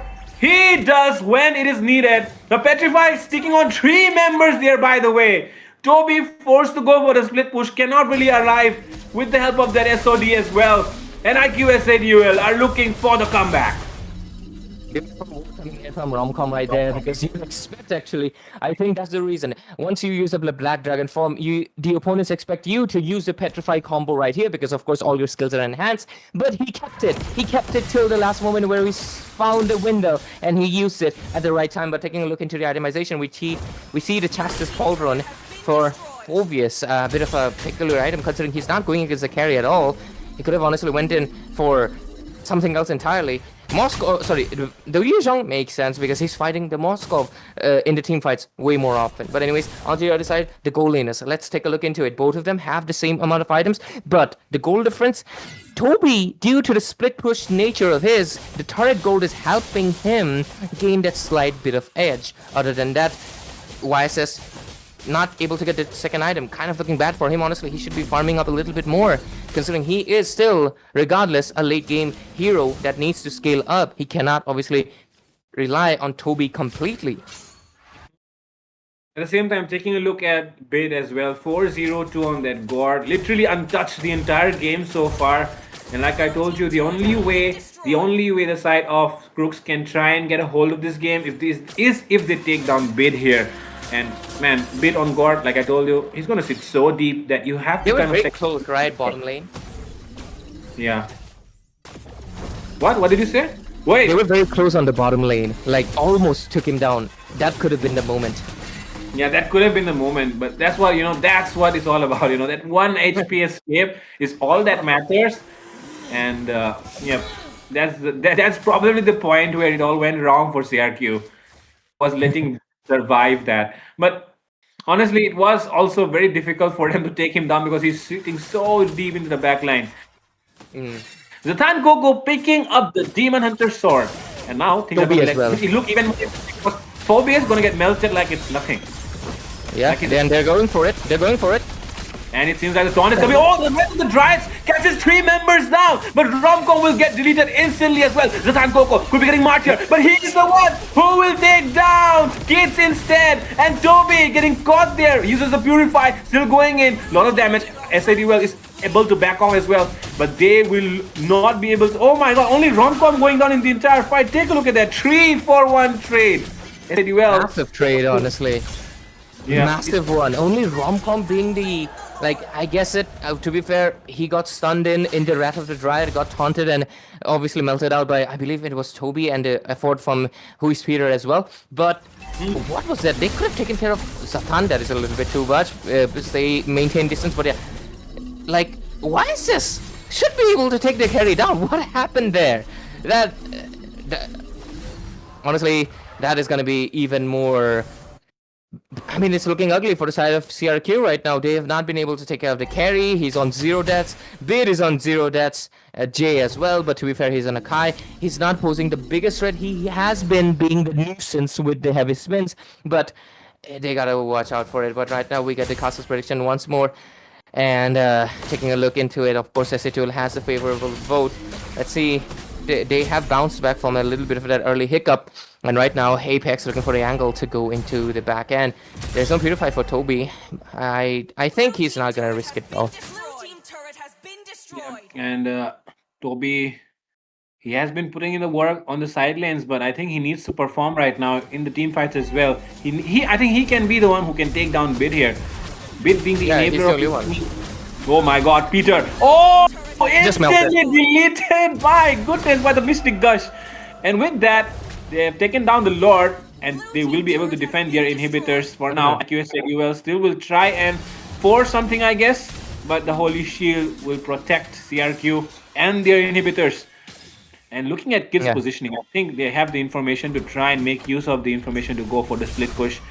That's all that they can do right now, because the team fights, SADWell is going to win it anyways.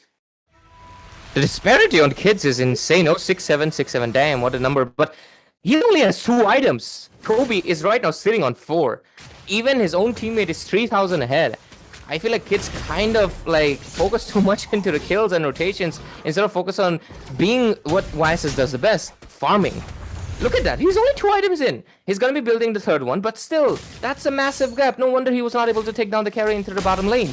And right now, Toby, having that 1 item lead, does paint a good picture that he is still the key to victory. But like you mentioned, they have not been able to find the angle. And Fredo, you are absolutely right now. It's being proven. The Eve is a little bit too less of a range. If it was a Farsa, she would not be nearby the God's stun range. But the Eve, she has to be. That's her limited range. She needs to stay in that range, and she gets poked and taken instantly like that.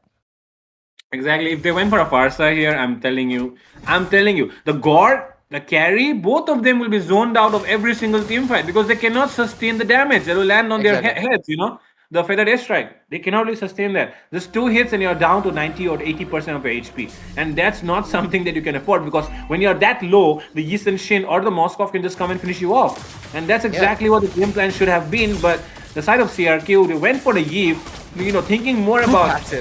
They are too passive, thinking about the front line. But right now, okay, seems like something could have happened, but nothing happens there. And with that, members of CRQ will be taken down for sure. Yep. And Peter as well is probably getting caught here. He uses the Purify, but it's too early and he will get taken down as well. Toby forced for the split push, and there's nothing they can do except that. SADUL with the Lord. That seems to be the only thing they can do, Fredo, right now. Just utilize something that the Moskov does the best.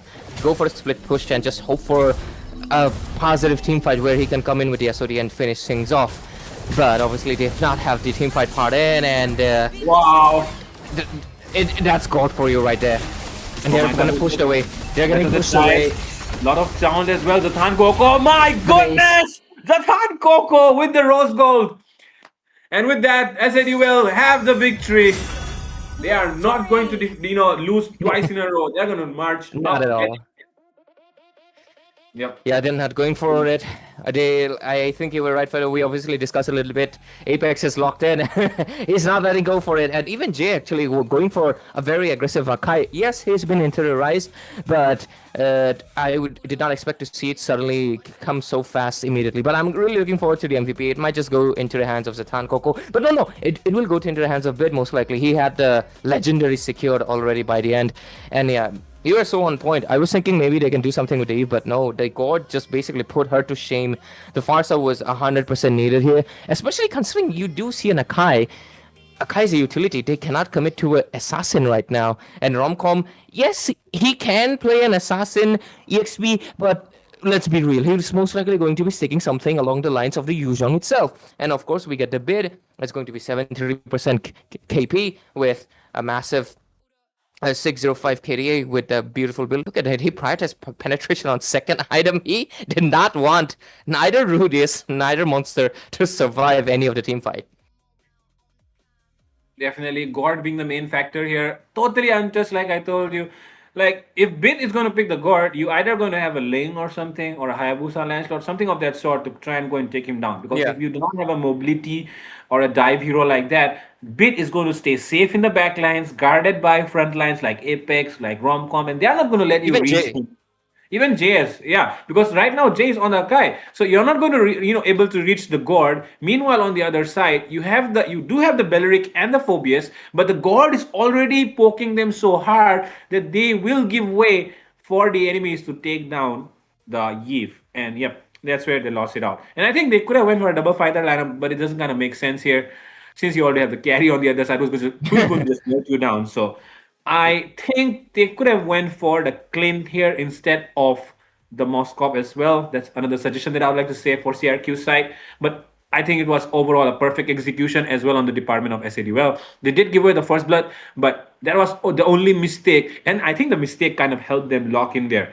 Because the thing is, when you make a mistake, you're like, oh man, we cannot let this happen again, and you do not, you become more aware of your movements, positions, and that's when you kind of play better. And that's exactly what happened, I guess, because the first blood kind of helped them get the lock in, and they were able to completely dominate CRQ here.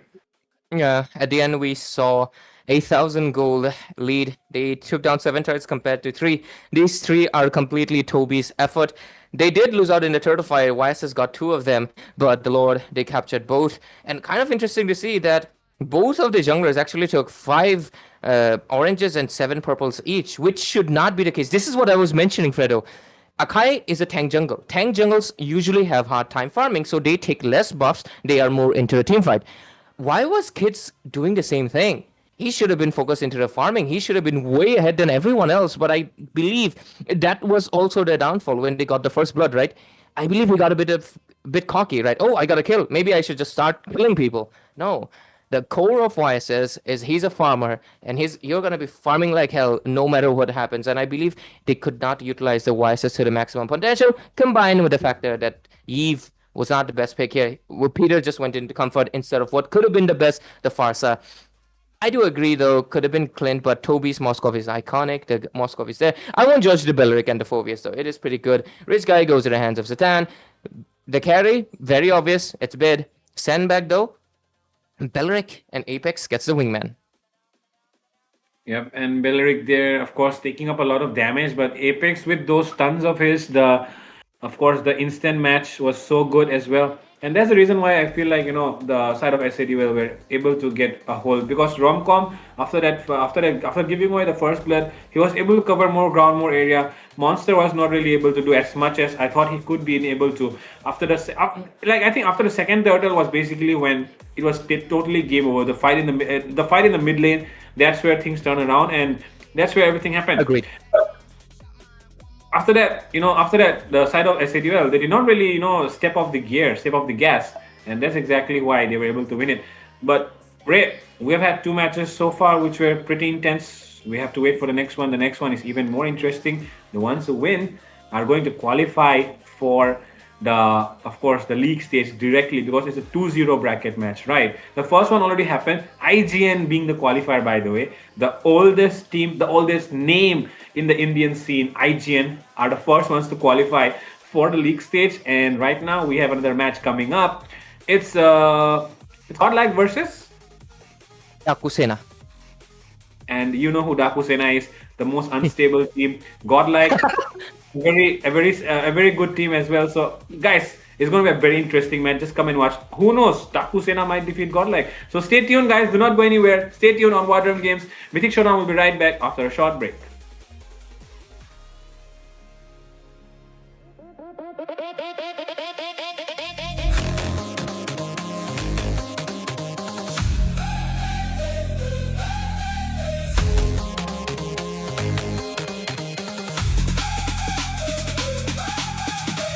Boot up, pick a lane, one shot, take a place.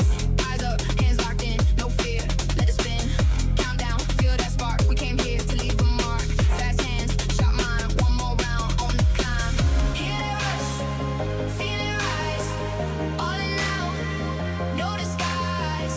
Stay with me, hold the line, hit the edge, cross the line. Go hard now, go hard now. We don't back down, we don't back down. Take the crown, take the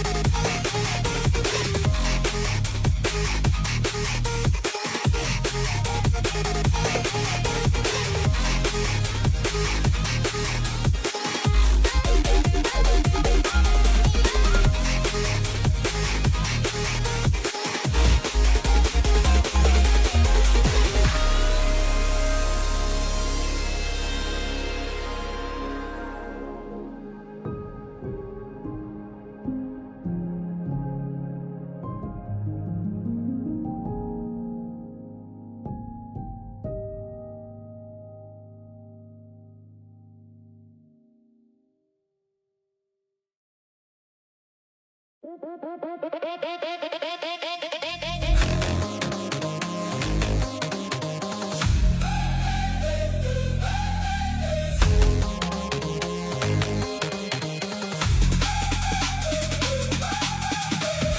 up, pick a lane, one shot, take a place. Eyes up, hands locked in, no fear, let it spin. Countdown, feel that spark. We came here to leave a mark. Fast hands, shot mine, one more round on the climb. Hear that rush, feel it rise. All in now, no disguise. Stay with me, hold the line, hit the edge, cross the line. Go hard now, go hard now. We don't back down, we don't back down. Take the crown, make your move now, make it count now.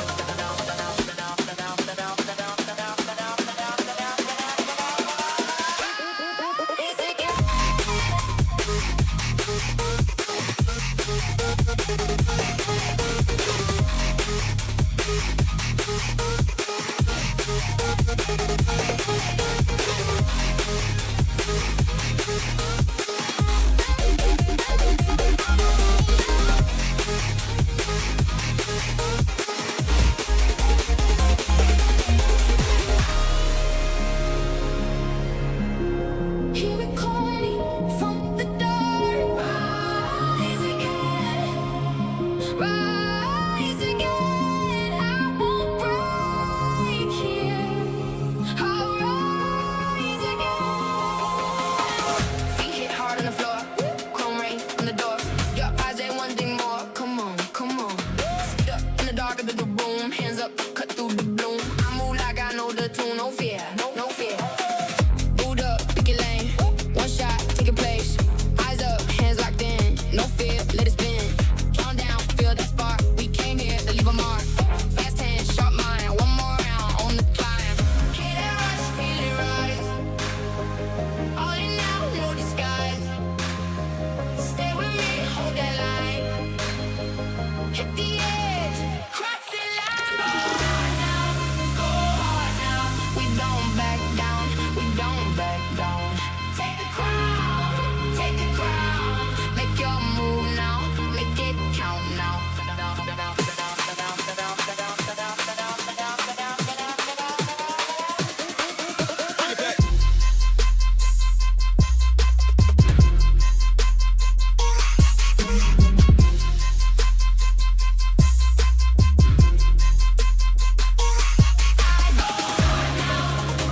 back down. Take the crown, make your move now, make it count now.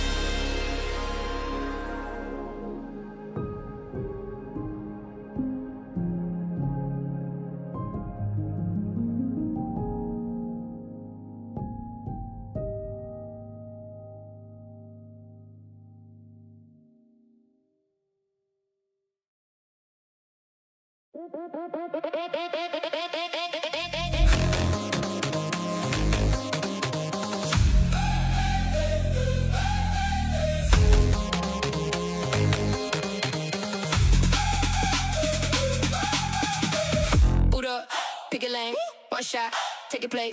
Eyes up, hands locked in, no fear, let it spin. Countdown, feel that spark. We came here to leave a mark.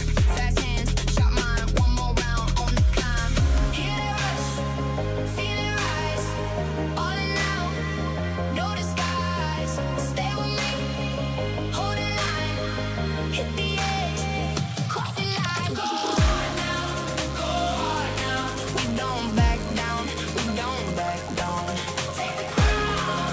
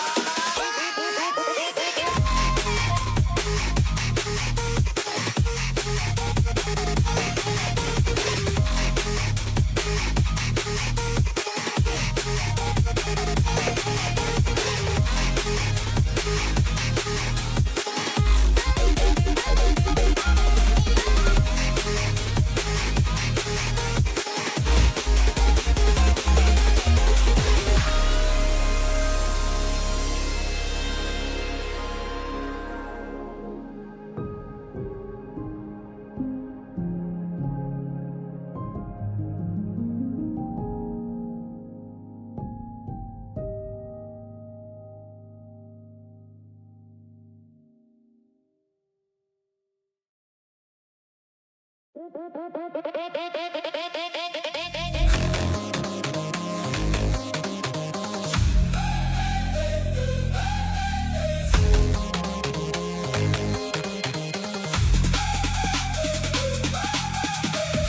up, pick a lane, one shot, take a place. Eyes up, hands locked in, no fear, let it spin. Countdown, feel that spark. We came here to leave a mark. Fast hands, shot mine, one more round on the climb. Hear that rush, feel it rise. All in now, no disguise. Stay with me, hold the line, hit the edge, crossing line. Go hard now, go hard now. We don't back down, we don't back down. Take the crown, make your move now, make it count now.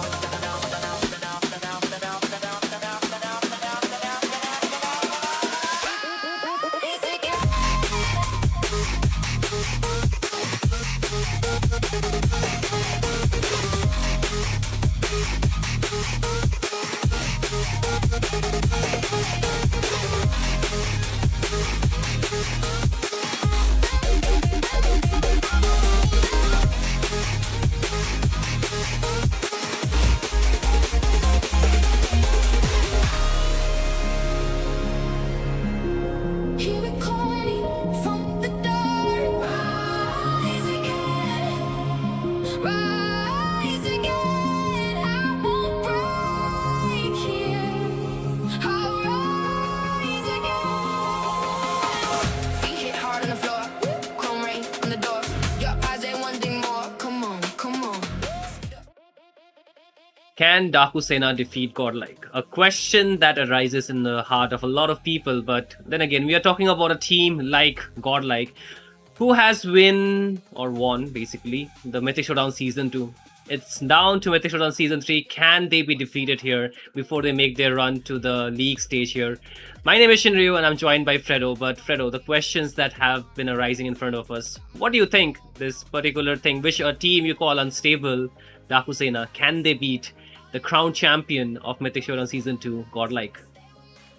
Impossible. It's Impossible, totally impossible. But Okay. like I told you, they are the most unstable team, and that's the reason why tonight, GodLike can be surprised with what Daku Sena is going to do. Because if you don't know your own moves, then the enemy will also get confused. That's what Daku Sena are, and that's what we are going to expect from Daku Sena tonight. Confuse your opponents. Because if Never you let don't them know your next move. Exactly. That's why, man. I think the clutch factor, the unknown factor is definitely there. And that's why I feel like, GodLike might be surprised. Even though they're probably the best performing team right now, who expected GodLike to meet Daku Sena as well, right? In the same bracket. Nobody. Exactly. I mean, nobody expected, right? Nobody expected Daku Sena to be up 2-0. Neither did anyone else. I mean, GodLike was kind of expected, I would say. But Daku Sena, Yeah. not at all. And that's exactly why I feel like even tonight is going to be a surprise for us as to who will win. Because Daku Sena has always surprised everyone with whatever they do. Tonight, they're up 2-0. They will be the second team to qualify for the league stage directly. And that's like, I don't know. If you think about the reputation, the history of Daku Sena, it doesn't make sense. Doesn't make sense It for them doesn't. to qualify. I mean, let's be honest, okay? I think a lot of the things have changed after we have came into this current patch. Let's not say current patch. Let's say the current tournament, Mythic Showdown Season 3. I think it has already been 6 months since we had Mythic Showdown Season 2, right? Fredo? So now, with most of the teams switching their rosters, getting some imports, and just trying to find a new synergy with the existing roster that they have, Daku Sena remains the only team which has not been hit by this roster shuffle or these changes in the roster. They're still sticking to their 5, which again could come as a blessing in disguise. They might be making a lot of random movements. If you talk about that Mystic Gush from Peekaboo hitting the minions the other day and not the opponents, so those are the random moves we are talking about. But then again, like you said, it could work in a very blessing in disguise. But like you mentioned, nobody expected Daku Sena to be here, but they are here. That means that they're trying to defy the fate. But fate this time being on the side of GodLike, still is it a good sign for them? They have some new imports on the jungle as well as the EXP, right? They have Narashi Pro on the EXP and Lanaya on the jungle, both imports coming really in handy. And then again, Fredo really got hit by the Hellcat ultimate, so we'll just come back to him very quickly. Can they beat the experienced Indian lineup, the only pure Indian lineup that we have right now? I think the other teams do have it as well, but from the Mythic leaderboard, the only team with a full Indian lineup. The teams have turned here, Fredo, so what do you think about that? Okay, we'll come back to Fredo. Okay, you there, Fredo? Yeah, there you go. Excuse me, health issues, guys. But that's talking about like you were saying, can GodLike do it? I think it's highly possible. But considering how there have been roster shuffles and all that, if you talk about the synergy level, I don't think anyone can match Daku Sena right now. That is probably their biggest advantage. But the side of GodLike have very versatile players. They have Art and Fate, and now paired up with Shenzhou, I think Art probably was playing very good with Bit, but along with Shenzhou, is trying to find a new playstyle, and probably a playstyle that he's very familiar with from his early days in the eliminators. If you remember him on the Grok going very aggressive in the enemy jungle. Shenzhou, on the other hand, another very, very, very hyperactive, very, very aggressive, of course, mid laner, and you know that he is going to be the guy who can pair up very well with Art. So that's why I'm looking forward to this mid lane duo as well. But oh my god, the picks, the hot picks showing up here. Freya, Paquito, and Claude. My goodness, these are very good picks. Yeah, quite surprising. Yesterday we saw Munster playing this Freya against, I think it was against the Freya as well too, but it did not work in the way that they intended to. Despite the Phobias being open, they did not prioritize that hero. I'm kind of surprised looking at that. But then again, you can see with Claude being locked onto the gold lane, Fate has one of his comfort hero and also one of the, like Fredo mentioned, hot picks in the gold lane as well, so it can work really well. Now Daku Sena have the option to go for the Harith if they wish to, but they instead locked two fighters. That means like no place for the Harith, right? So they have to go for something on the jungle or maybe something on the roam, depending on that way, and they go for the jungle instead. Silver on the Harley, which we are considering has got hit by the nerf. But then again, the Harley is Harley. It can mark down members. It has still the damage that's not been reduced to that exponential level. I think can still be a very difficult hero to catch in the game, if not to counter. But then again, we are talking about a roamer like Art who really is up for the challenge, isn't it? You can just throw him in the rock bottom and he will just climb back much stronger than he was. So this time around though, Daku Sena, a name they have been familiar with for a long time. What will his option be to go for his hero role? Oh, seems like they're going to go and take away the Sora's ultimate along with the Freya's ultimate. They're going to go for the Valentina. I think Valentina works pretty well in this lineup. It's a very good hero to be picked up here, considering how there are already 2 to 3 good ultimates available on the other side. Even the Harley's Deadly Magic can kind of be used as well. Right. At the same time now, if you think about the remaining picks, I think the roam pick is going to be very crucial here. Art can... I've not really seen the Kalia too often these days, but it could work here. I feel like, especially because Kalia could kind of work, because you need to lock down that Harley. What do you lock him down with, right? Because even if the Paquito or Saber, yeah, Saber roam, and I'm all in for it. Like, let's bring it on, right? Yeah, and, man. Why not? Of course. Top level tournament, bring the Saber in, man. Yeah. Yeah. At the same time, talking about, I mean, of course, the viewers are already wondering, such a huge diamonds giveaway, what's going on, and also just to inform you guys. Yeah, I mean, you go ahead and tell what's the criteria, man. It's very easy. Yeah, man. It's extremely easy, ladies and gentlemen. For winning the diamonds, you just have to hit 1,000 concurrent views. Concurrent views, if you do not know, ladies and gentlemen, it's like the views at the live. That is like 1,000 people watching at the same time. So we need to hit that, or if we cannot reach that goal, we still have the 700 likes. Upon completing which, you will be showered with 20,000 diamonds giveaway. So make sure you share it wide and across your friend list. Bring everyone and bring every boy and girl from the town, because we need more people to watch this game. It's a best of 3 series after all. We have a long night ahead of us.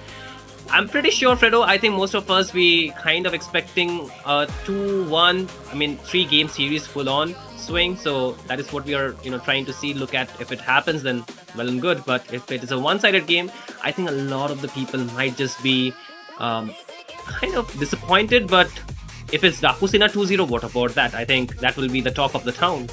Oh my god, Daku Sena going 2-0. I know, like, a lot of people are going to be, like, hands over their head. What happened? What the hell just happened? Cannot really What the believe. hell happened? Yes, how can GodLike get defeated? So I think it's going to be a very interesting match actually. Talking about the draft, we'll go back to the draft once again. High loss, lot of dive. So the side of GodLike are going for a fully dive comp, and I think they're looking for kills all across the map. They're going to go for that. But now, how does Daku Sena decide to respond to this? I think a guard is going to be a very good one here. But I think you can also go for you're a giving Balir. the Mystic Gush. You're giving the Mystic Gush, man. I think knowing Peekaboo, he will go for he's gonna pick up the Valir for sure. You wanted the Kalea to be, what the heck? You wanted the Kalea, you got it, but we got even a bonus out here. Neither the god nor the hero that we're expecting, the Valir, is the Odette making a debut in the Mythic Showdown Season 3, man. Who is drafting for Daku Sena? Bring that person out. Sarah, if you're drafting, then L, bro. Why are you drafting an Odette? I don't know what to say here. I told you, they're like unstable. Random. They're random. Unstable, very random. It's like you pop a lottery, you put a coin and you expect to win something. It's something like that. I cannot really understand. I cannot get my head around this Odette pick. Are they trying to overload Senju with ultimates? I think that's the plan. I don't see any other reason why they would decide to go ahead and pick up all these heroes. I am also in for that. I think they're just trying to give too many options to Shenzo out here. You get a buffet and you're confused, should I eat this, should I eat that? And that might just what happened to Shenzo out here. But the Link pick is pretty good. But then again, it has been recently buffed. We have not seen it being that much used in the current Indian meta that we, so likely or highly talk about. So the Link making an appearance here, but does this kind of make GodLike's draft a little bit less focused on the crowd control, Fredo? Because I can see that crowd control being a little bit less compared to what Daku Sena are going for this game. Yep, I feel the same way, man. I think crowd control is missing out a little bit. But I think they can make up for it with the kind of burst damage that they have. They have Freya, Odette, even the Sora with the lightning form can actually do a lot, right? And even Funny Valentine on that Freya, if he's able to unlock his ultimate, then of course the splash damage coming in from the basic attacks in the Valkyrie form is going to be a big headache as well. So let's see what this game is going to bring on in front of us. Shenzu is definitely someone that has to be the one, taking the, I would say, advantage in the mid lane, because if he's not able to do that, if he's not able to get the control, things are not going to look good for his side. Oh my god, Narashi, bad position! He might be getting caught there, but he's able to dash away. Yeah, for now it's still too early for them to just get the pick off. It's just the game number 1, so we're going to see a lot of back and forth. So best of 3 series it is, ladies and gentlemen. Daku Sena versus GodLike. And again, coming back to the point Fredo mentioned, right? A lot of crowd control from Daku Sena, which GodLike might be just want to avoid as much as they can in the early game. The main focus is to get that level 4 from where they can get the fights to their side. But then again, the poke damage is also something they can take control of from mid lane, because they have the Hylos, they have the Valentina too. So these heroes can be very important when it comes down to the mid control. And the sides, I think they pretty much stand alone. Claude can actually just get away from a lot of the risky positions. So can Paquito, very flexible, very slimy, like the Ling as well. So I think the heroes are pretty standalone. Heroes that they're going for is just when it comes down to the team fight, I think that's where the struggle begins. The crowd control, which we have been talking about, is where Daku Sena might just excel a little bit. But then again, Jazz taking a lot of heat. He should be okay for now, still holds on to the flicker. Turtle in 5 seconds. I think the positioning out here will be very vital from both the teams. Yep, and the predictions are in. We can see clearly that nobody is, of course, expecting a 2-0 clean sweep here. It's going to go all the way, it seems. But it's also very clear that Ray is the only one that kind of expects Daku Sena to win here. The odds are not really favoring. Okay, turtle Yeah. fight coming right up. Let's see who sets it up first. Yeah, but it seems like that's a lot of damage on towards Hardy. Instantly gets deleted, and he cannot do much. It was just level 3, but then again, Narashi is trying to go for the hold on. But then again, there is the damage. The flicker already was beaten out, so Narashi will fall. Double kill coming in for Hide and Bush, and that's an amazing win coming in the first turtle for Daku Sena. The strike while GodLike was not ready. My god, what is happening right now? I can't believe, because it's not at all the kind of team fight that you would expect.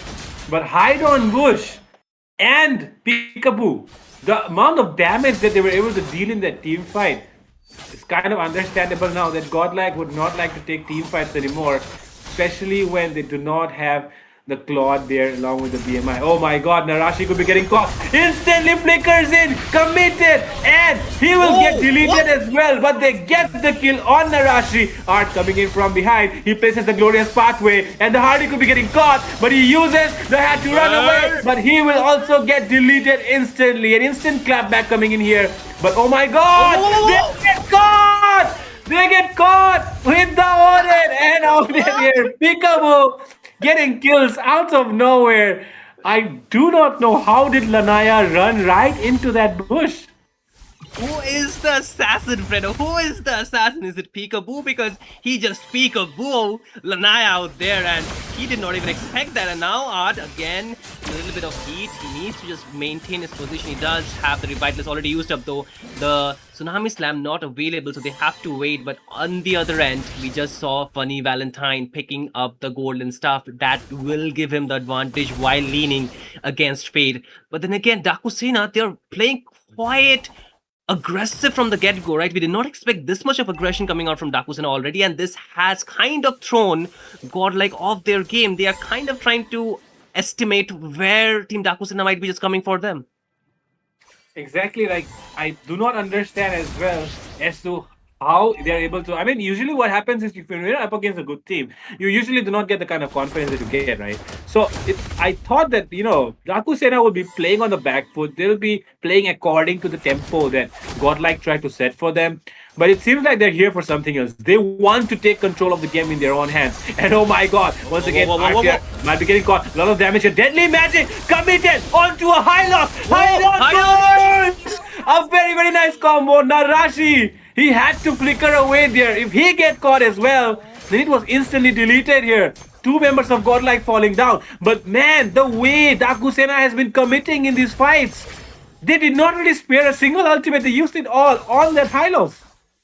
Yeah, I mean, they're committing. They're pretty much on the verge of taking anybody down. The retribution, though, Lanaya still get it. But this time, Shenzo with an amazing set. But there comes the Swang Dance. But it's not yet enough. This time, though, GodLike, they were ready. Even though Peekaboo hit with, welcome to India, Lanaya. This time, Lanaya's like, hey, I'm still not off my game, buddy. Exactly. He does have a very good retribution rate, and he will be able to get the turtle and survive with the silver of HP. Oh my god! Silver has to be really careful. Has to be really, really careful not to die in the hands of the Paquito, especially because you know what happens when Paquito players are able to get some of those stacks. And right now, that Funny Valentine will be forced to give up the tower up top because there's literally no one that can defend it. But okay, seems like some overcommitment could be showing up. But the side of GodLike showing discipline here, do not commit to a fight yet.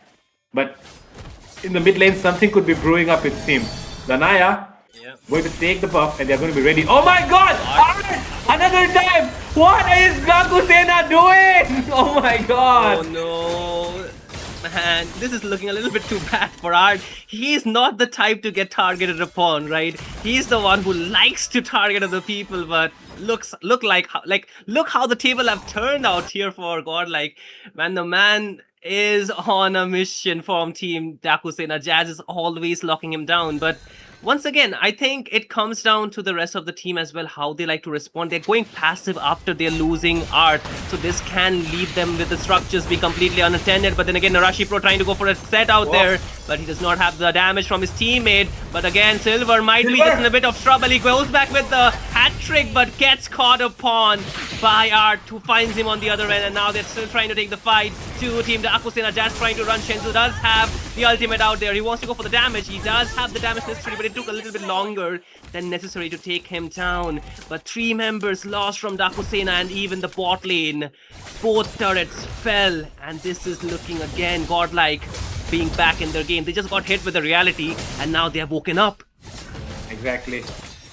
They kind of underestimated the side of Daku Sena, it seems, but Daku Sena instantly brought back down from Sky9. I mean, oh my god. Funny Valentine walking right into the bush. Not really getting caught there though, but man, take a look at the way Daku. Oh, this time around, Narashi Pro. He is definitely dying this time around, and the way the side of Daku Sena is playing like a pack, they do not really go in alone. They go all in together like a family. And like you already mentioned, they have been, with this same lineup for such a long time. They're already like a family. And now, looking at the way the game is progressing, GodLike able to instantly get so much on the map. Oh, another fight. Wait, another fight out there, but this time it looks like Team Daku Sena might be on the wrong side. Shenzu! He gets an amazing set with the shifting sky, and now Daku Sena, they're on the run. A lot of flickers being baited out. Whoa! Look at Shenzu! He goes in with the flicker. GodLike! They are in the aggressive now. Daku Sena, they did not expect that, and it's gonna be a wipeout. Triple onto was Lanaya, and this is a wipeout at 8 minutes 40 seconds. GodLike, they are done with testing the water, Fredo. They are already tired of this game. They want to end it as soon as they can. Oh my god.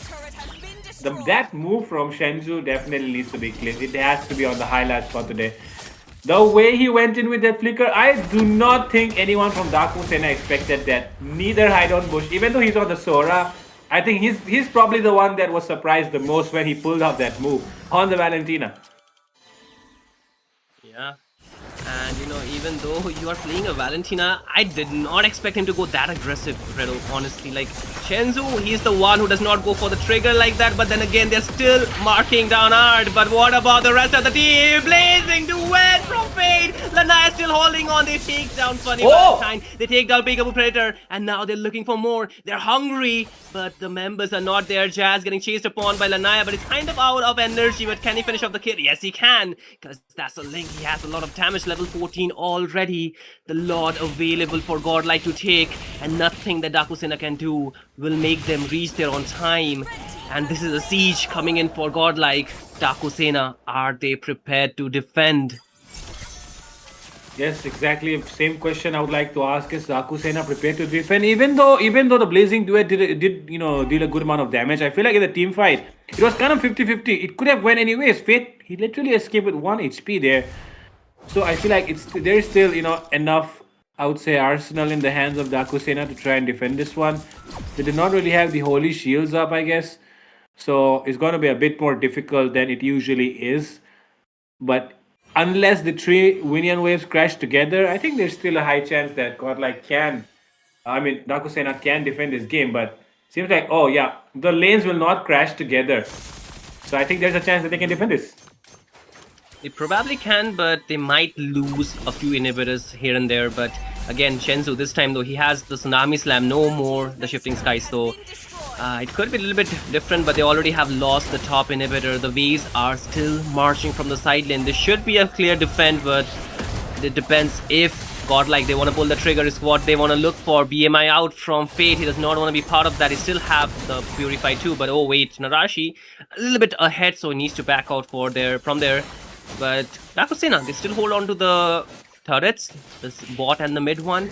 But how much longer before they can match the intensity or the damage that Team GodLike are dealing upon them? I think the damage is actually getting out of hand with almost a 10k, let's take a 9k lead coming from GodLike here, Fredo. Exactly, man. I can't believe either the kind of lead that they've established after going, of course, down first. It seems like the predictions that we made are kind of coming true at this point, because even Daku Sena, they've already shown that they can also be the one who can play aggressive and take control of the game in their hands. But how can you, how long can you keep that control in your hands is the main question. Meanwhile, Yeah. Godlike already establishing this lead and only building up further. I do not think they're going to give it away anytime soon. So Daku Mhm. Sena have to make a plan, a strategy on how to make a team fight happen for their side. They can definitely catch one member and delete him Wow. instantly, but what else can they do?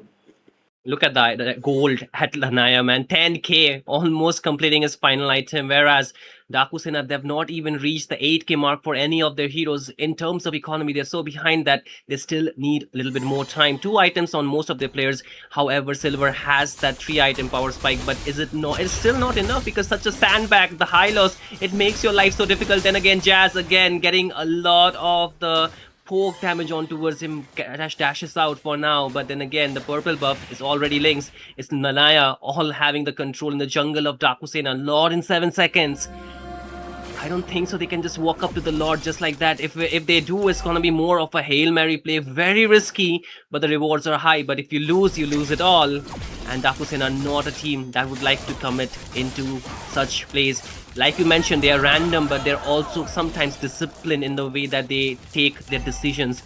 So they're holding on to the factor that they can defend this push. It's still not an Evolved Lord. It's still not an Enhanced Lord. So I think the chances are there, but if the trigger is pulled from Godlike, they have the Glorious Pathway, they have the Tsunami Slam.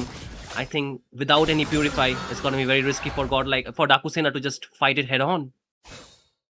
I feel the same way, man. I do not think there's a way that they can, go into this like without having any plans in their mind, because the side of Godlike can respond back very, very well, especially with this link that they have right now, who's on such a farm level that he can literally melt even the tankiest member on the side of the Sena, which is probably Hydon Bush or Jazz. And I think Hydon Bush definitely he has that shifting skies to make a play happen, but it has to connect.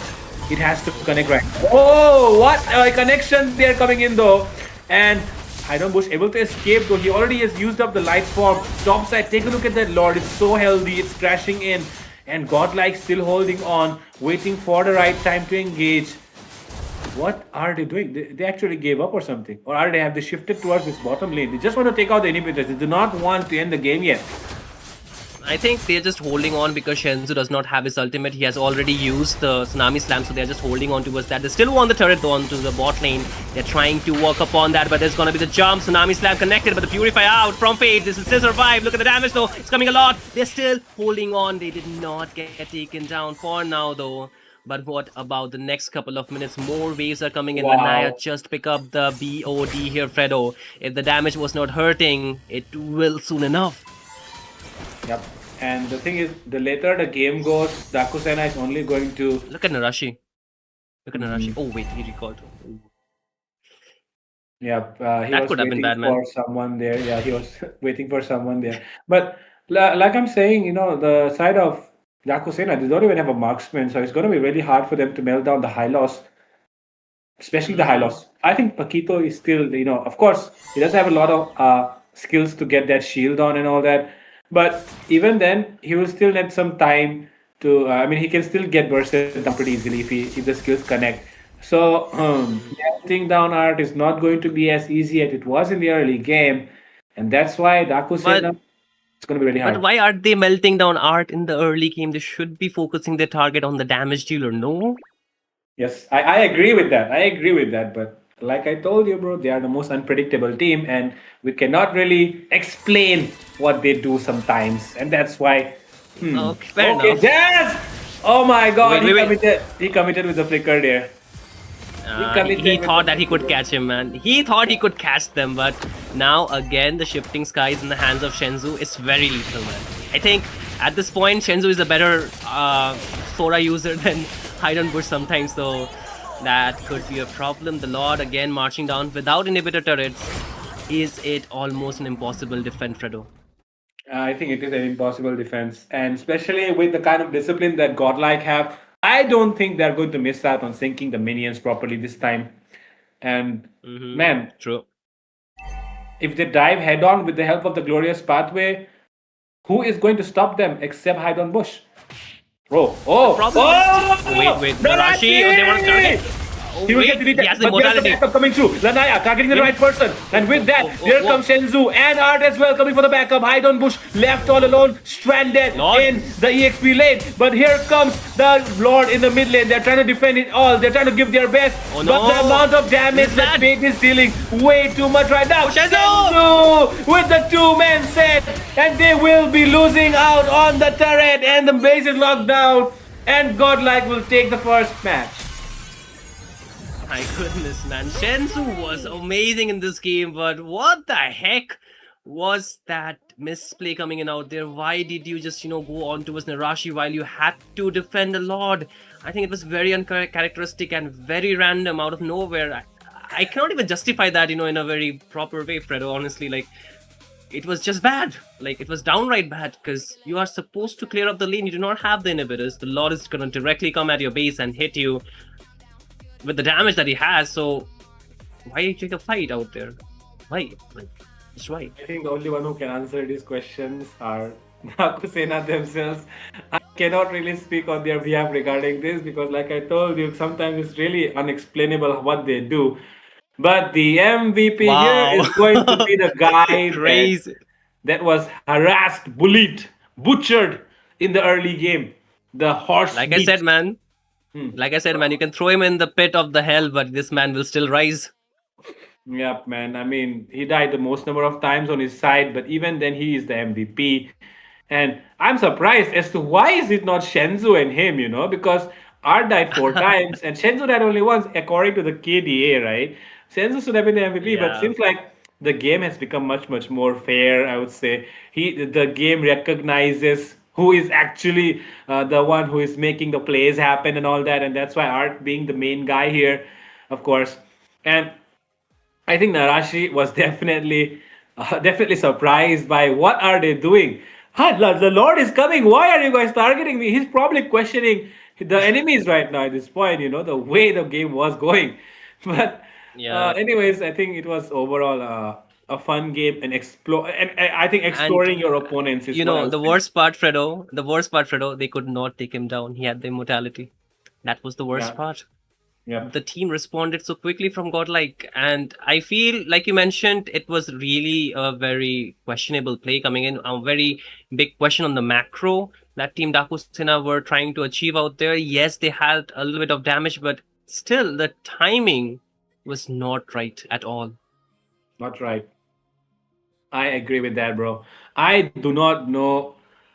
I mean, of course, right? Like they went in for the Paquito. I would have understood if he did not have the immortality, but bro, he has the immortality. They have a Ling.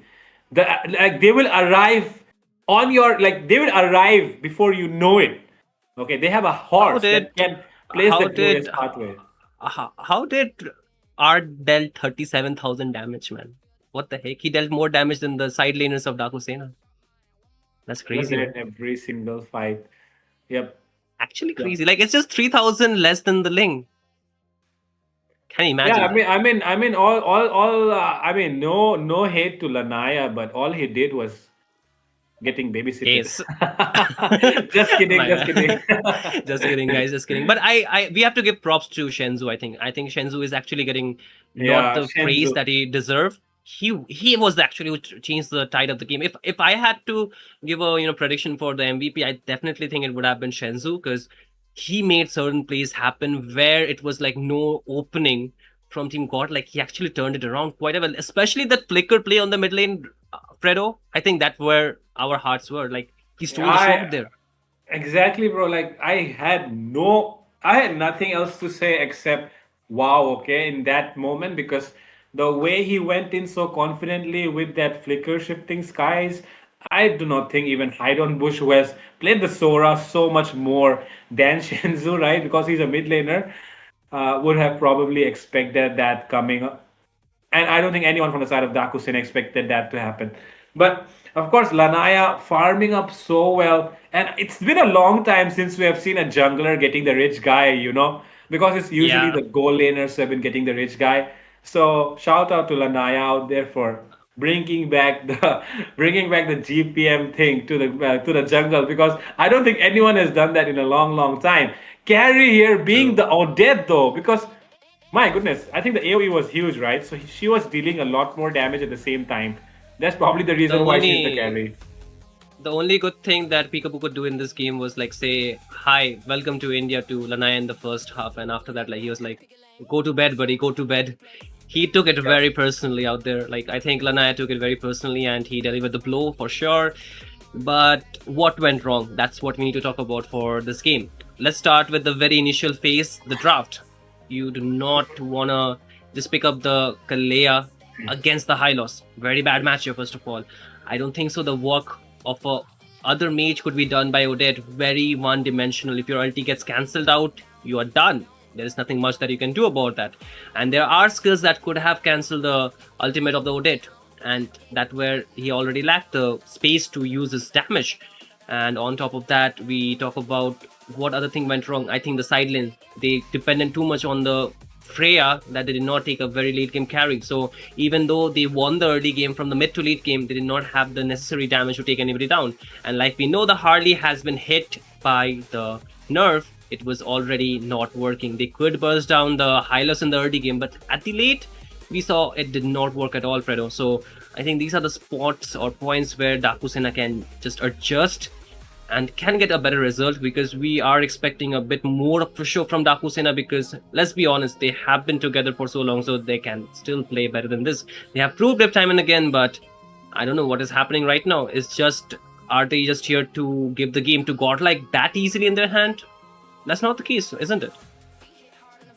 That is definitely not the case. I think the early game the early game that they played definitely goes to show that they were definitely not here to give up the game like that. They were here for a fight. They wanted to take the control in their hands. But they did kind of have the control in their hands.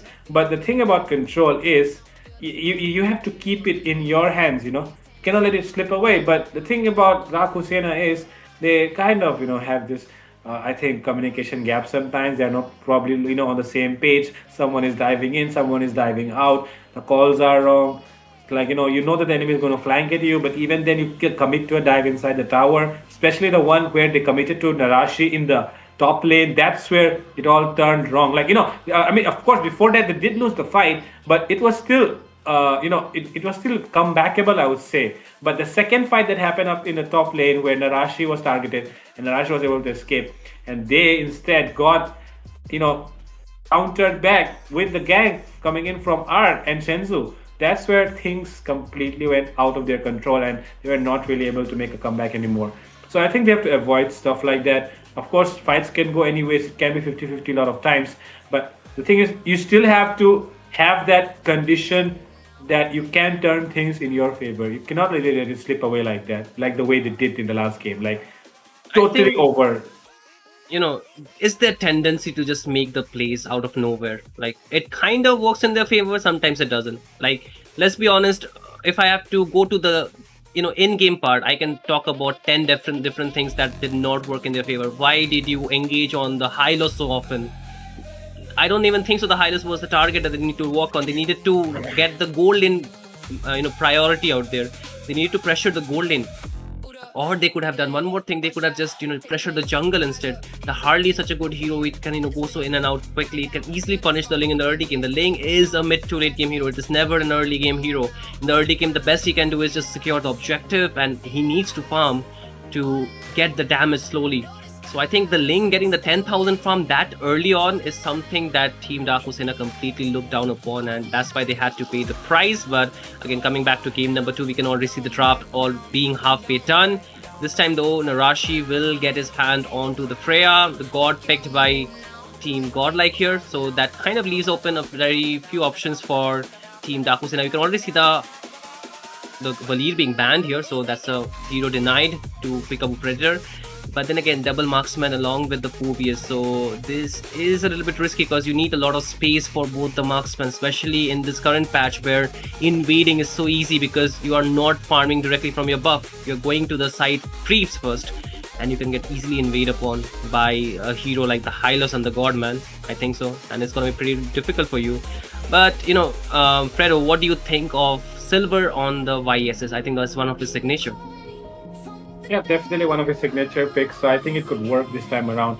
Funny Valentine on the clock this time, and Hide on Bush on the Phobius. I think this lineup is looking a lot better than the last game, but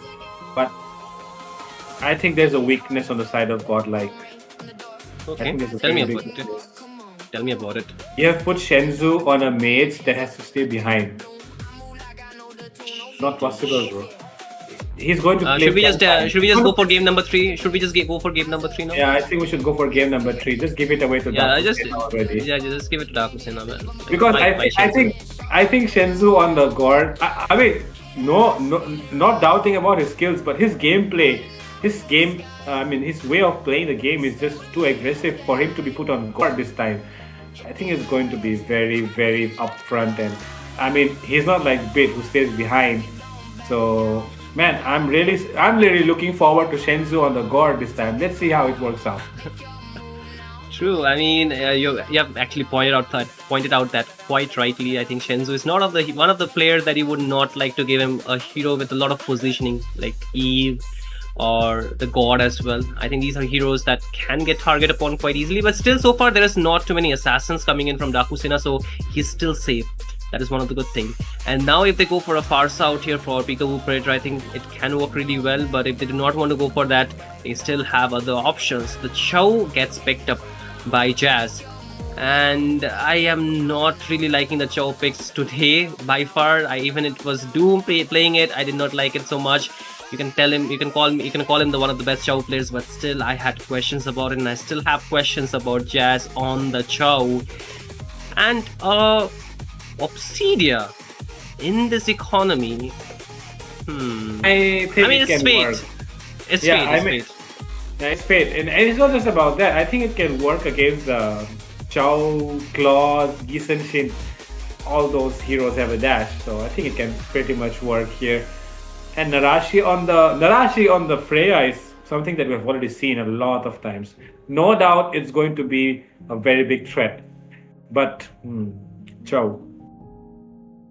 The Chow is a question, man. I think Narashi already gapped Moonster, right, yesterday, or it was the day before, right, in one of the matches. Not Moonster, it was like somebody. I think CRQ Prime it was. Yeah, I kind of could be anyone, but it may be, right. what we know is Narashi is always good on the Freya. That's all we know. Okay. Peekaboo I don't on like the Valentina. I don't like the Valentina. Valentina, man. Nope. I I don't know. think so, man. I don't know. No, what to I'm think. not doubting Peekaboo on this case, but I'm doubting the hero pick particularly out here. Exactly. We know Because- that these players are very good, but their draft choices are so questionable. Even in the last one where they picked up the Kalia, we already started wondering what are they expecting here? What are they thinking? And right now, A bit out of the box. Bit too much out of the box. yeah, and right now I think I'm just thinking, oh my god, once again, Chow and Valentina, what are they trying to cook here? Is this going to be overcooked or something? I'm just wondering. Till the enemy reaches the We need to keep wondering about that. But again, ladies and gentlemen, boys and girls, we welcome you into the game number 2 of the last match of the night. GodLike versus Daku Sena. Both teams striving for the spot into the playoffs. And when I say playoff, I mean the round robin, of course. So let's see which team will actually go through here. Match point for GodLike. Daku Sena have to work for it. But again, coming back to Fredo here, Valentina plus Chow, I don't think so that combo works too well, man. Same here, bro, because you usually need someone who can burst down the enemy instantly, right? Take a look at that. My goodness, Peekaboo here, very aggressive. The only idea is that Peekaboo wants to steal away the Mystic Gush. That's it.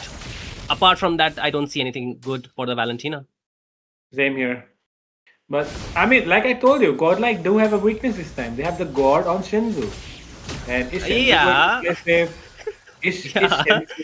Is Shenzhou going to, calm down and stay behind and be a good boy?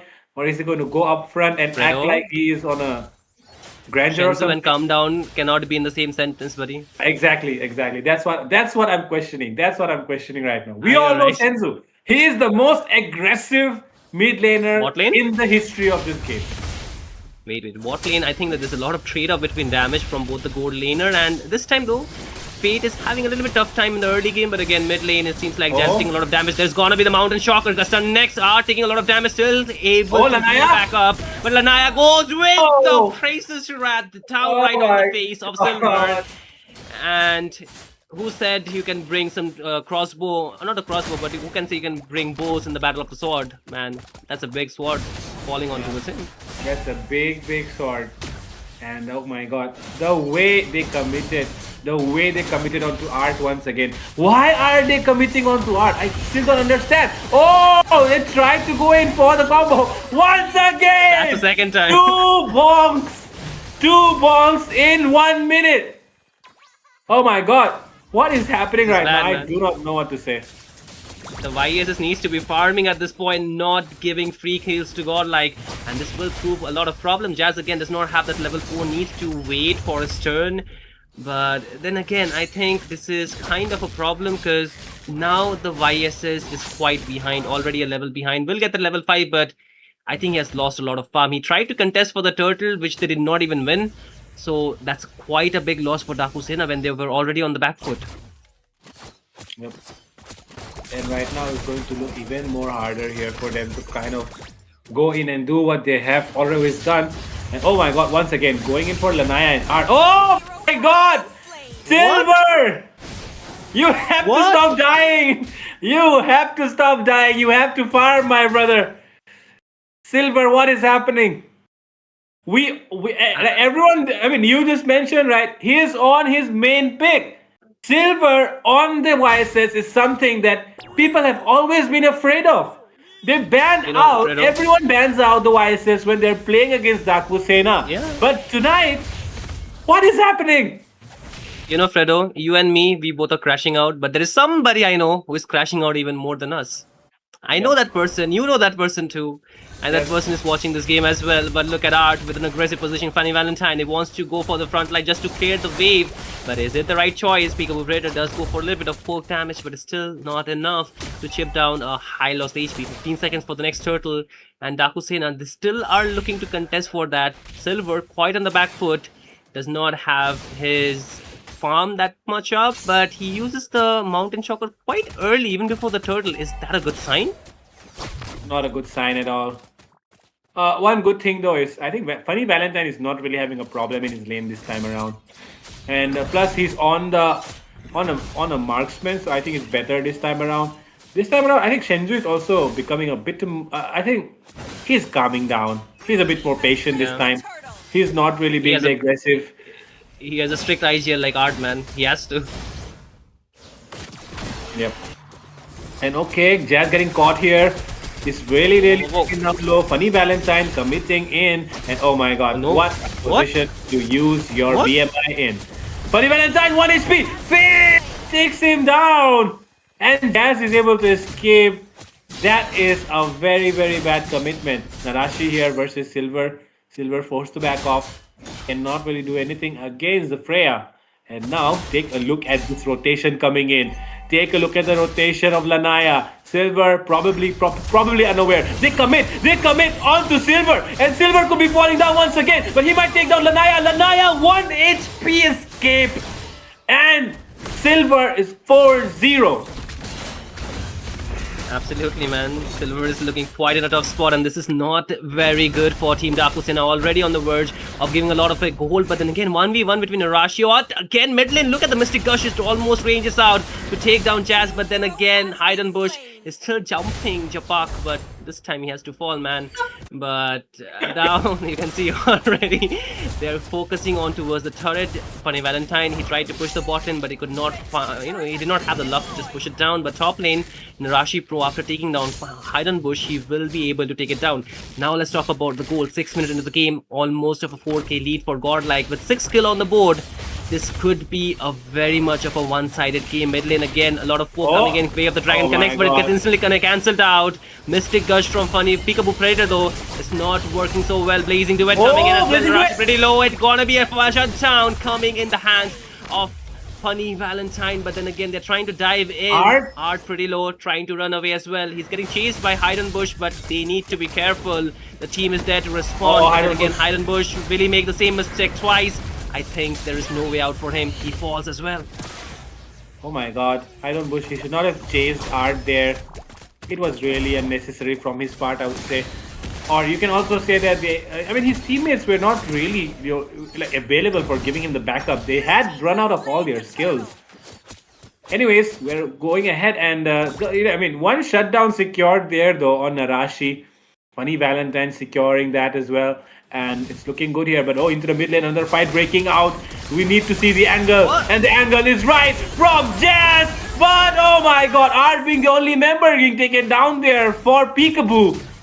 And now the side of Gordon are going to invade the enemy jungle into the red buff area. Let's see if the side of DS will try and fight them there, or are they just going to give it up?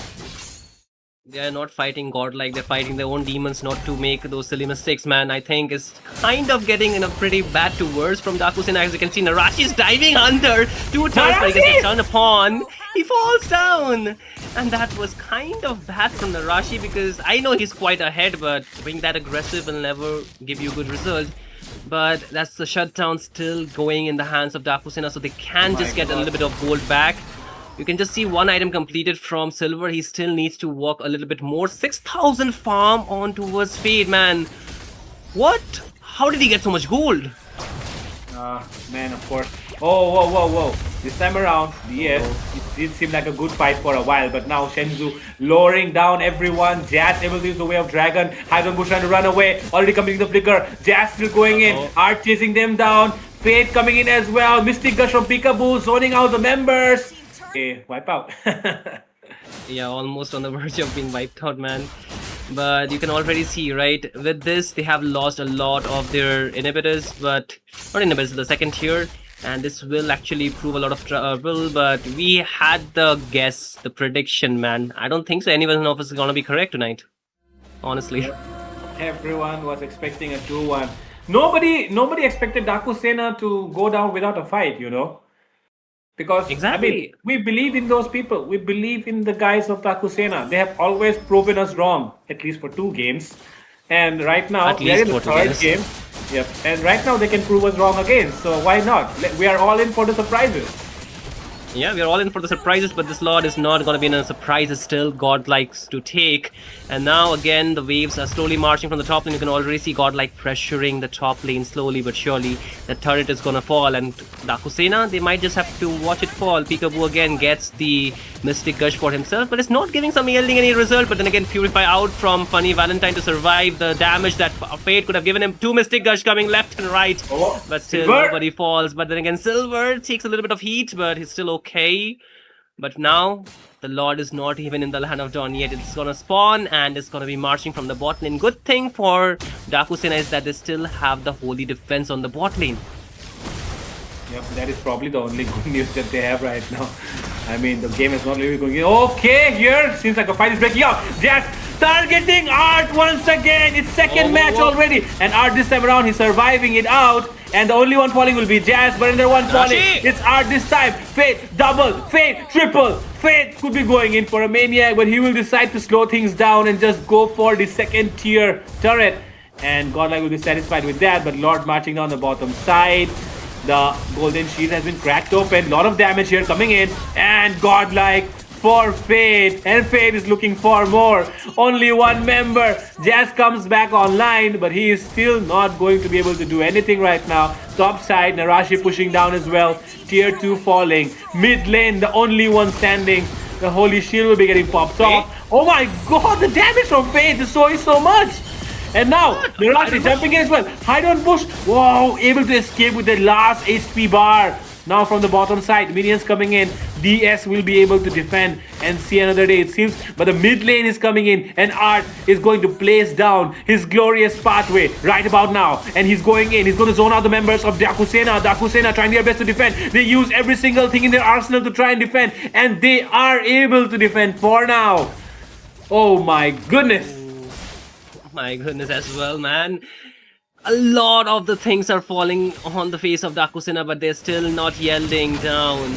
Again, another good ultimate from Fate, but they're taking a lot of damage. Instantly, Peekaboo will lose his HP. He's almost on the verge of being taken down. Rashi Pro takes him down. Hide on Bush does not have the flicker. Legendary picked up by Fate. It comes down to the 3 members. Just 2 minions, but more pouring from the side lane. Jazz tried to go for the way of the dragon, but no follow-up means that he is out of luck. He will fall. Rashi picks up another kill. 2 versus 5. And that's never a fair number. Again, Blazing Duet coming with a Purify, but it's still not enough. Silver locked upon, gets taken down. And Fate taunted, not Fate, but taunted. And there comes another bonk. That's a good way for Lanai to say, let me make the way for Team Godlike to reach into the next stage with a 3-0 win. Daku Sena, they fall for the 2-1. And even though with all the experience that Daku Sena had come with, it never looked like they were an experienced team against Team Godlike tonight. And of course, there's nothing much more to say. It was a very difficult game for Daku Sena coming in. Of course, Godlike being the best team in this tournament so far with whatever performances they've put up. Oh my goodness, once again, Fate being the MVP. Literally flawless game for him. 9-0-3 is his KDA. And yeah, nothing going wrong for him, being untouched the entire game. And yeah, it was kind of doubtful for him to pick it up, but in the end he made it work. And the side of Godlike still showing that they are definitely the contenders for this Mythic Showdown Season 3 title. And of course, they'll give their best to make it happen. Daku Sena on the other side, definitely having more things to work upon. Silver on the YSS. I've never really seen him perform this bad, honestly. This is probably my first game where I've seen Silver struggle on the YSS. But man, 3 bonks in a matter of what? 2 minutes? 3 minutes, 2 to 3 minutes. Yeah. Like first of all, I was kind of doubting the draft coming in from Team Daku Sena a little bit, but then even the hero that they picked with the most experience, I would say, like one of the signature hero, the gameplay was kind of, I would say, disappointing coming in from Silver. I did not expect him to go and make those silly mistakes. I think these are very rookie mistakes to begin with. You do not expect one of the rising junglers of India to be playing like this at any point of time, because a lot of the eyes are there. I think a lot of the people are also looking on which team or which player they can recruit. So a lot of people had their eyes on Silver, and Silver had a lot of expectations on him. And that's why this is like more disappointing coming out from him. But also the team, they could not keep up. Funny Valentine was doing a little bit good job about maintaining his lane, but then again, because of the team losing, he could not match the farm that Fate had got. And I think that's why Fate could dominate the game, even with a hero like Obsidia, which we do not see much often being picked in this meta. But coming back to the point, Shenzhou this time did not get overexcited, did not make those mistakes which we were talking about in the game, which is very good. I think Art had actually kind of instilled this discipline that he kind of lacked in his previous team. So this is really refreshing to watch. But then again, Peekaboo Predator on the Valentina, I think it was very linear kind of gameplay that he went for. Just take the Mystic Gush, but the Chow could not get the chance to even go for the kick here. And even if he could go for the kick, there was no one to finish the kill. Even with the Mystic Gush, the damage lacked considerably a lot. And I think combining these all together, Fredo, it was never Daku Sena having the advantage like they did in the last game for the early half. Yep, exactly, man. I mean, in the early half itself, they got kind of dominated in the same fashion that they dominated Godlike in the first match. And after that, there was nothing that you could say. But one thing that's definitely happening is, I don't know, Art and Fate are probably carrying the Godlike team right now. Last match, it was Art who was the MVP. This match, it's Fate. And yep, it should have been Shenzhou, I guess, in the last match, the MVP, but it was somehow Art. And in this game as well, it seems like Art is the one who's going to share the sandbag and the wingman. And honestly, I'm also very happy with the way Godlike are playing, because I feel like, I mean, even though there are imports and all that, they're not really depending entirely on the imports. I feel like they're also contributing a lot in this game, by themselves as well. So I think it's overall a very good lineup that the side of Godlike have, and they are definitely big contenders for this season. True. I mean, they're not just contenders, they're the defending champion, right? They need to defend their throne. So it's more responsibility on them. If they lose a round, then I think a lot of fingers will come on them. They should not be losing when they're defending the throne. So we'll see, ladies and gentlemen, what come after this, because I think both me and Fredo are quite at a loss of words after what we just witnessed, because this is not something we were expecting when we, decided to just come and cast this game. And I think when we come and decide to cast a game, we also know how to do our job. So I would also appreciate all the support that we are getting. Thank you guys, you're the best. But also the hate comments that are also coming through as well.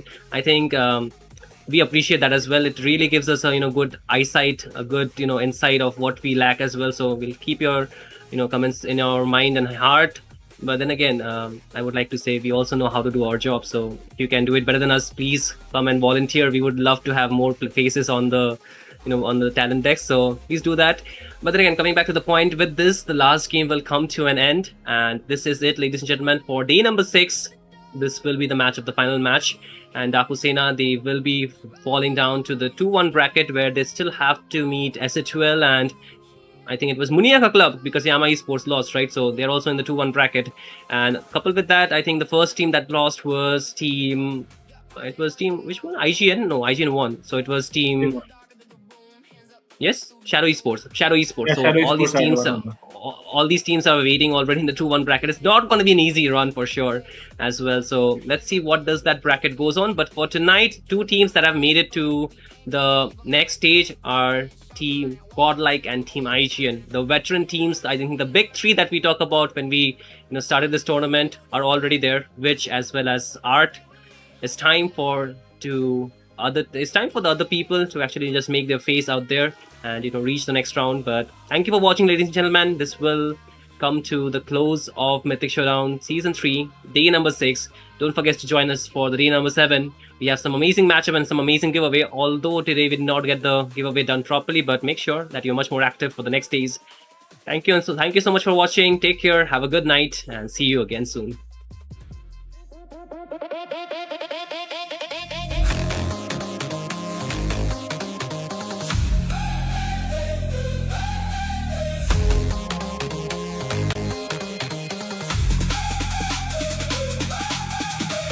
Boot up, pick a lane, one shot, take a place. Eyes up, hands locked in, no fear, let it spin. Countdown, feel that spark. We came here to leave a mark. Fast hands, shot mine, one more round on the climb. Hear the rush, feel it rise. All in now, no disguise. Stay with me, hold the line, hit the edge, cross the line. Go hard now, go hard now. We don't back down, we don't back down. Take the crown, make your move now, make it count now.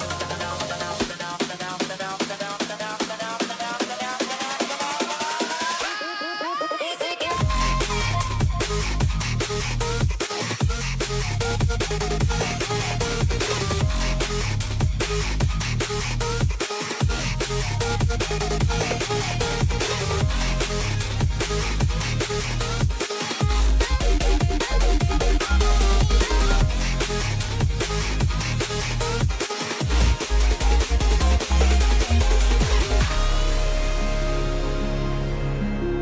Hear it calling from the dark.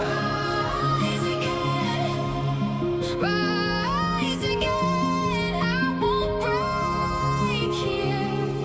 I'll rise again. Feet hit hard on the floor, chrome rain on the door. Your eyes ain't one thing more. Come on, come on.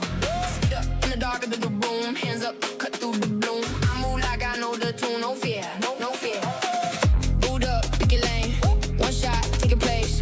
Eyes up, hands locked in. No fear, let it spin. Count down, feel that spark.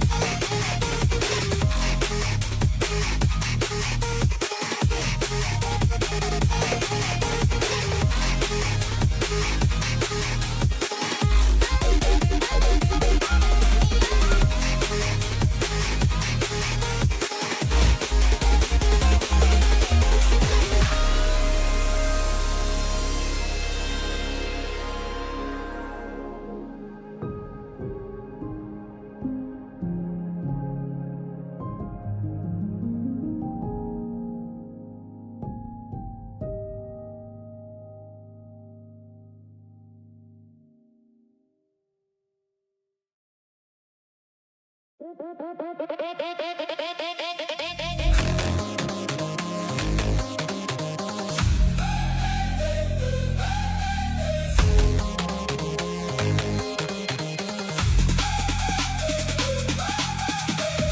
up, pick a lane, one shot, take your place.